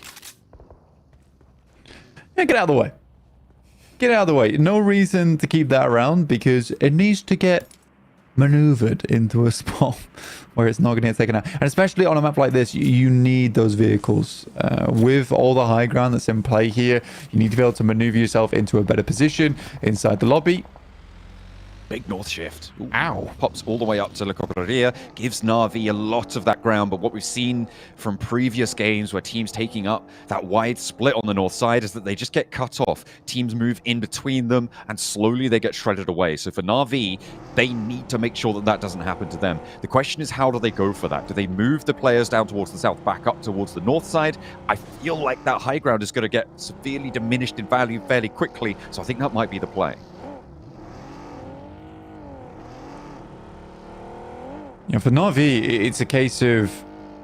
It's a hard decision to make. It's like, where do you want to play around here? For them, they do have that central position on that high ground. I think they're going to try and regroup a little bit, allow teams to flow in around them. La Cobraria currently been picked up by Enigma Galaxy at the moment, but they are split off between one another, and it has to be an instantaneous rotate. Redox was the closest nearby, so he's going to hold down the fort for the time being, but it is IWNRX currently splitting the path between the two of them, and already finding that first elimination over towards Enigma Galaxy, and that breaks them into the top 3. But just by that 1 point, it is so tight. The race just keeps getting more difficult for these teams. TJB, they've had a couple of false starts in the previous couple of games, and they're looking for a little bit bigger of a position to secure that top spot. And it's very unlikely that enough can happen where they do not make it through in those top 3, but it is still possible, right? With 2 big games from IWNRX and ASI8, Enigma Galaxy gathering a couple of points. If they go down early in both games, it's definitely possible. Would need a perfect storm to make it happen, but TJB can't rest easy just yet.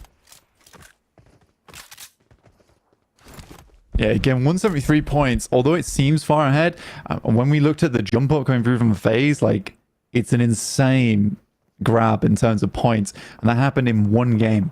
Albeit being like a 17 Lima, so it was a chunky match. Tongjiabao, certainly not safe by any stretch of the word for themselves. But Enigma Galaxy losing 1 player, that's the tough thing here for them. They need to play a safe game, they need to play a consistent game. The best way they can keep themselves up here, because, yep, you do have ASI8, Na'Vi, all banging on the doors right now. Enigma Galaxy currently cowering on the couch, closing all the blinds, turning off all the lights. I don't want anyone taking this position away from them. That's me, by the way, on November 5th. Yeah? Yeah. Just turn all the lights off, making sure. Yeah, I should. No more fireworks, please. I'm not home. Why are you setting fireworks off? What's going on?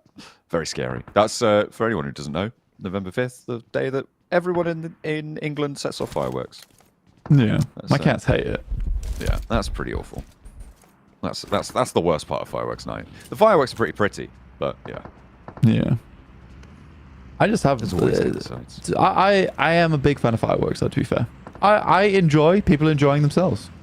But yeah, the cats don't like it, but that's on me. I have cats. I have little earbuds for them. That's true. Oh, yeah, you could get like little ear warmers that cover their... Oh, that would be so adorable. You could definitely sell those. Getso Roy going to try and hold off a push from Furia. And if Furia need to make that bid for freedom up towards the survival stages, you're still hung up on cat earmuffs, aren't you? Yeah, there's a plan. Maybe going to need... Furia maybe need a couple of earmuffs because they don't want to hear what's just happened. They've just lost one of their players. And that's a big cat to go down. Yeah, for Furia, I genuinely think they had a chance, and I think they came in today with some good plays and the right kind of rotates that they were trying to replicate from their day 3. They just haven't quite found that success yet, and the fact they didn't find it in match 2 or 3 means their life just becomes hellish now towards the end game. They know that time is slipping away. With Na'Vi finding the first limb over towards them, likely going to find another here if they can get the shots off. Not quite able to fully connect there. Maybe a res is possible, but it's only one player now left standing for Furia across the way. Silence trying to get Arthur's back into the mix here, but the bullets just keep on raining down. Na'Vi did manage to successfully regroup here, and if Furia fall, it's all on what the teams around that bubble can do this game as well. If they also go down, it will be a battle in the last game for those 11th, 10th, maybe, well, probably not 9th place spot, but still 2 of those placements definitely going to be up for grabs. The question is who's going to be able to reach out for them. Yeah, because we are limiting it now, and you're right, because before it was sort of like 4 positions were available to be jumped over the top of. Now we have cut that down to just the 2 in Team Queso as well as Getso Roy. I'm not sure. Not sure who I want to go through. I want to see Alter Ego pull up those points scoring. I want to see Rosemary head over towards the PMGC. I think Jason completely is on that same train as well. But right now they just they haven't played to a survival stage standard, honestly. There has been a lot of games where it's 4 to 5 eliminations. They haven't really fielded one of those games where you're wowed by it yet. I think that's the worrying thing for me about Alter Ego. And I think you do need a wow factor game to get you into a position where you're safe. And that is displayed perfectly by FaZe just today. Yeah, they had that massive breakout game to put them safe, at least to the survival stage, if not going a little bit further than that. They've lost a player. The circle shifts up north. This gives Tianva a very central compound here, Blank. You've also got Enigma Galaxy. I think that is very, very central, looking to defend their second place spot. And it's a great time for them. However, they have already lost a player, and getting across this road may be a little bit too tall an order should it come down to it. Yeah, for Enigma Galaxy, it didn't start off well. I mean, they made the right choice, which is to send Redox forward as an anchor, but they were so disparate in terms of their positioning that by the time they made that rotate in, they were getting caught off from a lot of sides. So Enigma Galaxy, again, they are just keeping it held down. They're not in a horrible spot for themselves, central. Down towards our southeast side, though, Falcons and Tong Jiabao. Now, how is this going to work out? Because they do have ASIA in the wings too. And this could be a dreadful fight for our 4th and 1st place team. Mela looks to hold the cross, doesn't quite get the full knock, but a little bit of damage tickles through. Unfortunately, there's that opener that Alter Ego were looking for, and Mela has to retreat up the stairs. Venturas as well, holding that stairwell. Alter Ego not going to fully blast straight on through this engagement, but Mormon getting res means that FaZe can stay up as 4. Falcons are starting to move up from the south side as well onto this engagement, and Alter Ego with 3 on the outside here may be in trouble for it. It's going to linearize their approach and make it all the tougher to move through those breach points with Falcons on the oversight. Falcons be able to look over towards this one. Could give them a lot of points. Icy's already on the way up. You can see them off in the distance there. Action making his way through. Alter Ego, they need this fight, but with Hanzu already down, Tanch needs to find something big, but they are falling like flies as the shots nail them from the side coming through from the Falcons. Tanch looking for the res Onzen? now, but down go No! FaZe. Onzen, maybe. No, he's getting picked up there on the off angle. Onzen's cannot quite get to Mela just yet, making sure that that smoke cover is there, and maybe Alter Ego can get back into this one now. They are in their own little room here, and the reses can come through. Boysil back to his feet, and Alter Ego could stabilize. Falcons waging on into this fight as well, maybe, on that western edge. We praised Onzen earlier, but did he have to really nade Mela to make sure he gets the most eliminations in this game? That might have just killed their chances here because they had the upper hand, but it allowed them time to get back into this fight. And now Alter Ego making this real difficult, and Falcons likely going to be cutting FaZe out later on. They do finally clear things up, but with Onzen's as well as Mormon down, and it's impossible to get them back up into this fight at stage 4. These 2 players just have to send out. Dude, what a throw. What a throw there from Onzen's, honestly. Quite literally. The nade. Just a really poor throw for them. TJB, they've lost 2 of their players. They're trying to move past Na'Vi again. They're trying to make their break towards the top. Falcons as well behind Na'Vi. This is a big test for them. All of these teams chasing for top spots. TJB looking to defend their 1st place. Going down here for TJB would give them a little shiver down the spine. It might not be enough to fully ice bath them into the survival stage, but for now, it's got to feel a little bit cold. Longs and 676 trying to move over the ridgeline. Find Falcons rotating, but they hop out. They're ready for the hold and ready for the fight. TJB having to drop Longs back into the blue zone, but they push forwards. 2 players on into the 1v2, but there's the crash in with the buggy to save the day against TJB, trying to take down the top team, and it will be successful. Falcons go in for the fight and take the victory, but Na'Vi sweep out. FaZe are behind them as well, and Lemon looks to find the final shutdown. Action, the last to go for the Falcons. I mean, I respect this from Na'Vi massively. I mean, they've made a big breakout inside the lobby. This is all the way from that central side, and they hear the fighting. But I think this is a team that knows, understands better than anyone else that they need eliminations. They cannot have these two games be quiet here. They were desperate for the circles earlier on in the tournament. Now it's been given to them, and they're going to extract as much value as they can off the back of it. Vintoris almost finds the shot over towards Na'Vi. Luckily, they back it off and should be able to get the reset here, especially with the circle starting to push on in. They cannot afford to take a knock now. Action, in the meantime, did manage to mount up and skedaddle on into the middle of the circle, but he's under a lot of pressure, just hiding behind these ridge lines, and Team Koso know that he's there. Team Koso with 3 players, Vengeance down to the southwest with 4 of their players up as well. Everybody's going to be aware of this. Nick McGalaxy, 3 players on the roadside. The shift back down south gives them a little bit of breathing room here, Blank, but it is not so easy on the southeast.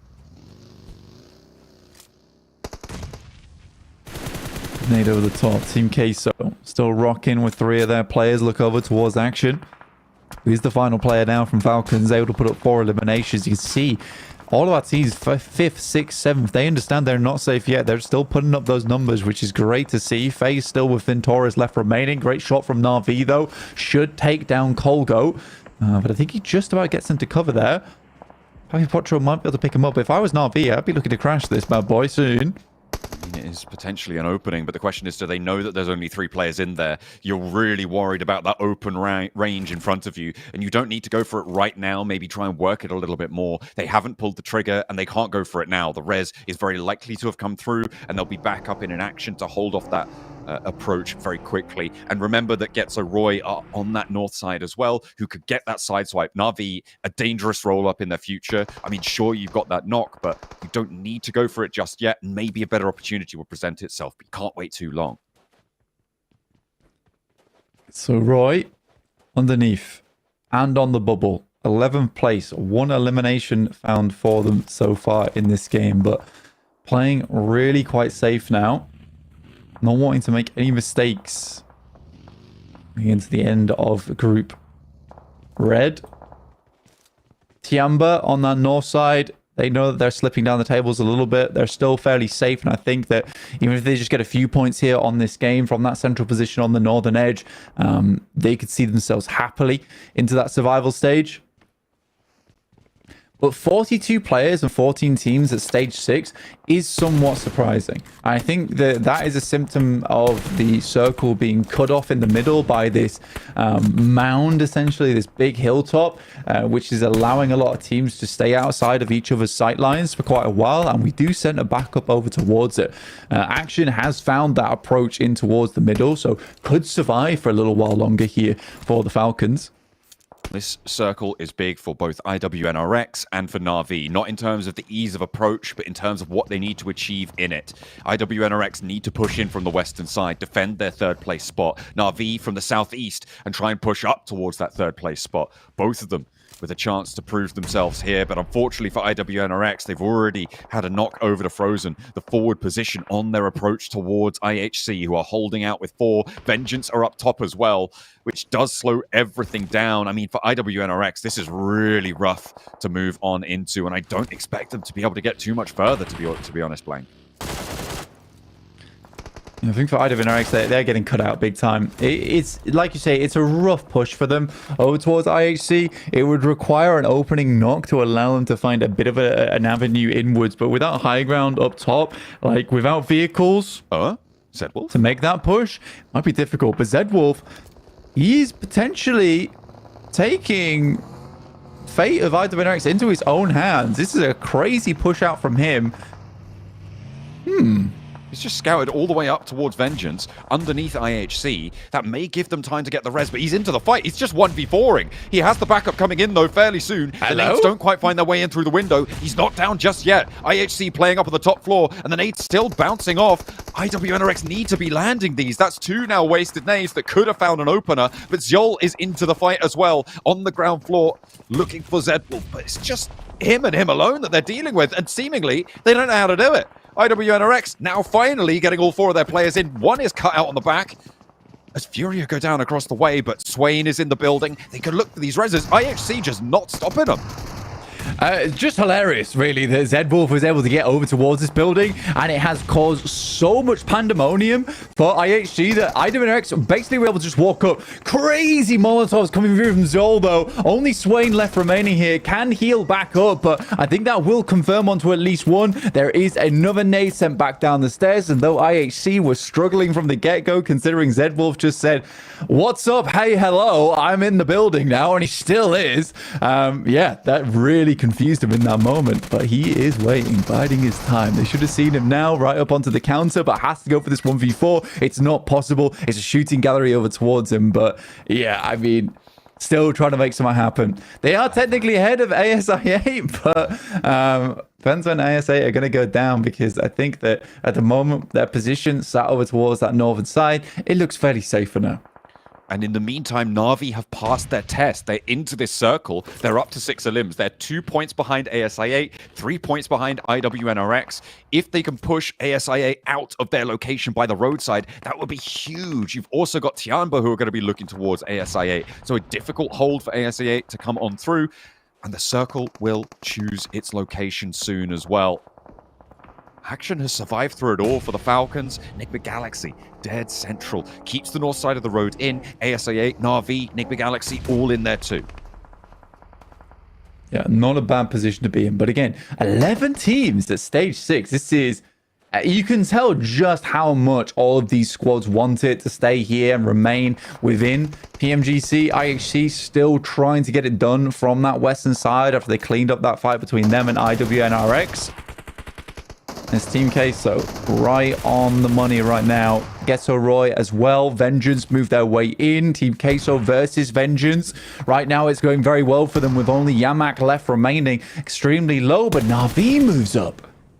Okay, they still want more out of this lobby, trying to keep cutting away at it. 7 eliminations found. They're up to the ridgeline and controlling from the east side. A nice stretch out for them. They're not getting over aggressive, but maybe if they spot a weakness in Team Queso, they could try and close it down. However, they know that this is a team that's just going to have to leave these buildings. Leave 6 there. He can cut them out on that approach to the wall as they try and make their way further north. They are aware of 6's position, however, and that might make it tough. Na'Vi split 2 and 2. And they have to go for something bold here if they want to try and control on towards this fight. You see IHC making a move for themselves. The Galaxy on towards as well. On that western edge, and they've lost 1, but still trying to hold on against Incilio, against IHC. Tianba, in the meantime, Virtus Pro, they've been on the northern side of this road for a long, long time together, and now finally they will bring their feud to conclusion.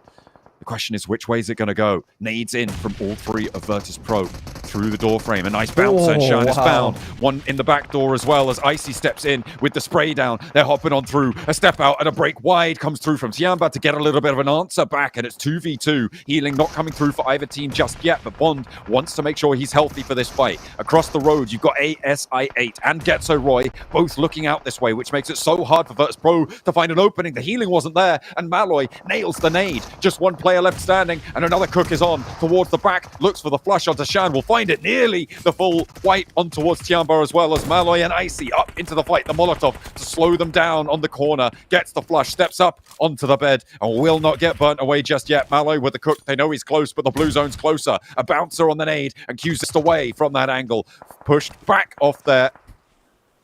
And will play behind the furniture now, needs to get some healing, but so do Virtus Pro. They want to find it because the road crossing is next. Drops the smoke, thin cover in this situation, but the QZ, he needs to have an unbelievable pop-off scenario here versus Virtus Pro, and Virtus Pro desperate for more points on this game. Potentially opening up a last final chance here, moment for them, but QZ is wrecking them right now. Moves forward, knows Icy's low. It's just 1 bit of damage required. Icy steps out for the challenge, and they're down. Virtus Pro are out. Tianba looking to try and cross the road with 1. I don't think they're going to be able to get too much further, but in the meantime, Blank look in 3rd place. Na'Vi, 11 eliminations. All 4 of their players alive, and they are looking to make a bid, not just for 3rd place, but for the top spots themselves. This is what we're talking about. They've not had the circles just yet, but this one was certainly one they could play off the back of. Incredible 2-2 split that they've played. Single-handedly between 6 and Lemon, they've taken out the entirety of Team Queso on that south side, whilst handling Getso Roy at the same time. ASI8, their competitors still inside this lobby on that north side with 2. Na'Vi wants to shut them down in 4th place, giving them the least amount of placement points coming into this one, but Flip is wary. SA8 may be able to jump up as well, but only time will tell. Falcons there as well in the middle. Action speed surviving for such a long time. Remember the engagement with Na'Vi and ASA8 spotted. 1-for-1 trade though as IQ out towards the blue zone. Leaves Na'Vi now on 3 active. Reduce 1 sightline for the res, and that might give IHC an opening. IQ though low and ASA8 are out. Their main competitors on the tables, and Na'Vi look to push even further. 12 elims found, as I think one of those got pinched away by IHC. And can IHC take the time to navigate this ridge side now? But the spray downs there. Nice. Yol for 6 give them exactly what they're looking for. It's too aggressive coming through from Zjol. I mean, you have to be certain that that fight went terribly for Na'Vi. But you know they have the high ground. You know they were taking shots downwards. You just took shots and saw elimination away. The fact that he goes for an aggressive push like that, you got to be expecting that Na'Vi's already posted up and ready to go. Action is going to go for a little bit more healing, but that nade will do the job. And IHC, again, with another high placing for them, though, which is important for their chance in this tournament of Group Green. But unreal shots coming through from 6. And Na'Vi make their bid in towards the top 3. TJB sweating right now as it's only Godless to stand between Na'Vi and a big chicken dinner. May be able to get all the points they need. 2 more yet to be racked up here as Godless moves on into the smoke. 15 eliminations. Let's put a 16th up there. And EMEA looks to make their statement here in Group Red. What a close down. Elation for Na'Vi. They've just been able to breathe a sigh of relief for the first time in a while. Massive game, 26 pointer, I believe, on that one with the chicken dinner on side. And again, I'm so happy to see it because they really did put their money where their mouth was in terms of we get a nice circle over towards that northwest side, we're getting a chicken dinner, and that sits them comfortably towards the top side of the lobby. Oh man, Na'Vi. We keep thinking no one's gonna be able to put up big numbers the rest of the day, like we saw IWNRX do, and now Na'Vi are able to chime in, showing we can do it too. That should, I mean, I don't want to call it, gentlemen, but that should almost be solidifying them at top 3, right? That should almost be guaranteed a PMGC Grand Final slot. That's not almost. It's done. It's done. Like literally, it's done. So I mean, a game like that. I mean. Oh my goodness, these guys got to be so excited. You saw it, the slam on the desk, because they were just like, that's it, we did it right here, right now. Yeah. Going from 5th place all the way to the top 3. Let's go, Na'Vi. That was a big slam too. I'm telling you, whichever team gets it for Group Green is like, wait, why is my desk broken? What happened? Slammed it too hard after that win. What a game. But realistically, Na'Vi, I mean, Jason, you called me out saying, oh, Max, you said earlier they were in trouble. They were somewhat in trouble because they had 4 teams Southeast. You had Falcons, you had the side, you had Na'Vi, of course, you had TJB, you had FaZe. They're able to weather the storm over there, get a bunch of eliminations and loot, which is very important in this late game. They had a bunch of utility, grenades, Molotovs, smokes, and then make the cross over to Team Queso as they are fighting Vengeance and then start just obliterating teams from that high ground spot in the dips. And look at the player stats, 989 damage, 829, 709, 654 from every single player. That is a great ratio for every player on Na'Vi. That's mental. I'm sorry, Axer. I don't think you're getting a spot back on the starting lineup here for Na'Vi, man. You gotta let them be the way they are. And what a pickup Lemon has been for Na'Vi as well, Max. We got to see them back in CSA, or him back in CSA, and yeah, you called it right then. We're gonna see him picked up by a better team, and the success he's had here, Hot Jukes, has been ridiculous.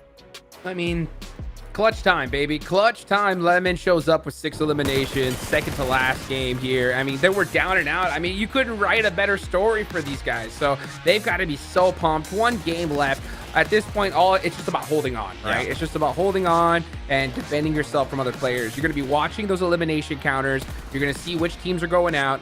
And if you possibly can engage or if you get into engagement with one of the teams that could take you out, you just got to take them out. And if you do that, that's it. You're in the grand finals. So Ugh, man, I mean, for the teams that are going to have to catch up, they have to pull off a miracle here in the last round. Yeah, I think, Jason, going back to Lemon real quick, they were looking at CSA in spring and they saw him in the hot drop fight like, that guy's pretty good. And just slamming their credit card on the table like, oh, we want him!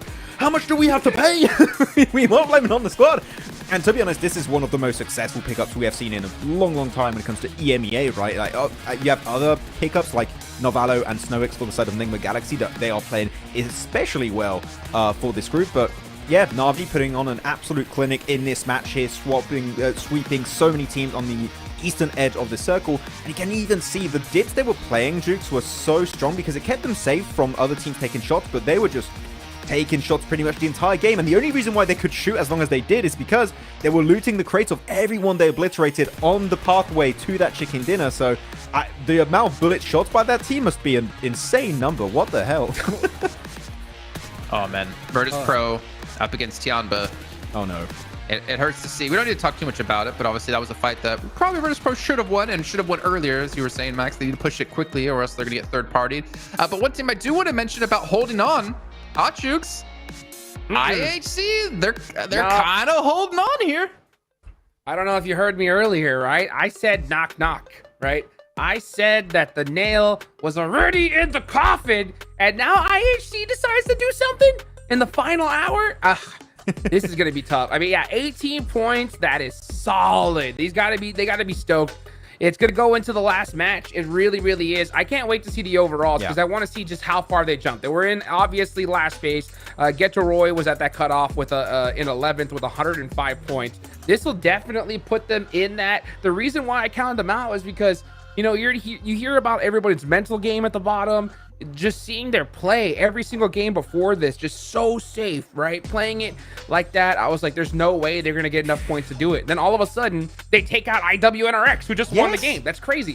You look at it right now, i8's got himself 5 eliminations. IWNRX not even on the first half of this page. So top 3, guess what? Once again, it's going to be all over the place, except for TJB, because they're just always in first place, it seems. But really, it's going to be changed. I think we're going to have Na'Vi pushing up there. Falcons were able to survive into the top 3 thanks to Action, which I think they could have gone further, but losing players early is kind of been a recurring issue for Falcons this tournament, it seems like, in the league stage, so kind of a troublesome.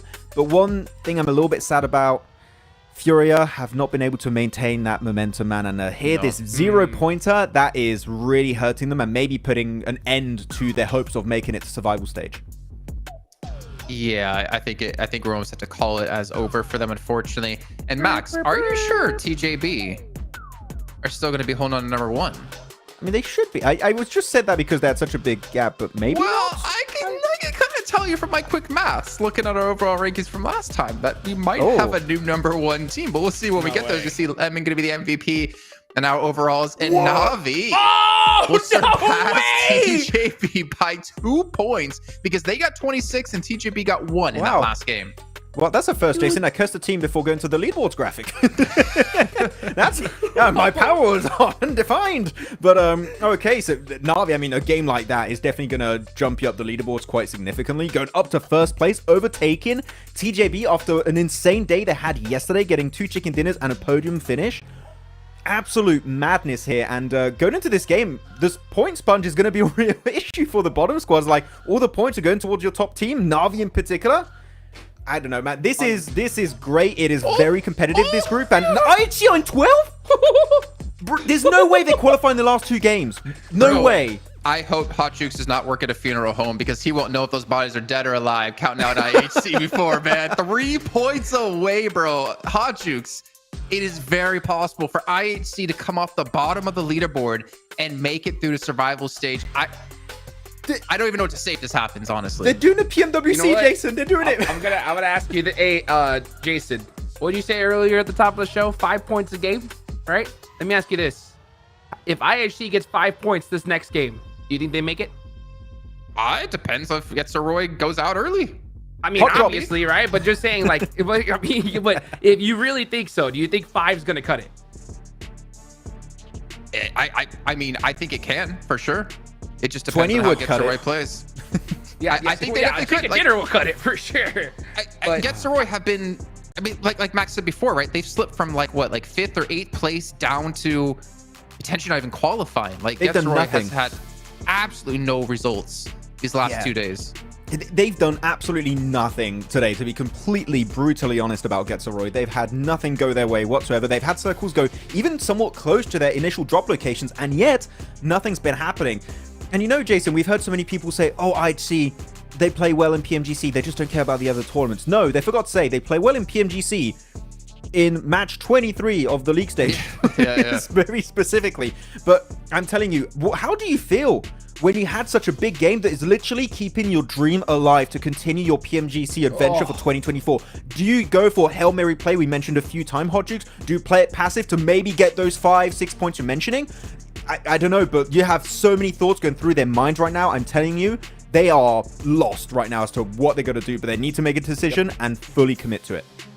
Yeah, I mean, well, they're going to need minimum 5, period, right? So I think you have to play it safe if you are IHC, you know? But the sad part is, you know, playing it safe is what got them here all the way at the bottom, you know? So it's one of those 50-50s, and the crazy part was looking at the top of the leaderboards. I mean, just watching Navi go, what was it, from 5th place all the way to 1st? That's going to make things so much more intense for that top 3 moving on. And I hate to say it, but IWNRX with only 1 point in that last game, man, dude, they got to do something special here if they want to go to the finals. And you know what? The thing is, we talked about it already, but the fact they only got 1 chicken dinner, if it goes to a tiebreaker like it was before this game, they could lose a spot to Grand Finals because they only got 1 chicken dinner. Which is crazy thing to say, but that literally could be the case. But again, you got storylines. Who's going to qualify to top 11 for the survival stage? Who's going to make a final dash into the top 3? Literally, we could have 2 different teams in the top 3 after this game. That is how close it actually is right now, Jason. So to try to predict this, it's impossible. No clue who's going to make it, but it's going to be a close call. Not only could we have new teams in the top 3, we could have like 3 new teams in the top 11 as well. It could be everything changing up here in the final match of Group Red. It has been a bloodbath the entire way through, and that bloodbath has to come to an end. It's going to be on Miramar, and it's going to be brought to you by John Allen and Blink. One last trip, and what a way to go into this one, Blank. Miramar is going to be exciting. A true slobber knocker in the truest sense of the word. We are ready and raring to jump straight on into the melting pot. Let's get underway. There are several teams vying for a top 3 here to make their way on through to the Grand Finals over in London in match 24 of final of Group Red. Na'Vi just picks himself up a massive game that sits him in first place, but IHC pulling the old classic. Is it the last match that they're going to make their way into survival stage off the back of, or will this be the game where their dreams die? They have got one more opportunity, and they're out of the plane already, kicking things off. Let's see what they can do. On the south side, Alter Ego, Virtus Pro, TJB dropping over towards Chumacera. That will be where they remain. Seeing where everybody else goes. Those teams in crucial positions. Na'Vi likely dropping out over towards the north side, heading up to La Coplaria again. It served them pretty well last time, of course, and throughout the course of this tournament, they've had their ups and downs, but they'll go for it yet again. Everybody around that top end making a tough approach to the tables, but the circle for our final time on Miramar here for Group Red. It's out to the west. It's over towards that northwest side.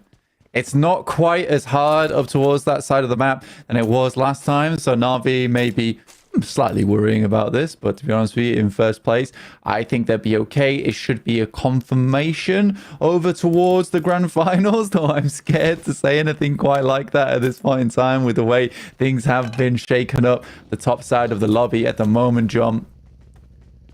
IHC 12th place, 104 points, chasing Getzeroy. As Maxman has said, this team, it's sad to say, but they really have not done all that much today. It has been very lackluster, and that is exactly what you don't want coming into your final day. This is where you want to save your strats for. This is when you save all of that final bit of energy to make that last sprint to go through. Teams will start to fall by the wayside as we unfold the goings on of this game. It is all to play for. Team Queso looking to defend a survival stage spot. And Encilio not out of the woods just yet. I mean, it would be pretty dramatic for them or Tianba to drop out of this one, but still possible. However, unlikely it is. Of course, this group has been so hotly contested across all of it. Group Red has definitely been one for the history books. Breaking records with the most chicken dinners found in a group stage for TJB. But they're still not in that top spot because Na'Vi took it back from them in the final moments. On back of a fantastic game as well. They start in La Cobreria up towards that northern side, see if they get any more points done and try and beat out the scoreline coming through from Team Spirit in Group Yellow. But honestly, I'd just be happy to see two PMSL EMEA teams taking first place over in Group Yellow and Group Red. But we know Tongjibao is a fearsome team. They can strike anytime, anywhere. So if you're Na'Vi, you're certainly wanting to keep yourself in. And I think we haven't really talked too much about third place, though, because Nigma Galaxy 166, ASI8 163, and IWRX just slightly lower down with 159. Right now, Nigma Galaxy, this is their last chance to make a decent run for this one, as they have been just scraping by, I would say. And for a team that was so dominant over towards the first couple of days, it would be a shame to see them knocked out here in the final match. I would say, though, I feel like Na'Vi's momentum is strong here. TJB's absolutely not. They've had some real shaky games over the last few showings. They had their massive chicken dinner where they got shift after shift after shift today. But after that, it just kind of has been a little bit disappearing from them. And because of that, I'm not taking it for granted that they're in at this stage. Nigma Galaxy, ASA, IWNRX, all of these teams could surpass their scoreline here. And if two of them do so, they're out of the top three. This is a pretty crazy dynamic to happen in the lobby. I'm a little bit more confident in Na'Vi's ability to stay towards the top, given that they're coming off a strong chicken dinner, a massive adrenaline high, but they need to keep that under control because it can go both ways, right? You can get that performance boost from that elated feeling that you have for finding a massive 26-pointer, but then you need to make sure that you keep that under control. You don't get jittery. You need to stay cool whilst channeling that energy forwards.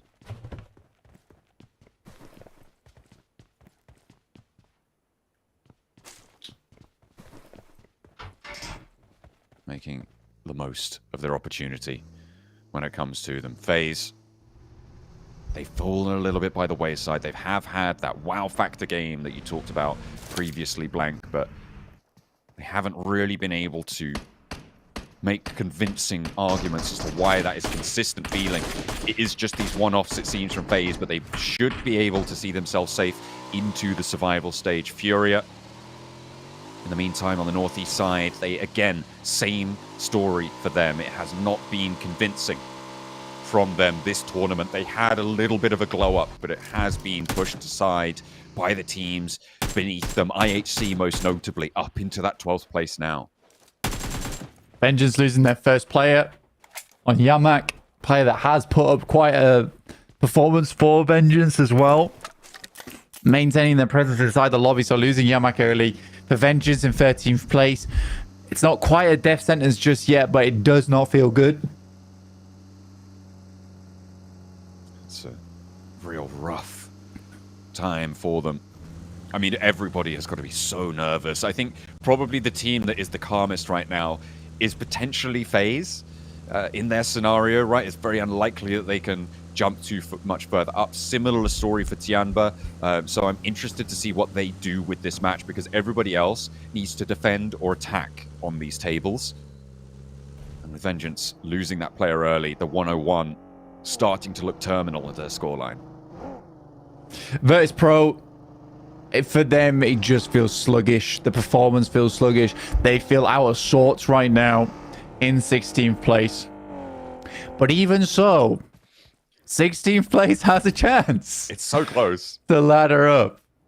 Even 16th place has a chance to get into survival stage. But I just don't think the energy's there for Virtus Pro right now. I think that's the difficulty. Everything they've tried to do has gone wrong over the last 5 matches. They've been able to put up points here and there, but again, when it comes down to those final moments where it really is a do or die situation, they've died. No doing.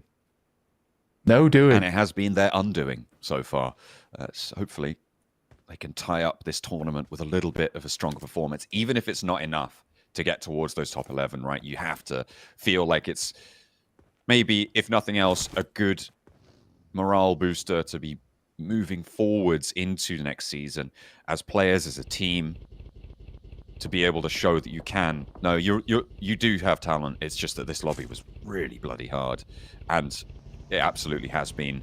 And that is indicated by the fact that literally any of those bottom 8 teams could be changed around, and it would be a reasonable result to see at the end of this match. Ooh. The circle shifts down to Picardo, Blank. Southeast shift on this one as well is really uncomfortable for a lot of our teams. As you can see here, so many of them are on that northwest side right now. It's not an easy spot to be playing in. IHC on that western edge is a team that everyone is holding their breaths about. Can they make it through, as they've got Tongjiabao ahead of them? Further down towards that southeast side, there's Incilio. How do they progress through inside this lobby? TJB have Godless on a lock-in. All 4 of their players surround with a DBS at his side. That's all he's got that stands between him and elimination here. And the first blow to be struck against IHC. But in comes the backup. A drop down, and Flower goes down first. That Triple S can't quite handle it. The rest of the team are coming on in as well. And quick succession, but Godless does go down to a spray from Longs. IHC committing to this, their last chance to make the tables, and against the table toppers themselves who got dethroned in the last match. Can they take them all the way down here? Going down early for TJB would be disaster, but another of IHC fall. A massive fight for the impact on the overall standings here. Blank and TJB need to hold on, but he goes down to Rogue. IHC extracting value, point after point from TJB's side, and it is disaster as they lose 1.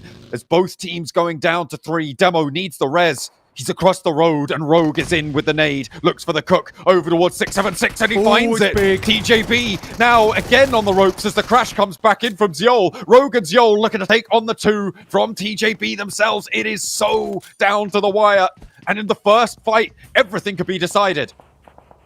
IHC making their breakout versus the second place team. Team Queso. The team with the most chicken dinners.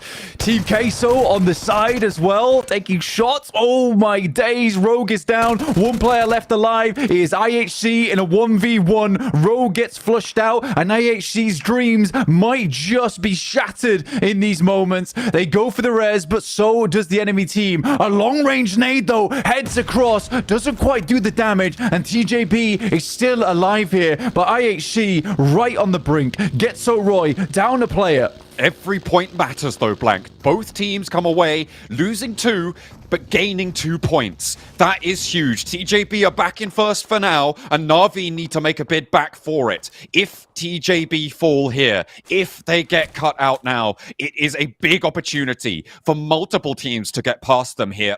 And that could be a massive upset given the lead that they had coming into today, the strength that they showed at the start of the day as well. It would be a big change. But on that southwest side, they're going to be left alone for a moment longer. Tongjiabao feeling like a king on an island towards the second half of this group. Now finally the boats are arriving. This island is now occupied and honestly looking to dethrone Tongjiabao and exile them from the top 3. They are not that far ahead, and it's likely that ISIA as well as IWNRX could ladder up over the top of them. But it will take some ginormous games, and it's down to ASIA and IWNRX to make that happen here. And Tongjiabao's just got to live. They're still on that southwest side, out of the way, out of the action. Team Queso has oversight. Enigma Galaxy's wrapping round on that western edge as well. The power grid, the center of the universe for right now for these teams. It's all that matters. The high ground in the middle of the circle. FaZe and Getso Roy both trying to take control of it. As Furia looks to move up the mountain towards it. Virtus Pro try and stop them in their tracks. 2 teams towards the bottom of the tables.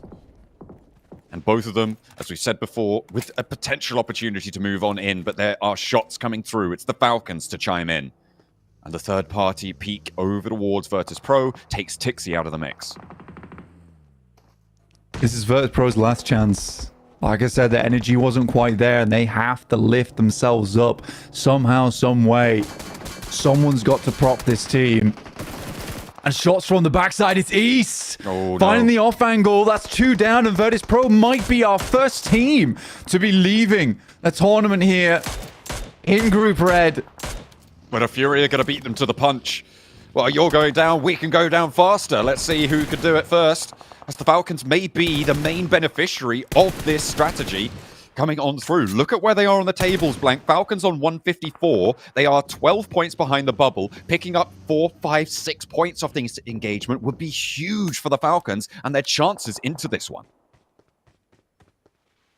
A spot onto Icy. Both knocks not quite gone through yet. There has been a regroup and a reassess on the res attempt. Smokes go down to try and allow this one to get up. They get all 4 players back up on their feet, so a good recovery from Virtus Pro. They know how much it means to them. Furia in a difficult position, careening on the outside edge. Shots go through some more, and Top is just lighting up these vehicles, both down to around about half health. Furia slip away, slinking off into the distance. Top sending them off with a parting gift of a spray down from an M4, but doesn't quite connect enough to get a point here. TJB, they're making their move. Blank, that's to IHC. They're losing another player potentially. If the bleed out comes in, the blue zone is here. It's not going to be looking super resable.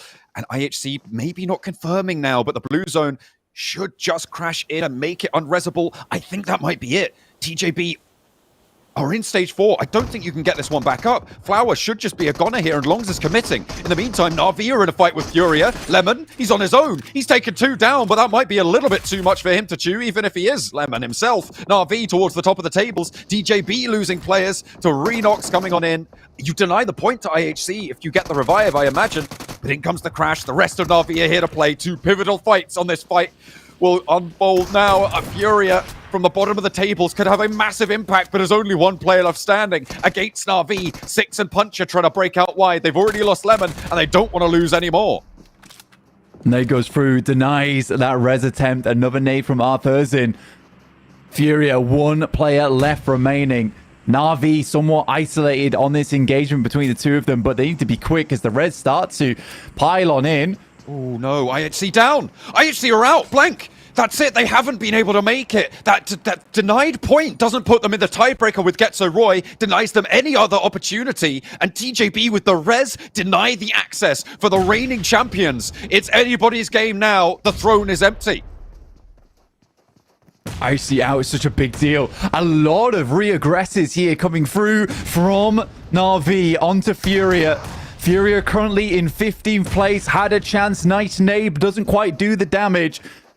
Silence on that top side, desperately, just about getting rezzed up. Another nade goes through, but not quite anything found. And so much smoke cover in play right now for Furia. And Na'Vi is struggling to find these knocks. This could be good from Flip. Koyovsky trapped in a corner now, and the nade was there. The first nade on the stairs pushes him back off. He knows there's an aggression from the window. Pushes him back. The Molotov keeps him penned in, and it is perfect utility usage from Na'Vi to seal the deal without going for the peak. A nice assault to the ground floor, though. There's still 3 players to go. They're letting this one drag on, and Furia still clinging to it. Na'Vi wanting to push TJB aside, who have managed to make their way on through for the time being, but still 3 up and 3 down on the southwest side of San Martin. It is still all to play for. 6 nade in, spray down through the window, but Silence stays alive. Massive damage. This might be time to toss a quick nade up the stairs here. Great shot from the sidelines, though. There's the nade in towards the top. Still doesn't find too much of it, but it is now a 2v3. Flip is holding his own on the outside, but nice shots from the S12K will blast back Flip. Pushes him back to that roadside now, but Arthursin goes down next, and it's still pair fires maneuver here for Na'Vi, making sure that they can pick up these points, chasing down TJB, and they get the wipe against Furia, the second team to be confirmed out of Group Red and out of PMGC. TJB now in second place once more. Furia bites down the lemon at the start of that fight, but leaves a bitter taste in their mouth as they will exit from Group Red. Na'Vi just about holding onto their first place currently. Like you say, with Tongjiabao down into second. Enigma Galaxy not out yet with 3 players, and it looks like Tongjiabao has been found on the outskirts. Virtus.pro in a fight against Tianba. Tianba in the middle of the tables, looking safer than Virtus.pro are, but right now Virtus.pro seem to be a little bit in the lead on this fight. The backup from Tianba is slow, it's sluggish. Shan now finally in with those nades under the crag. It's so dangerous for Virtus.pro to leave. That next nade could seal the deal, but a big one up on high, launched straight back into his face there. And Virtus.pro trying to stay on in with it.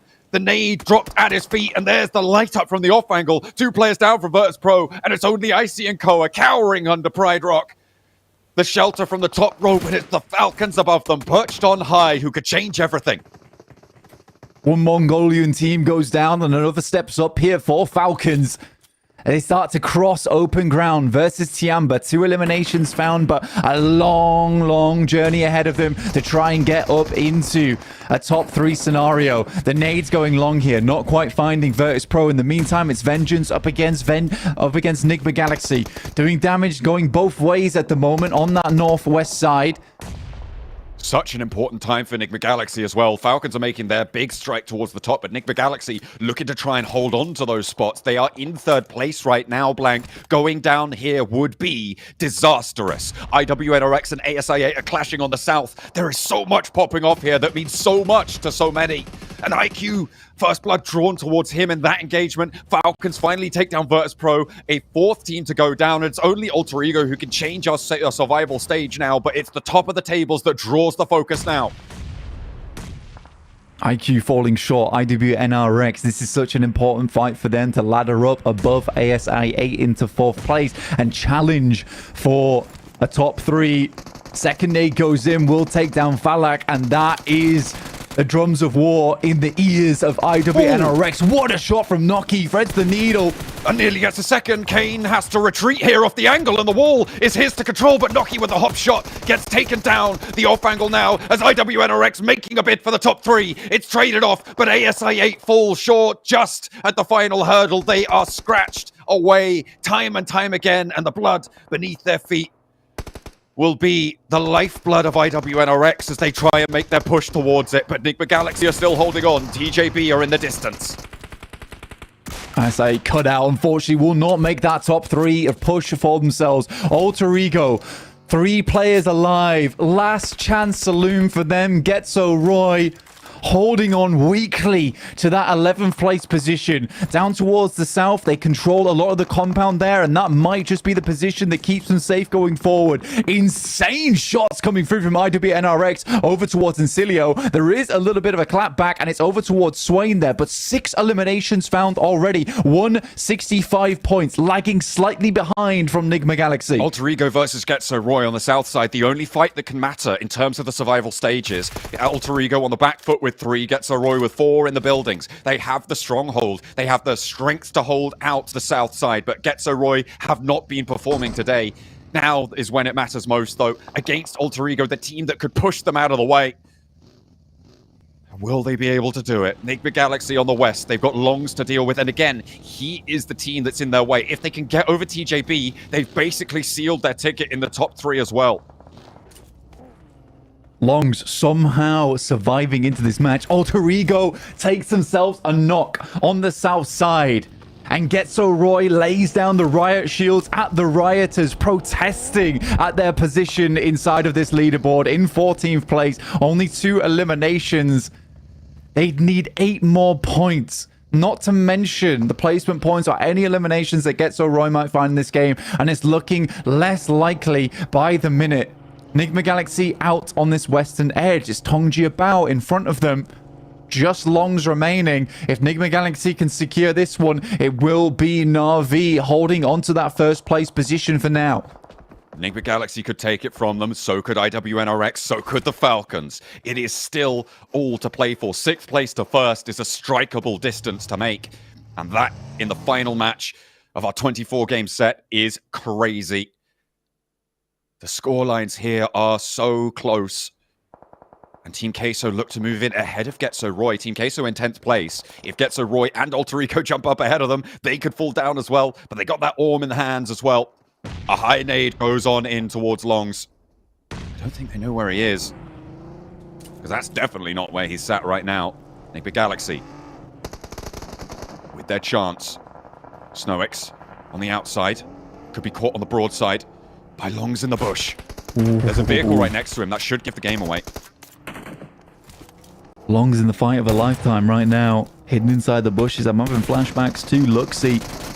Well, we've seen he steps up, spray down, and it is going to be Nigma Galaxy taking down TJB. They draw their match to a close. Their tournament finishes here. They're in the top 3, but for how much longer? Alter Ego clashing with IWNRX, who are looking to sweep on through on the south side, and it's a good opener for IWNRX, but there is casualties both ways. Swain down by the vehicle. Boy still looks for the spray, as so does Alva on the off angle, but they're being handled time and time again. IWNRX looking to take Alter Ego out of the tournament here, as the reses need to come through. Swain and Zedwolf down on the outside, and Frozen's the next to fall. IWNRX still hold on, and Kane is the last to go. But can Getso Roy fall into line? Can East take IWNRX out of this one? 9 eliminations, and IWNRX are down to 2.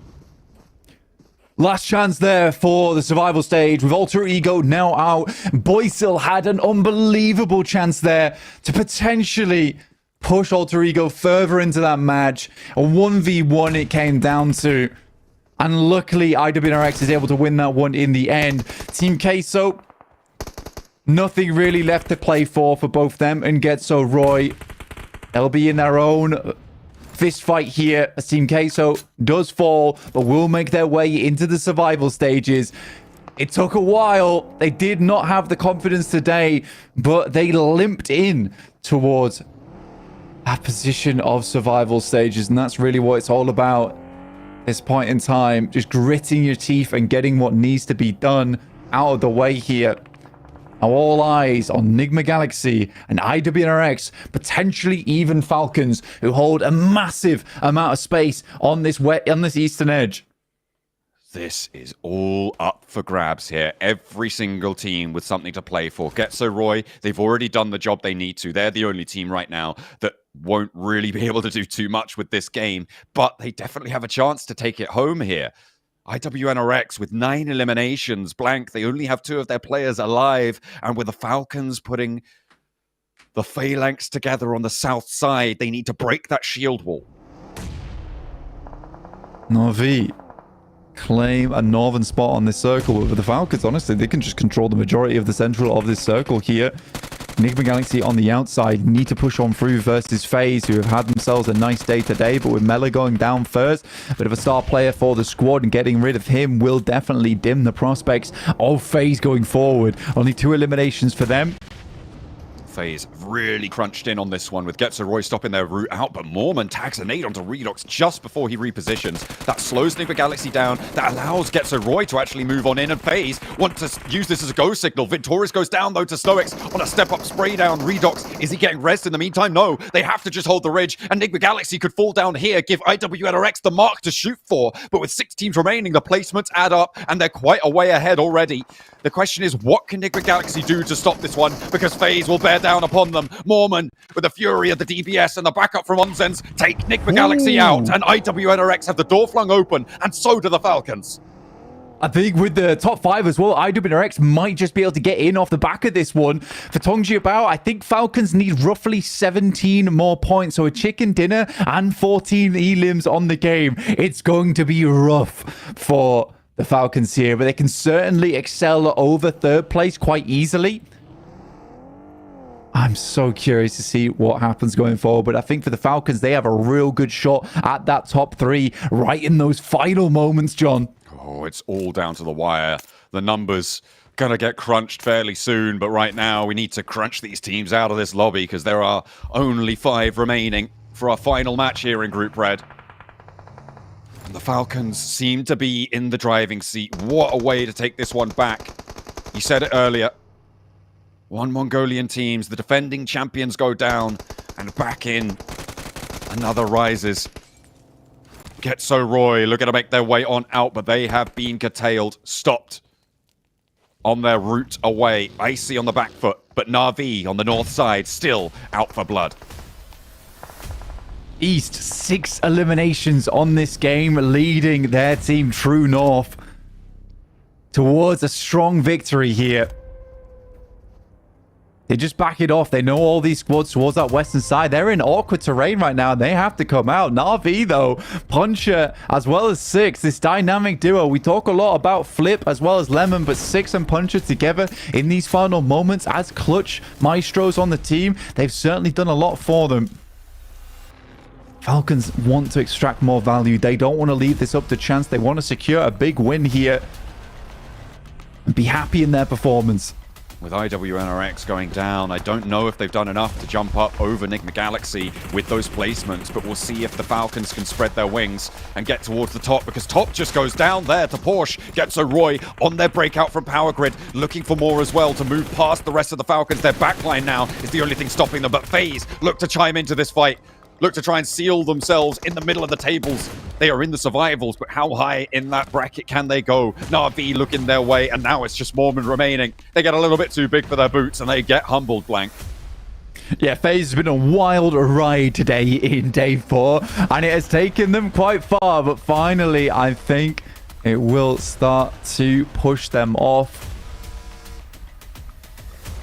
And maybe this is the end for FaZe, but a survival stage from the brink of losing, of going into that bottom 5 and dropping out of the lobby. I mean, FaZe has done a wonderful job to stay within the conversation. Mormon steps up once again, finds another off the back lines of Getso Roy.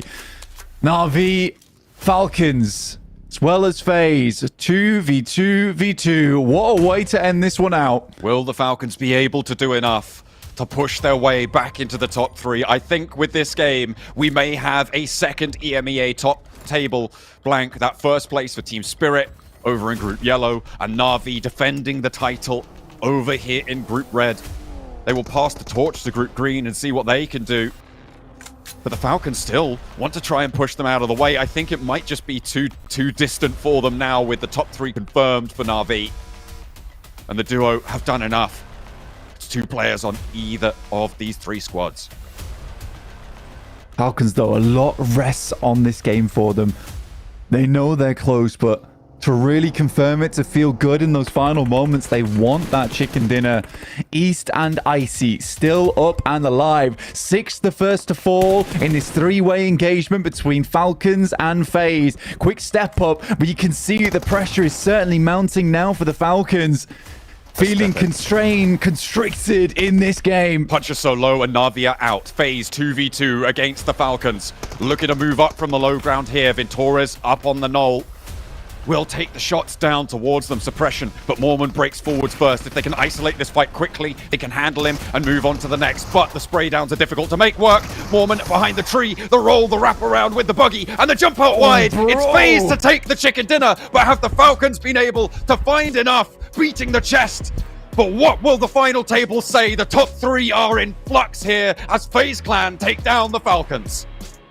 It is so down to the wire here for FaZe, though. Let's hope this isn't just a FaZe bomb, because 2 chicken dinners on the day to see themselves nice and healthy towards the top side of the lobby. But for the Falcons, that must be sweat beading on their forehead right now. You can see them. They're not sure whether they've made it or not. Oh, it is so close. That's right. That's right. It is. It's just unbelievably down to the wire. Are we going to see the Falcons force Phoenixes rising up, or will they be left in ashes and forced to go to the survival stage? They don't think they've done it.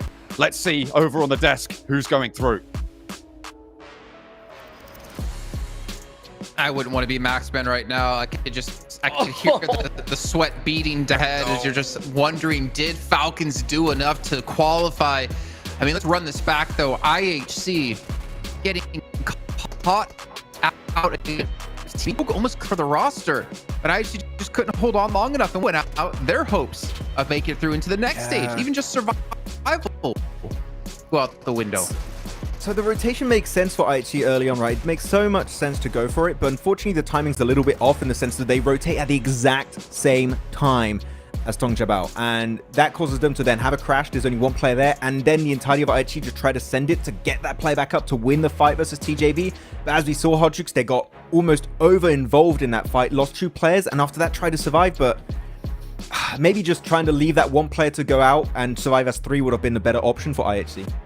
Oh man, dude, it's the worst case scenario for IHC. Not only was it that rotation, just their luck, right? Couldn't have been worse, right? If you're gonna go and play aggressive in the final game and just kind of try to take out a squad early, you gotta go against TJB, right? Out of all the teams, they didn't get one finish. They had no idea who they were going against, and I mean, brutal situation. I can't believe this team didn't make it, and I just think that they tried to turn that aggression switch on way too late. I said it. I said you don't want to wait until the last match, because we saw Circle 5, Circle 6, half the lobby was gone already, right? And you know, Falcons, they did an amazing game right here towards the end, but those eliminations were getting just taken away from them time after time again. I don't know what's going to happen on the leaderboards, but man, one thing we know for sure, yeah, IHC just couldn't do it. Well, there's one thing you can say to just wrap up the conversation on IHC before like it's the end for them, but that means with IHC being officially out of the race for the Grand Finals for the trophy, that means that 100% we will be having a new champion here for PMGC 2024, which for me, that is also very exciting to see who's going to be lifting this trophy for this new edition of PMGC.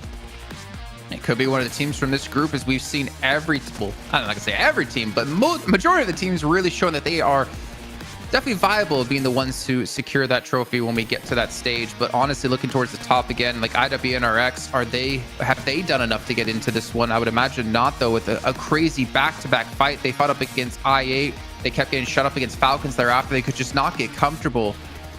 I really don't know. I just want to get to leaderboards, honestly. Can we just skip past this stuff? Go straight to leaderboards? Can we just see it? Skip the replay. We want to go. I want to see it so bad. Hey, yo, shout out to FaZe, though, right? We got to give FaZe some flowers here to clutch up a nice chicken dinner towards the end. I mean, the flossing, I think it worked to some extent, right? But still, it wasn't close enough to get them into top 3. Not enough movement. They definitely played better towards the end of this tournament. So, you know what? A possible potential for the survival stage. I'm saying FaZe have been playing way better towards the second half of this group red. So we'll have to see 22 points on the board. But yeah, 14 points, Falcons. They needed 12, I believe, before this game even started, Hotjukes. They got 14, but as we know, Enigma Galaxy, they made it far into the game. They got a few eliminations here and there, which yeah, the 14 is just not going to cut it, I think. Yep, I don't think so either. Yeah, and it's so unfortunate. You saw it on their faces, right? I mean, I think that said everything right there. You just see the hands, the palms deep into their cheeks. That's gotta hurt, dude. I really hope that they can bounce back in the survival stage. I mean, I'm gonna say it already, but we don't know, of course, until we see those leaderboards. But man, this is, if they don't do it, it's gonna be the second time we see them not make it automatically to the finals. And it's so unfortunate, because I think all of us, right, we're predicting that we're going to see Falcons in the top 3 before this group even started, right, Max? Well, it's not over, okay? They can still make it through survival stage, but I think that this was one of the teams that we were all looking at to make it, hopefully, through the top 3. But here you go. Congratulations to Mormon for being the MVP. Again, other standout. You had Onzen, you had Mormon, and we were talking about Mela a lot when looking at FaZe. Seems like the other squad members have been kind of performing better around him, around Mela a lot more. So really happy with their performance. But looking at the leaderboards before we moved away from that on the match rankings, even I8 went out pretty damn early this game. They were in contention for top 3, so it did not happen for them. Let's see. Well, there it is. There's the overall rankings. IWNRX by 1 point. Well, actually 2 points, right? Because tiebreaker. Yeah. Oh, that is unreal. How many times have we said it, Max, right? 1 point could be the difference between making it and not, and IWNRX just come up short. But I gotta say it, really, congratulations already to Na'Vi, TJB, and Enigma Galaxy. We will be seeing them over in London for the PMGC 2024 Grand Finals. I gotta say, with the way they've been playing Hot Troops, I hope they can maintain that for the Grand Finals, because these guys literally have a shot at the trophy this time around. But IWNRX, Falcons, I8, really good attempt this league stage in Group Red. And I gotta say that these guys, sure, they might not qualify directly through this group into the Grand Finals, but going into survival stage, they're gonna be a threat. They are gonna be a menace, and they're gonna give it their all to make sure they can go the entire way. Yeah, Team KSO are going to make it all the way there as well to the survival stage. IHC just coming up too short right there. But you know what? I was looking at those leaderboards, Max. I think that if Furia would have won that game, it would have been enough. Yeah. They had a good start. No, I'm sorry, too. not That Furia. fight versus I'm sorry, Sanhok- Falcons. What am I saying? Yeah, if Falcons would have won that game, it would have been enough. Yeah, it would have been actually, but looking at Furia, they also got involved in that fight versus Na'Vi very early on. There was so much back and forth. You can feel the pressure on Na'Vi to make sure they secure this spot in top 3, and Furia to hopefully leave the bottom 5 ranking in this leaderboard. Unfortunately for Furia, that was not going to be enough. It was not going to cut it, and they did go out early versus Na'Vi. But man, Team Kesso, we said it, Jukes, that they had some potential, maybe some lesser results on the second half, but it was enough to make it to the survival stage, and I hope they can take some learnings from Group Red and just tackle the survival stage in the best way possible. And look who's the MVP. Of course, it's got to be Z-Wolf, right, Jason? I mean, the man in the tower, right? It completely carried his team in that final Erangel that we did see. I mean, he's been MVP when it's come to EMEA so many times, and very deserving when it comes to this group as well. Just crazy that he made the MVP, and yet his team didn't make it in top 3. I think that's a real testament to how well he's played over the course of these 4 days. For me, it's undeniable that you would say in the past the best players in Turkey, maybe you would say would be the side of Hamsici, Kalsi, even Silas back in the day. It's undeniable now, Jason. The best player in Turkey is Z-Wolf. This guy is a menace locally, he's a menace globally, and he is the guy that literally could be taking home the MVP title for 2024 PMGC. That is how good of a performance this guy had. Oh, not to mention you can see our assist as well. Kane going to be his teammate, going to be the ultimate duo with Z-Wolf here with the PUBG MOBILE X Venom. The Last Dance collaboration is available now. If you guys haven't noticed, if you haven't even picked up the game, well, now you know. You can experience unique gameplay adventure. You can discover the Black Symbiote clusters in Erangel, Sanhok, Miramar, and Livik to obtain the Black Symbiote arm and encounter Black Symbiote warhorses. And you can equip the Black Symbiote arm to move rapidly by aiming at fixed targets. You can pull in mobile targets like players or even those airdrops and get yourself an MG3. And of course, launch yourself with slingshot-like moves. You should gear up and harness Venom's power in PUBG Mobile. You can bond with the symbiote and become the ultimate duo on PUBG Mobile now. You play the game, watch the movie, and then aspire to be the ultimate duo like Kane and Z-Wolf. Is Jason Statham in the movie? Oh, well, that seems even more interesting.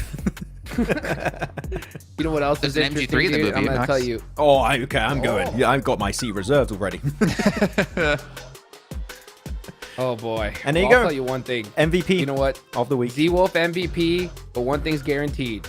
This survival stage is gonna suck for these teams, dude, because it's gonna be absolutely stacked to the T. So it's gonna suck for them, but boy, is it gonna be fun for us to watch. Man, I mean, look at the survival stage. Look at the teams we had already from Group Yellow. You had Deek Xavier, Vampire, you had Bigatron Knight, you had Loops, you have Major Pride who just popped off, Mir and Sejong with the insane center play. And now you got these teams. You got IWNRX, you got Falcons, you got FaZe, you got... I mean, bro. Bro.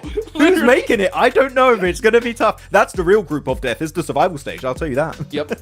Well, not to mention you still have teams from Group Green to come in as well, which will be happening on Thursday, I was going to say, basically next week, with a plethora of insane teams as well to kind of match up to them. I mean, you have the likes of Stalwart, who have been a massive surprise this year. You've got 4MV in there as well. You got Team Liquid, Influence Rage, Thunder Talk, Kagasaka, D+, which we are very curious about, I would say, considering how strong South Korea has been so far in PMGC.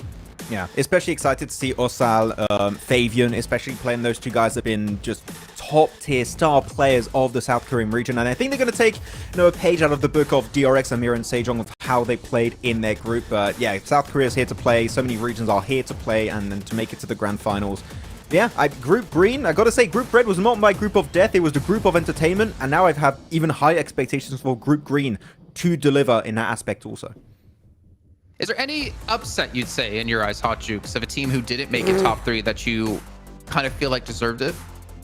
As far as top 3 goes, I mean, it's got to be IWNRX, yeah, without a doubt. I mean, these guys, Z-Wolf tried to put this team on his back. I mean, it was a clutch day for them too. They got that chicken dinner that they've been needing so desperately. They were playing so consistent, and I think it just came down to that. They weren't able to put another chicken dinner on the board, and I think that's what made them come up short. But man, like, this team is so impressive. I'm so proud of how they performed here. I think they definitely got to hold their heads up high. Of course, they're going to be so disappointed and upset.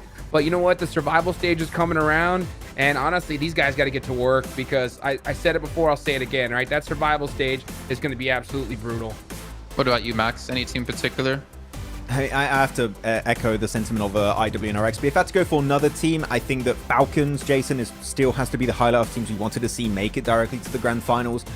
I think that some people might disagree with me, but for me, the Falcons we've seen this tournament so far, still not the Falcons of old. We still need to see a bit more. I'm happy though, Jason. I'm happy to see that East actually had some really good performances. That does give me more hope, but we're still losing some players relatively early in matches. They go down to 3, then down to 2, and they just can't quite compete for those podium finishes or those chicken dinners. So Falcons, there's still some room to grow back to that stage, but I believe that survival stage, they can go the entire way.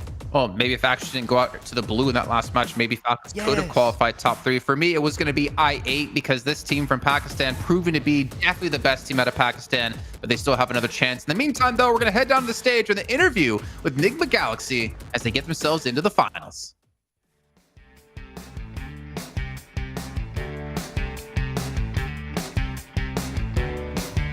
Ladies and gentlemen, we have our 3 teams that are going to be going to the London's Grand Finals from Group Red. It's going to be none other than Navi, TJB, and Enigma Galaxy. And I have Rauf right here with me. What does it feel like to finally go back to the Grand Finals? It feels unbelievable, man. I thought at the end, like when we died, we were out of top 3.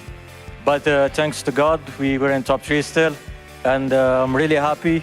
It was the hardest 4 days of my career, probably. This group was a really tough challenge for us. I didn't expect it to be this hard, but it was really hard playing the game. And yeah, thank God we're in the finals now. And inshallah, this time I'll win it. Inshallah. And for Peko, if you can actually go in the mic real quick. Peko, this is going to be your first PMGC Grand Finals. How are you feeling? I'm feeling great, man. I'm actually feeling great. I mean, 3 months before, me and Rauf had to make a new team and everything, and look at us now. We're just standing, going to London, and yeah, just like nothing. I can't really describe my feelings right now. It's just insane. I'm happy to hear that. If you can give the mic back to Rauf, because you guys are proving your haters wrong. And that's something that I've finally been wanting you guys to be able to say. Now, going into London, right, let's move away from that emotion that you currently have. What are your expectations going into London? I know you mentioned you want to be able to win it. How would you achieve that? My expectations for London, I feel like we will compete for the championship for sure. I've been waiting 2 years for this, man. Like since 2 years, been trying to qualify and go back and have another shot at it since we got top 3 last time. And yeah, I'm gonna do my best, whatever it takes to win this next global championship. And I have to ask this, Rauf. What do you think is going to be your toughest challenge in regards to teams when you get to the Grand Finals? I know that there's currently only 4, but just give us an idea of who the toughest teams will be. The top teams, I don't know. Whoever makes it to London is going to be a tough challenge because it's so hard, man. Like to qualify from this group stage from 48 teams and make it in the top 16 itself. So yeah, I expect every team to be like a really good challenge for us and to compete with. Shukran, Habibi. Hopefully you guys get to the top because it's going to be amazing. With that said, though, as I mentioned, that is going to be the top 3 teams from Group Red moving to the London Grand Finals. Back to you guys.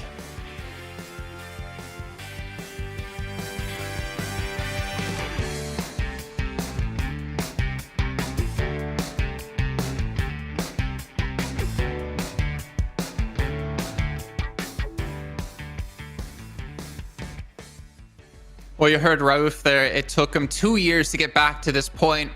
And who would have thought the key to that success was 2 Frenchmen and a Romanian on his roster? That's what I'm telling you. But no, it's such an incredible story for Rauf. I think that me and many, Jason, have been critical about Rauf's IGLing style. I've been hyper passive for the past 2 years now, it feels like. A comeback like this as an IGL, I feel like I've never witnessed such a big improvement over such a short amount of time, especially, right? Peko said it, 3 months to make this team, and now you're making it to the biggest event of the year, to the PMGC 2024 Grand Finals in London. That is a story and a half, and really, if they lift the trophy, that would be an amazing story, and I would not have it any other way. Yeah, literally, I'm speechless. I literally am, because when it comes to this team, I mean, I can't believe it. You take away which is considered the best player on your squad. You know, you go and make some replacements, and in 3 months, all of a sudden, you're beating teams like IWNRX, Falcons. I mean, these guys, you just see, This is the hardest 4 days of his life, and I totally understand why. Well, I think maybe key to their success is, of course, the Infinix GT20 Pro that they've been using here during PMGC, which I believe I did hear is Maxman Statham approved, if I'm not mistaken, with 120 FPS and 144 hertz at the screen. You guys can pick one up to play like the pros. And also, while you're picking one up, you can still buy tickets to the Grand Finals kicking off on the 6th of December. Between the 6th and 8th, you can be there in person watching who lifts the trophy, crown the best team in the world of 2024. And activities and some freebies you'll be getting while you're there as well. But gentlemen, I'm not sure if I'm lagging out right now, but feel free to tell me your quick recap in 10 seconds or less, Hot Jukes, of Group Red. All right, dude. Let's go. All right, Enigma Galaxy. What an crazy expectation comeback from these guys. Na'Vi being able to clutch it up, amazing. TJB pulling off what they did in PEL was ridiculous. Just the final days, these guys got warmed up and made it happen. And then, of course, IHC. You know, what happened? That's your closing statement? Okay, well, thank you. I'll do mine. We talked about Na'Vi, TJB, and Enigma Galaxy a lot. I want to again highlight the teams that are going through the survival stage. IWNRX, Falcon, I8, they are not going to go out without a fight. They're going to come in swinging for the survival stage. And, good luck to the teams of Group Green who make it to survival stage, because they're not going to have a good time. It's a really bad time, Jason. Well, they're not going to have a good time, but we're going to have a good time, as we do have a couple of days off before Group Green does begin over on Thursday at the exact same time. And of course, once Group Green finishes off, we'll be heading directly into the survival stage, straight into the last chance before we head over to London to find out which team will be crowned supreme. Thank you guys again for tuning in. Hope you guys enjoy your days off, and we'll be seeing you on Thursday for the continuation of the PUBG Mobile Global Championship 2024 League Stage.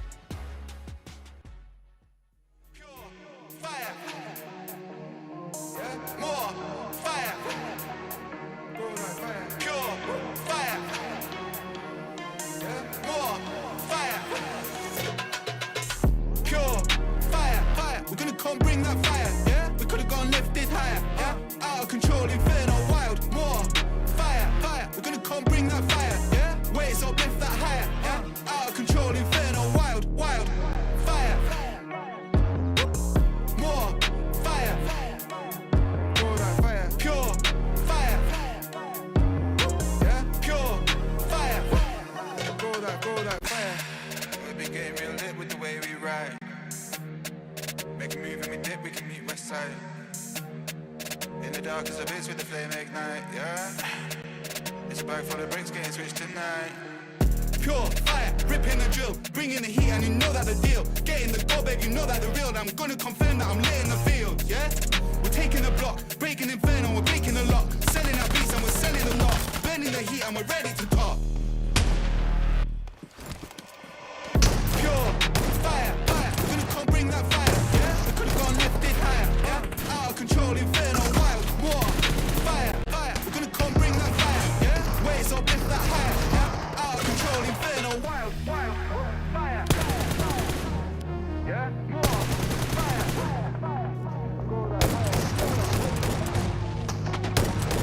yeah? Pure fire, go that fire, pure fire. Bringing the drill, bringing the heat, and you know that the deal. Getting the go, and you know that the real. That we're lit in the field, fam. Taking the block, bringing inferno, we're breaking the locks. Bringing the heat, like we're bringing the hot. Pure fire, yeah, more fire. Go that fire, pure fire, yeah, pure fire. Go that fire, pure fire, fire. We're gonna come bring that fire, yeah. We could've gone lifted higher, yeah. Out of control, inferno, wild, more. We're gonna come bring that fire, yeah? Wait, so lift that higher, yeah? Out of control, inferno, wild, pure fire, pure fire.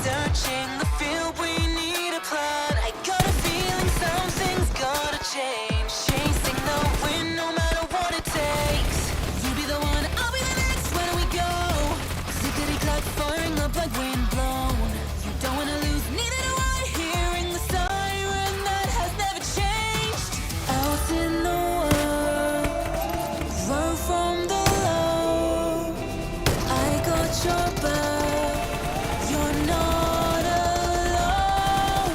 Flare up, even at the lowest step, nothing's bending us down. Dance on, blaze brighter with every challenge we face. Ignite, let the glow of my roar overshadow the darkness of all glory. Never thought of giving up, it's never ending. Some of us got too lost to find the path. Some of us had way too much pain. I understand, but hopelessness goodbye. Warriors are meant to rise and shine again. You're stepping down, I'm moving up, put on a show. Clickety click, last minute countdown. You wanna survive, just stay alive, rising up in the zone. Champion is for the top. With my crew strong.